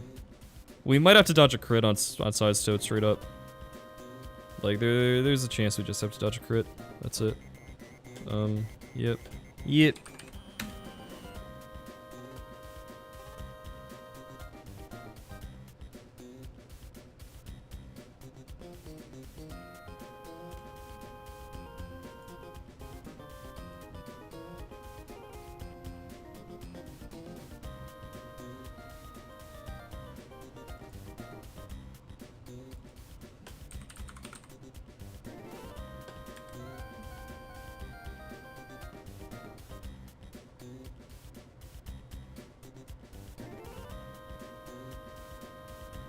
Fuck. Wait. Now I'm thinking wait.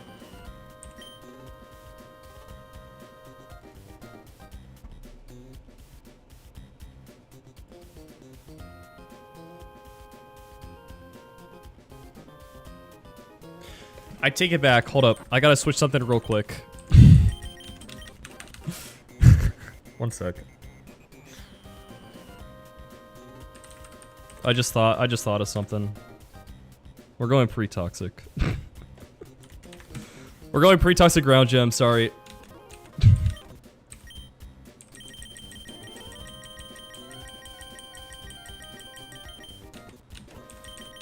It's complicated to explain why, but I think this is better.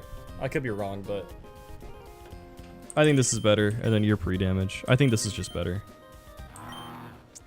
If I come in on Scald from Raikou, I just need to dodge a crit. Or actually dodge 2 crits. Yeah. Yeah, straight up. It's all good though. Alright, we're good. Yeah, you can see, like, I'm definitely not indecisive. I'm definitely not worried. Let's go.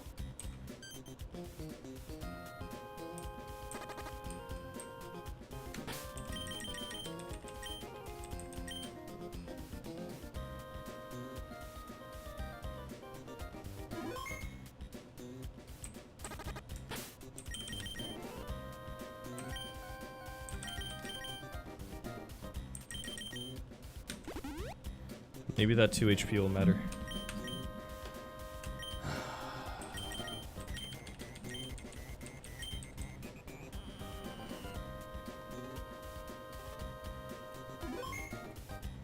Okay.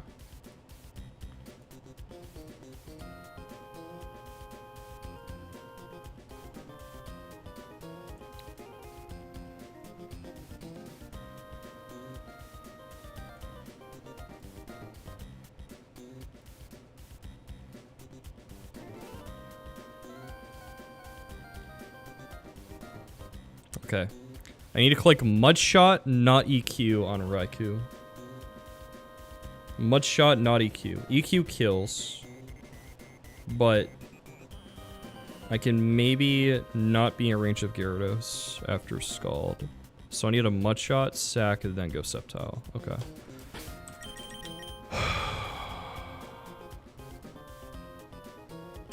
Yeah, we're clicking Ground Gem, Mud Shot. That does enough damage for Sceptile to kill. It also prevents Calm Mind because, yeah, EQ kills. Alright, well here goes nothing, I guess.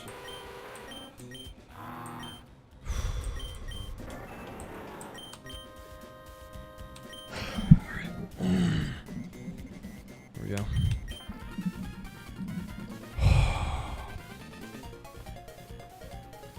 Oh man, this fight's gonna be tough. There's like multiple ways we can wipe here.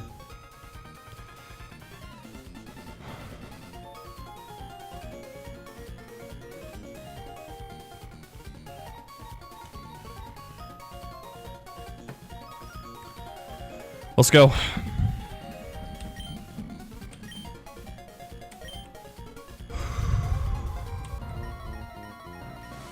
I'm really scared. I'm genuinely really scared here. Okay. Here we go. Aqua Hideout, Matt. Let's get it. Alright, first turn's easy. Click Fake Out. Fake Out crit would be great. Okay, no worries. Okay. There are 3 rolls of EQ that kill me. If he sees one of those 3 rolls of EQ, and then rolls the 1 in 10 to click EQ over Ice Shard, it's really bad. Extremely bad. Because now I have killing rolls with Liquidation because I'm Mystic Water. So we're hoping that he Ice Shards here. Best case scenario would be he Ice Shards and I hit the range with Liquidation. It's pretty minor, but we just do not want to see EQ here. He can never Stealth Rocks. And Liquidation is a range to kill. It's not a good range, but we have a few rolls that kill. We want to see Ice Shard here. We really want to see Ice Shard. There's 3 rolls of EQ that kill me. Okay, good. Good. Stamage should be pretty irrelevant. Another risk would be him clicking EQ, but then I also hit the range, which means I wouldn't bait in Dracovish. Which, honestly, I probably could have... No, I couldn't pre-damage because of the EQ. Yeah. Alright, this next one should be redundant now. We obviously can kill with Flip Turn, but we don't want to kill with Flip Turn because we want to bait in Dracovish earlier.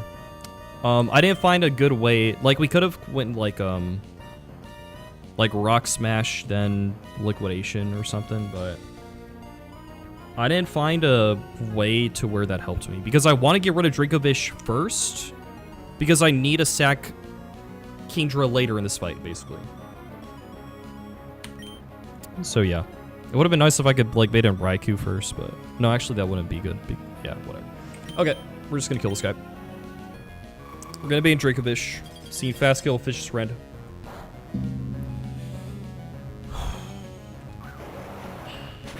Thankfully, my Kingdra did not die in the previous fight because I definitely need it here. It's nothing else that safely beats this Dracovish. Okay, now here's the important part. This is where it gets really sweaty. Basically, stuff that happens now can affect stuff way later down the line in this fight. We really, really, really do not want to get crit at all on Kingdra, because then we can bait guaranteed darts into Azu. No crits at all are so good. If we get crit once, it's unfortunate, but, you know, it's still compounded risk that will kill us down the line. What we really don't want to happen, and I will wipe if this happens, is double crit from Dracovish. If I get crit twice on Kingdra over the course of 3 turns, GG. GG if that happens. So, good luck. Good luck. Don't crit me, please. Please do not crit. Please do not crit. Please do not crit. Please do not crit. Okay? Come on. Do not crit me. Okay! We just gotta dodge one more, or we can crit him.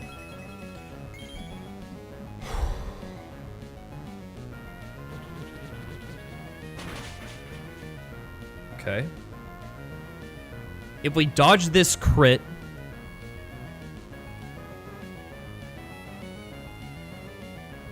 If we dodge this crit, we are most likely only baiting darts from Dragapult. Please. Please don't crit. Okay! Okay. We are only dead to a couple Shadow Ball rolls. We're only dead to a couple Shadow Ball rolls.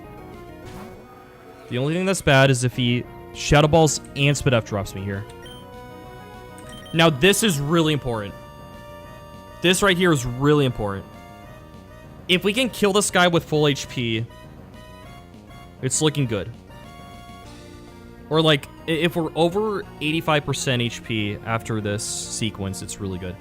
If he Shadow Balls me, it's not great, but we just don't want it to Spit F drop. If it Spit F drops us, it's really bad. Okay. Please darts. Please darts. Please darts. Please darts. Please darts. Should darts. It's really likely to. Fuck. That's not good.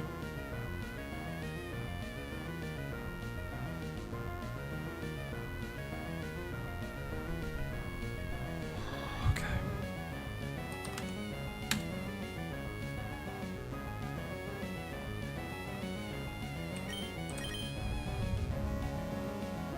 If I get crit or Spit Up drop here, it's really bad.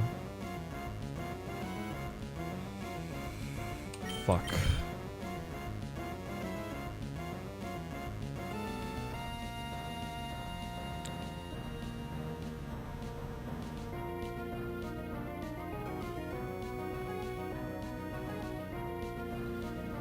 Nothing else I can do now. Don't crit or Spit F drop me, please. Don't do it. Okay!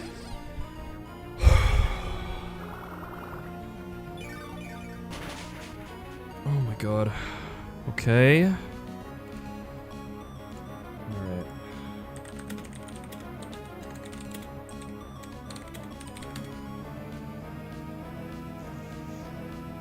What's he got now?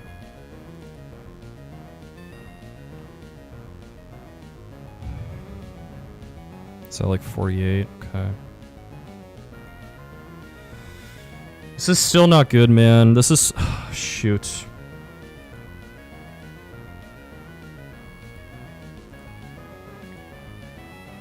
I might have to bail on this plan, actually. Hold up. I might have to intentionally play rough this guy now. Let me see. I need to calc this anyways.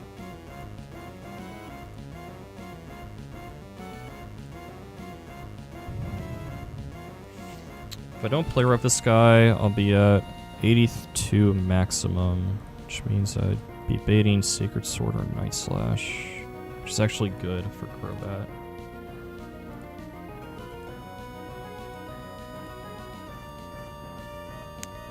I think at this rate, I'm always going to be in range of Smart Strike. Is that true? Smart Strike would be a range to kill me. I think it's better to just play rough here, actually, now that I took that extra Shadow Ball.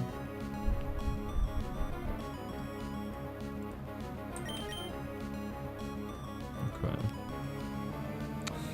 This is not good. This is really not good.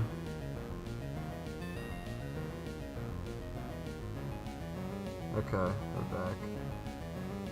Basically, I'm gonna be taking too much damage here. I'm gonna be a range of Kartana, Smart Strike. What I think I need to do is click Play Rough here, actually. Play Rough also kills. It did spit up drop, but switching on Shadow Ball was not good. I think I need to intentionally Play Rough this guy so that I get a range of Sacred Sword and Night Slash from Kartana.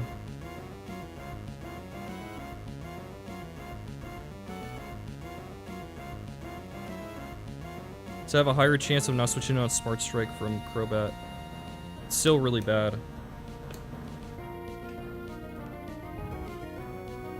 If I Draining Kiss right here, I'm baiting Smart Strike / Leaf Blade into Crobat. Smart Strike crit kills Crobat. The alternative is I click Play Rough, I kill this, I bait Kartana, then it can Night Slash, Sacred Sword, Leaf Blade, or Smart Strike. I only die to Smart Strike crit on Crobat. So I think it's better to just play rough here.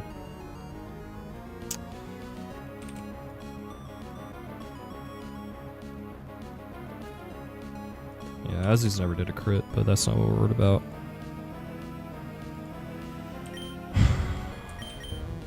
If Crobat switches in on Smart Strike crit, I wipe. Literally, I wipe.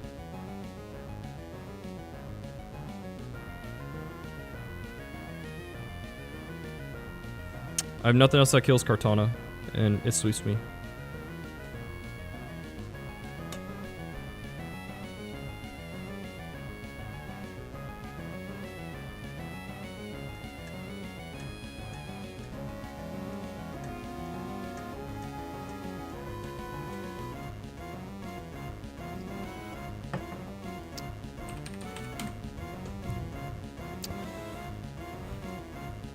If I sack Azu here and I sack Gardevoir to Tame Liza, I'm gonna have no fairy types left in the game.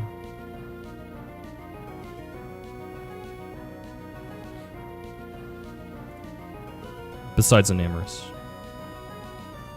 And Megalodino.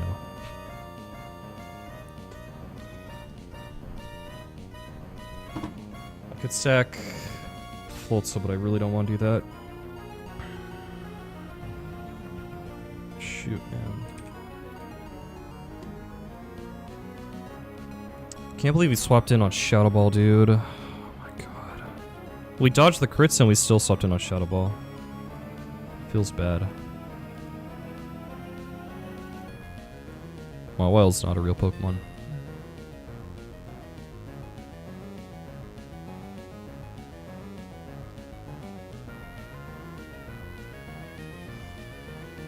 Yeah, I know. Kartana. No. Kingdra is already a plan sack to Kartana. my plan after this is go Crobat, U-turn, sack Kingdra, and then it's in range of Whatmel Berry Natural Gift. I'm also sacking Sizetoad later to Gyarados. So those are already the planned sacks. it would have to be like Floatzel or Azu on top of this. Okay, here's what we're gonna do. We're gonna click play rough and kill this guy. We're gonna see what our HP is at and see what we're baiting for Kartana, and then we decide after that. Because as it stands right now, there's no other play. I have to kill this guy. And Journey Kiss is just worse. Because I'm still gonna be in range of most Smart Strike rolls after my healing. And getting to range of at least Sacred Sword is better. So we always click play rough here. Crit here, it critting me would actually be good. I actually want to get crit here. I actually do want to get crit here. Okay, I'm at 70. Okay, I'm in range of all Sacred Swords and 5 Night Slashes. Okay. It's roughly 1 in 5 random move into 1 in 16 crit that makes me wipe here. I could sacrifice Azu to avoid that.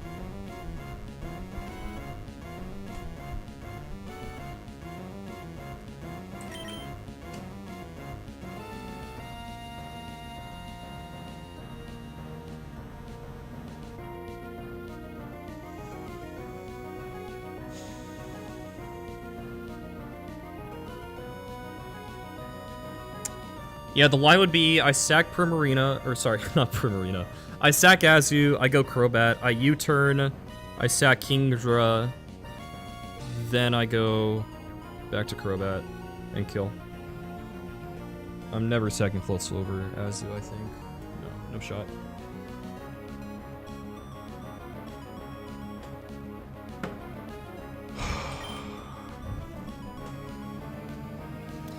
Tough choice.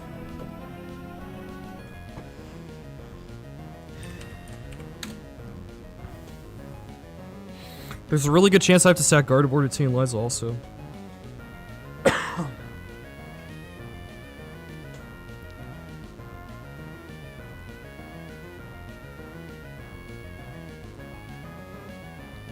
I think I'm gonna risk it.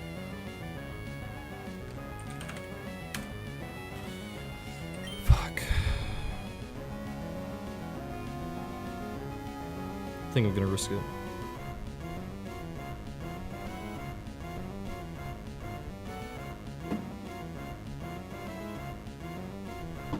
Azu's just so valuable, man.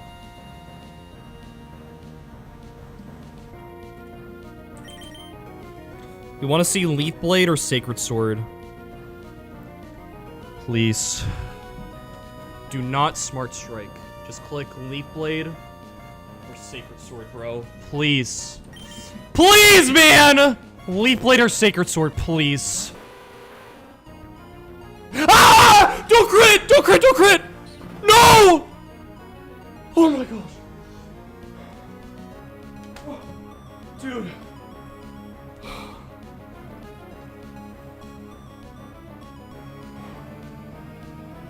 If that crit, we wiped. This is still bad though.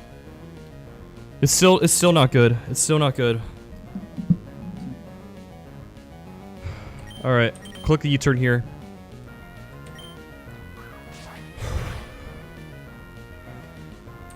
We sack Kingdra. See you on their side.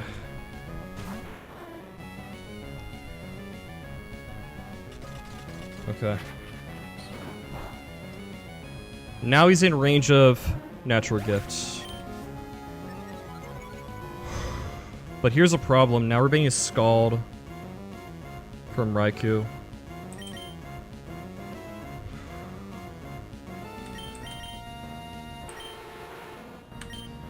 Alright, here we go.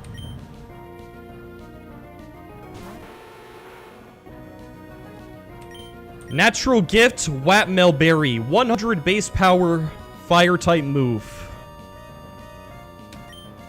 Get out of here, you demon. Alright, it's gonna go Raikou. Raikou is actually faster than me. Raikou is literally faster than my Crobat, which is criminal. Here's the demon. Unfortunately, because I took that Smart Strike, I am in range of Scald.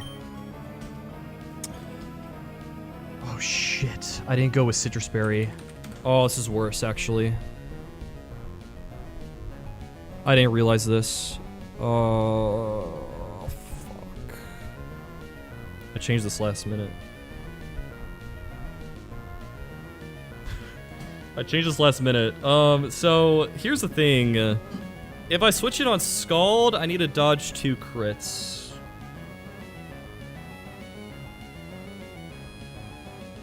If I switch it on T-Bolt, it's free. If I switch it on Scald, I would have to dodge 2 crits. Okay. Okay. Shit.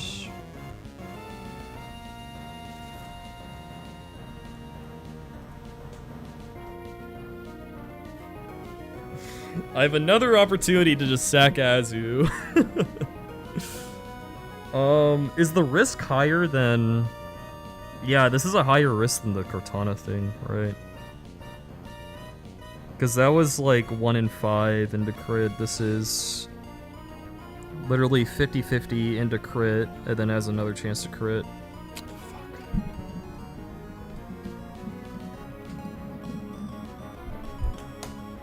Oh, dude, I don't want to sack Azu.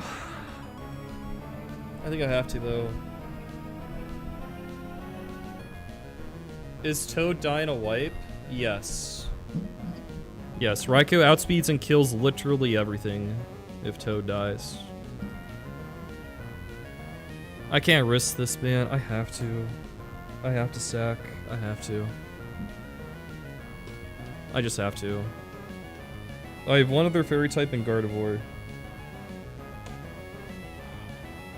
Shit, dude. I have to slow down Raikou and put it in range of Sceptile. Did I go Citrus Berry like a dumbass on this guy? Let me just make sure I didn't do that. Okay, good. I have to set. I know I have to. It's too risky. It's just way too risky.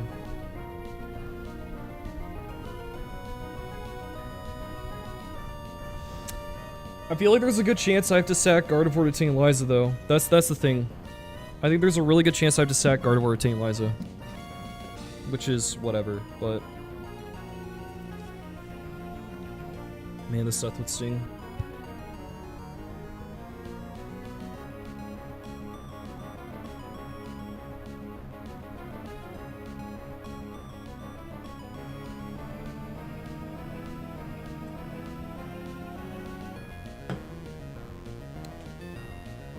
I'm never sacking Crobat and Floatzel over Azu, right? There's no way. There's no way, right? No. Definitely not Floatzel.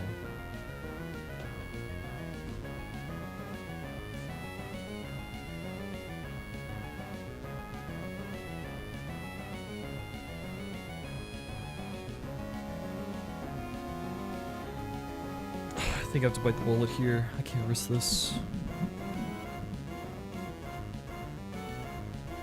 Man, if I switched it on any move other than Smart Strike, we wouldn't have been in this situation. Sacred Sword crit, Leaf Blade crit, Night Slash non-crit, but it was unlikely Night Slash. Any of those wouldn't put me in this situation. Coming on Shadow Ball. I told you guys, it's the compounded risk. It was the unlikely Shadow Ball into Azu, and then 1 in 5, about 1 in 5 random move into Crobat, and now it's 50-50, and if he wins 50-50, I have to dodge 2 crits.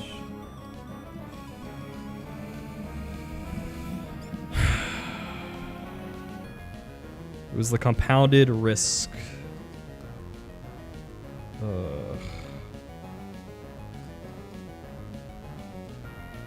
If I go Floatzel and it clicks Scald.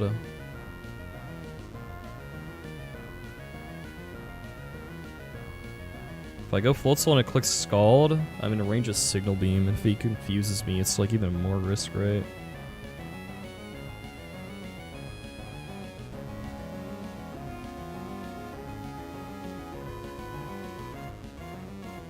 Floatzel baits random move Scald, or sorry, random move Thunderbolt or Signal Beam. Wait, no, I'm not even calculating Water Gem. It just baits random move. It also just dies to Scald crit. But random move might be fine because I waste the Water Gem. Actually,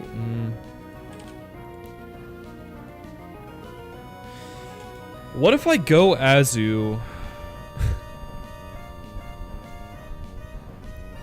And if it Scalds, I then go Seismitoad.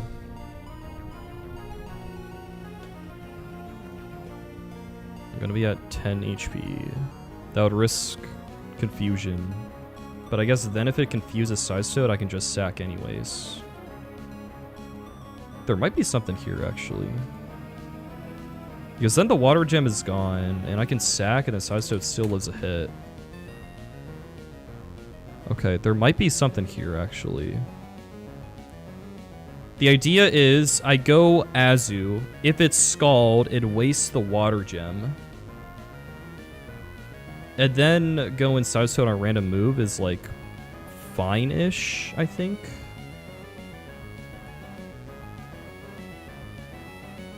Yeah, Seismitoad would live, then. It can live 2 hits. Even if one of them crits. And if I get confused, I would just go back to Azu and sack.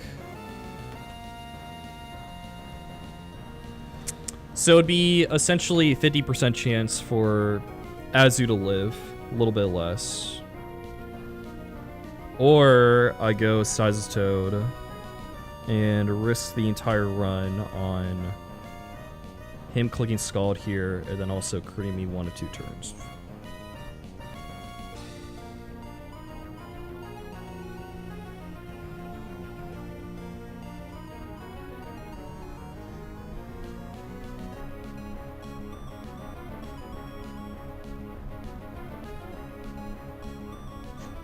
Not good, Squirk.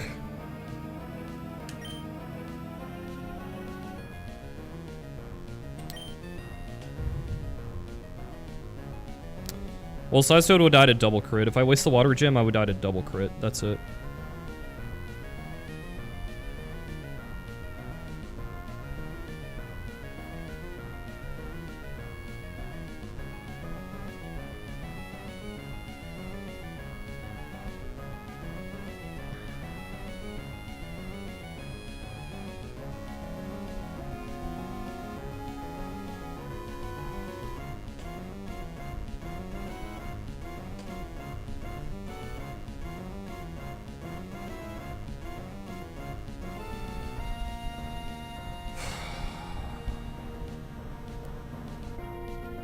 Why do I have to pick between the 3 best Pokemon in my box? Or like three of my best Pokemon. Like Crobat, Floatzel, and Azu are three of the best Pokemon in my box, man. I think Floatzel's better than Azu.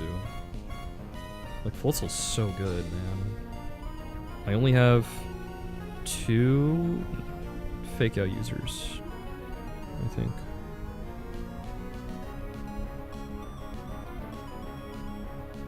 It's rely on Mickey B. True.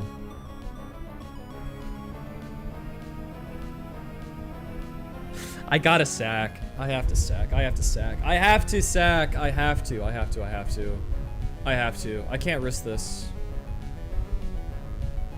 I literally wipe, man. I literally wipe if Seismitoad gets crit. I have to.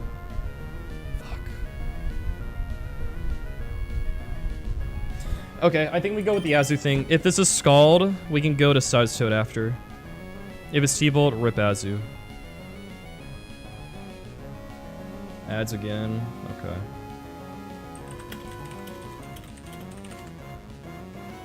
Okay.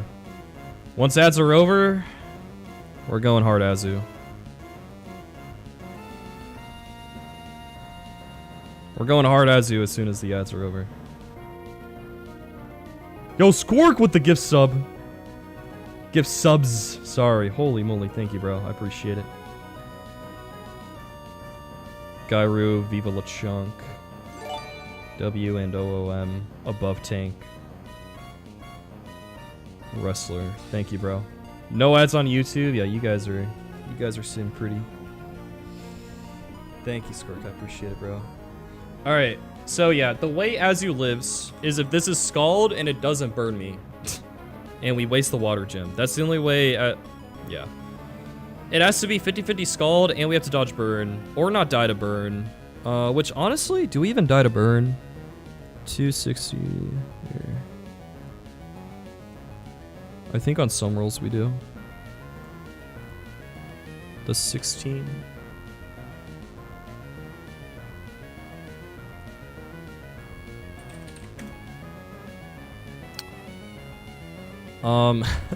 Half of the rolls means I die. I die to, yeah. If I'm at 54 HP or, no wait, sorry.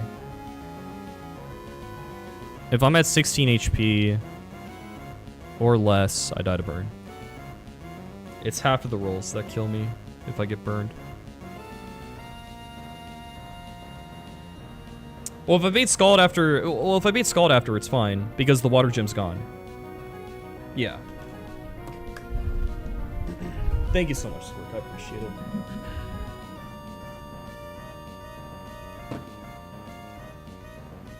Alright, we're going hard, Azu. This is the smartest thing to do. I can't risk wiping this right. This is, this box is like one of the best possible boxes I can ask for in New Game Plus. Like, if I wipe here, I'm like never getting back here. It would take way too long to get a run as good as this. I have to sack. I just have to. It is what it is.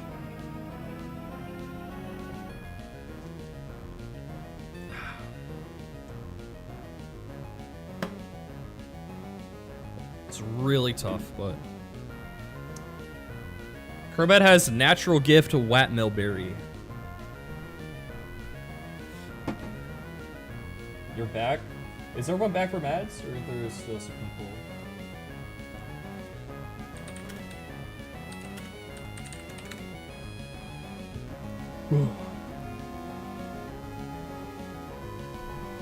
Alright.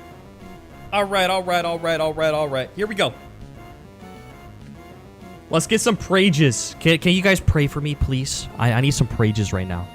If Azu wants to live, it needs to switch it on Scald, 50-50, and not get burned. Okay? That's how Azu's living here. That's how we're living. Alright, here we go. Here we go. We need to be, if we get burned, we gotta be at 17 HP or higher. Show us Scald. Come on. Show me Scald.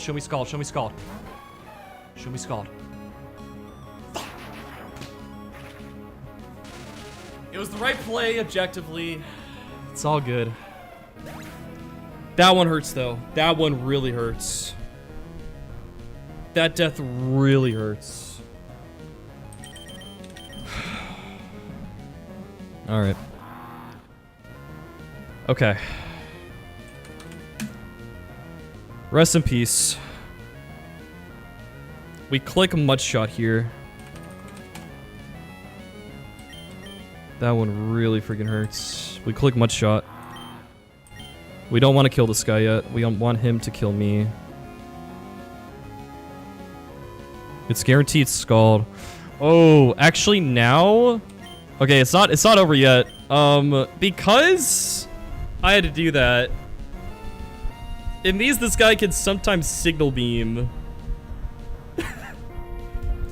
If he signal beams and I get confused, let's just hope that doesn't happen. Let's just hope that doesn't happen. Okay. Wait, no, sorry, he still had his gem. I'm dumb. Forget what I just said. We're good. We're fine. I'm an idiot. Okay, there we go. This ground gem Mudshot puts him in range of Sceptile. speed is lowered. Sidestone does not outspeed, but Sceptile does. I do live a hit here, but I cannot save Sidestone. Sidestone always has to die.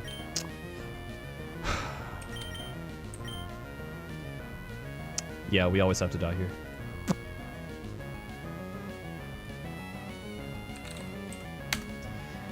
One more death.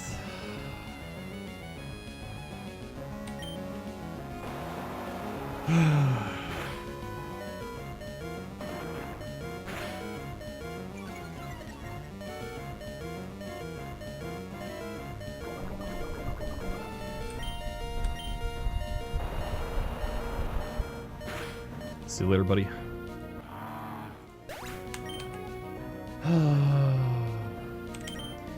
Alright, well, here's what we've been leaning up towards.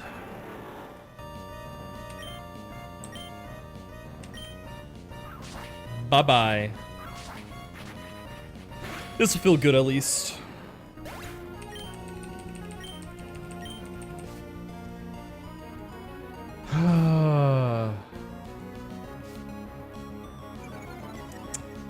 This fight was very pricey, I can't lie. Bye-bye. We're past Aqua Hideout, but at what cost? No, this run is still in a great spot. It's all good.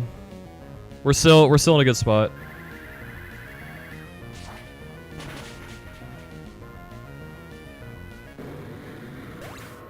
GG. Bum, bum, bum, bum, bum, bum. GG.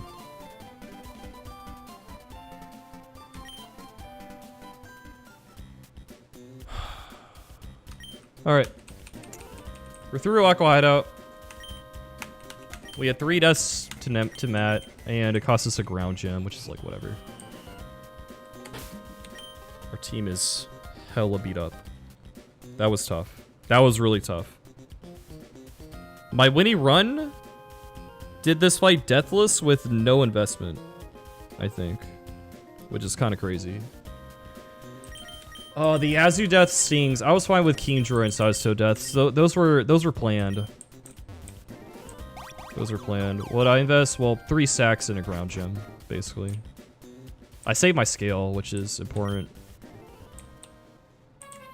but that one hurt a lot. Ground gem's fine.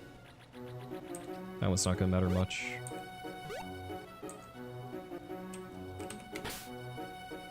Alright. Let's look at the death loss. Let's look at the damage. That hurts, man, because now I really don't want to sack this guy to Eliza, so we'll see. Alright. Kingdra died. Azu. And Seismitoad. Okay. Bringing our death total up to 18. That was tough.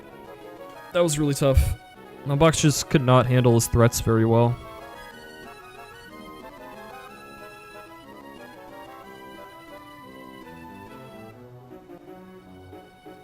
It's all good. This box is getting emptier and emptier. I say that with a full roast or full box still.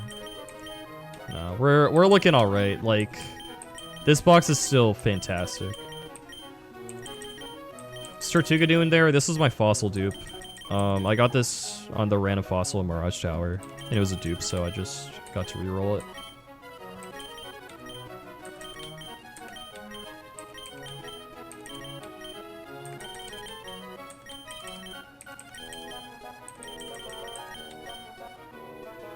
One more counter? No, I'm not getting 124. Unless I need to.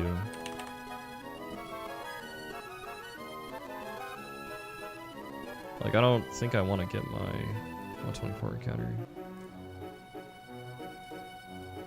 I don't think I just don't need to, I think.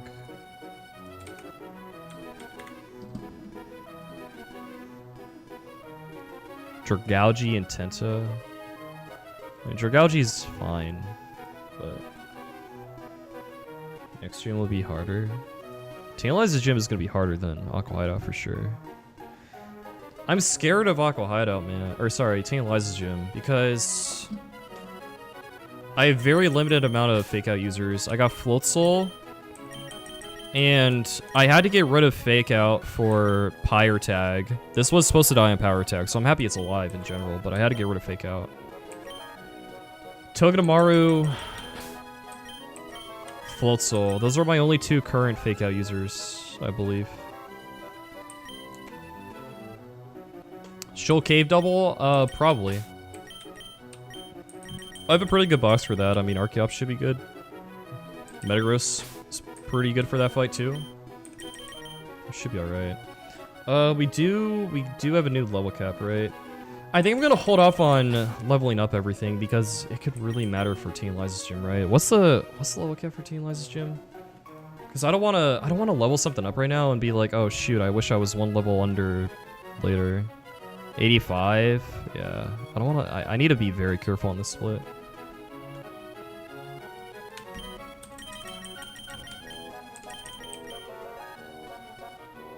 Corviknight walls most of the mons in the cave.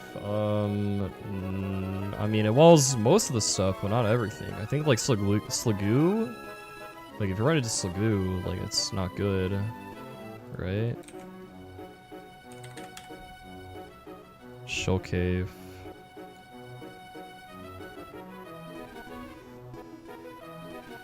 It's also a question of like, what do I want to do? Do I want to do entrance or other room? Other room is the typical one you do, but because I have some dupes, I have a higher chance of Sneasler in the entrance.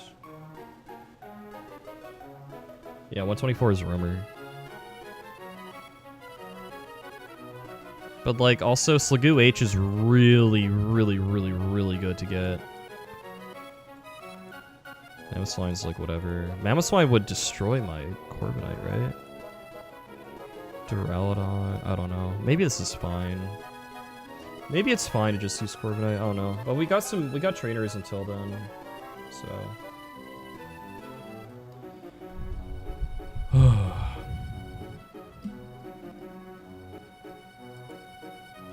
Shoal Cave has some hits. Yeah, I mean Sneasler's the big one. Like my only other fighting type that I have is Lilligant.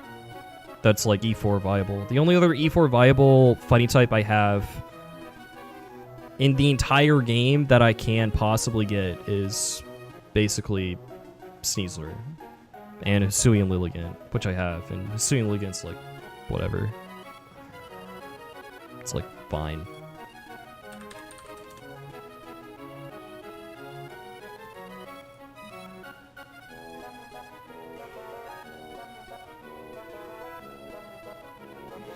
I don't know. I'm not worried about that right now. You just gotta get through the future fights, right?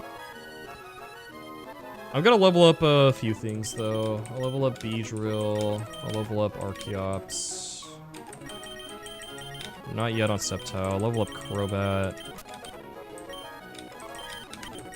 I'll do some of these guys.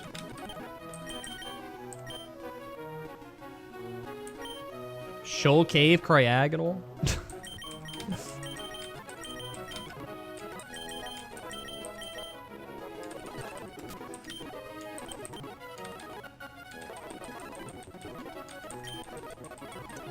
I don't know about that one.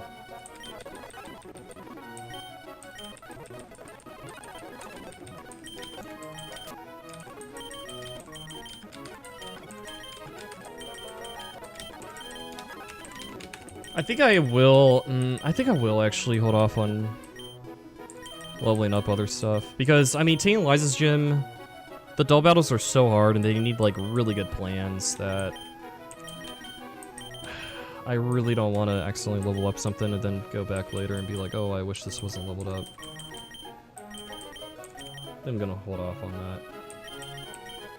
Is there anything else that's like super fast that I don't care about? Yeah. Fights for Moss Steve? Yeah, if I need to level something up for one of the future fights, I will, for sure.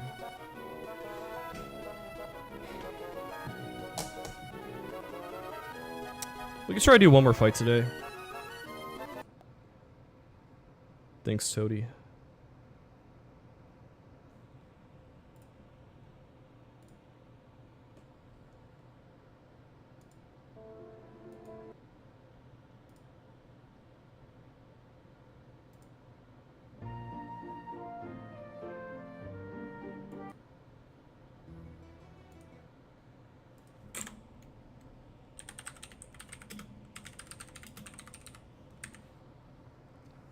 How much extra are we gonna do today? Probably just one fight. I mean, I gotta, well, at least just like calc it, because I gotta go in an hour, or 50 minutes, so I'm just gonna look at it. This fight is really tough. I remember even my winning run having tough on this one. Having a tough time on this one, so. We will see.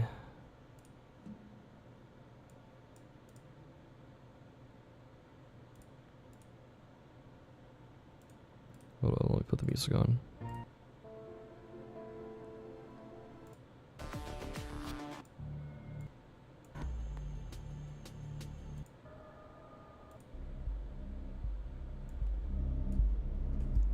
Okay.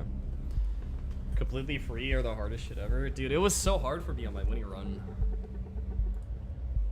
It took me actually so long to calc. Okay. What the heck is... What does map block do again?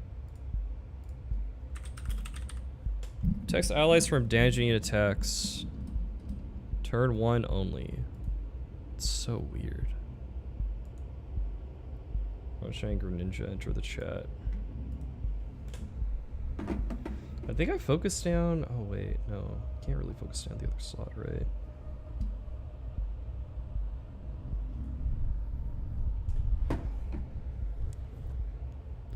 Okay. Greninja. 5 Mega Beedrill, level A5. Export. Hell yeah. Okay, so I can go Beedrill and kill this guy. Beedrill can one-tap this Greninja.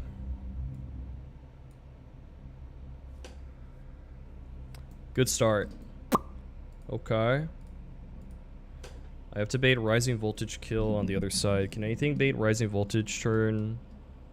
Rising Voltage kill for multiple turns? Kingler can. Oh, it's electric terrain, right?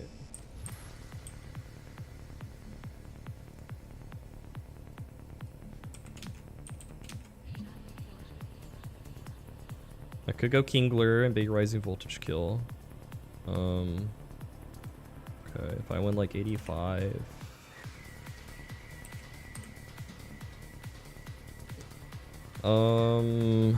Then what?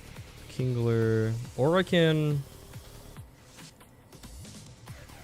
also kill Greninja with U-turn. Blaze Black Deathless New Game Plus coming? Bro, go. No, stop. Leave.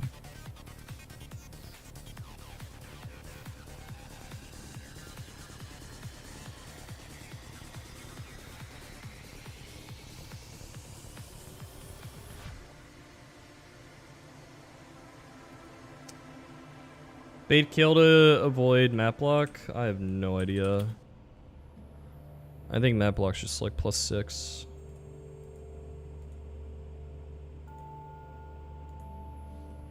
So we can U-turn kill Dhelmise or sorry, Greninja. Oh my god. I am losing my mind. We can U-turn kill this guy, or Leech Seed kill this guy, or we can Pin Missile kill this guy if we wanted to. And map block isn't priority, right? It doesn't say it is. And it doesn't say it's priority. Okay, that's good.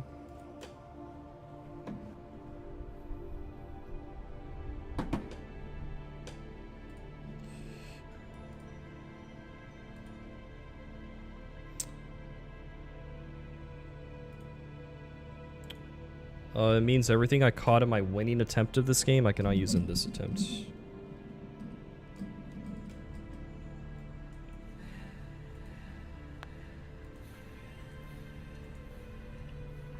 Thing is, I want to like set up a protect on turn 2, probably. Unless I have something that I can switch into Rising Voltage and Grassy Glide. Okay, wait, who is Kingler baiting? Yeah, baits you for slow kill power whip. Or I pre-damage a little bit more. Yeah, I would pre-damage a little bit more to be dead to Grassy Glide. So I'd be baiting Grassy Glide. Grassy Glide plus Rising Voltage. And then Beedrill, I guess you can just like stay in and... Well, actually, wait. If I do this, I need Iron Ball on Kingler. I don't even underspeed, do I? So I can't actually... This lead actually doesn't work. Here, I can do this. +2 speed. And if I give you +2 speed, that will equate to, like, giving Iron Ball to something. Escav, Camel, Delmise, Araquanid, Drudagon. Azu's dead, unfortunately. Who else is dead in this box? Who else is dead? Who just died? Oh yeah, Kingdra, Seismitoad. Rest in peace. On second thought, I am pretty tired, and I wanna go eat and take my dog out. Now that I think about it, I am just gonna end it here. Actually, I thought I had the energy for one more, but I'm gonna stop here. Actually.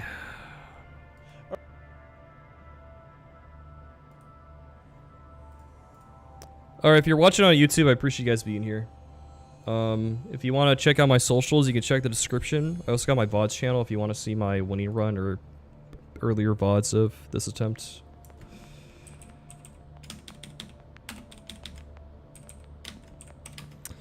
I'm really bummed about this Azu death, I can't lie. I am really bummed about it. It is what it is, though. I'm gonna be watching Survivor tonight also. It starts in an hour. So yeah, I actually do need to go.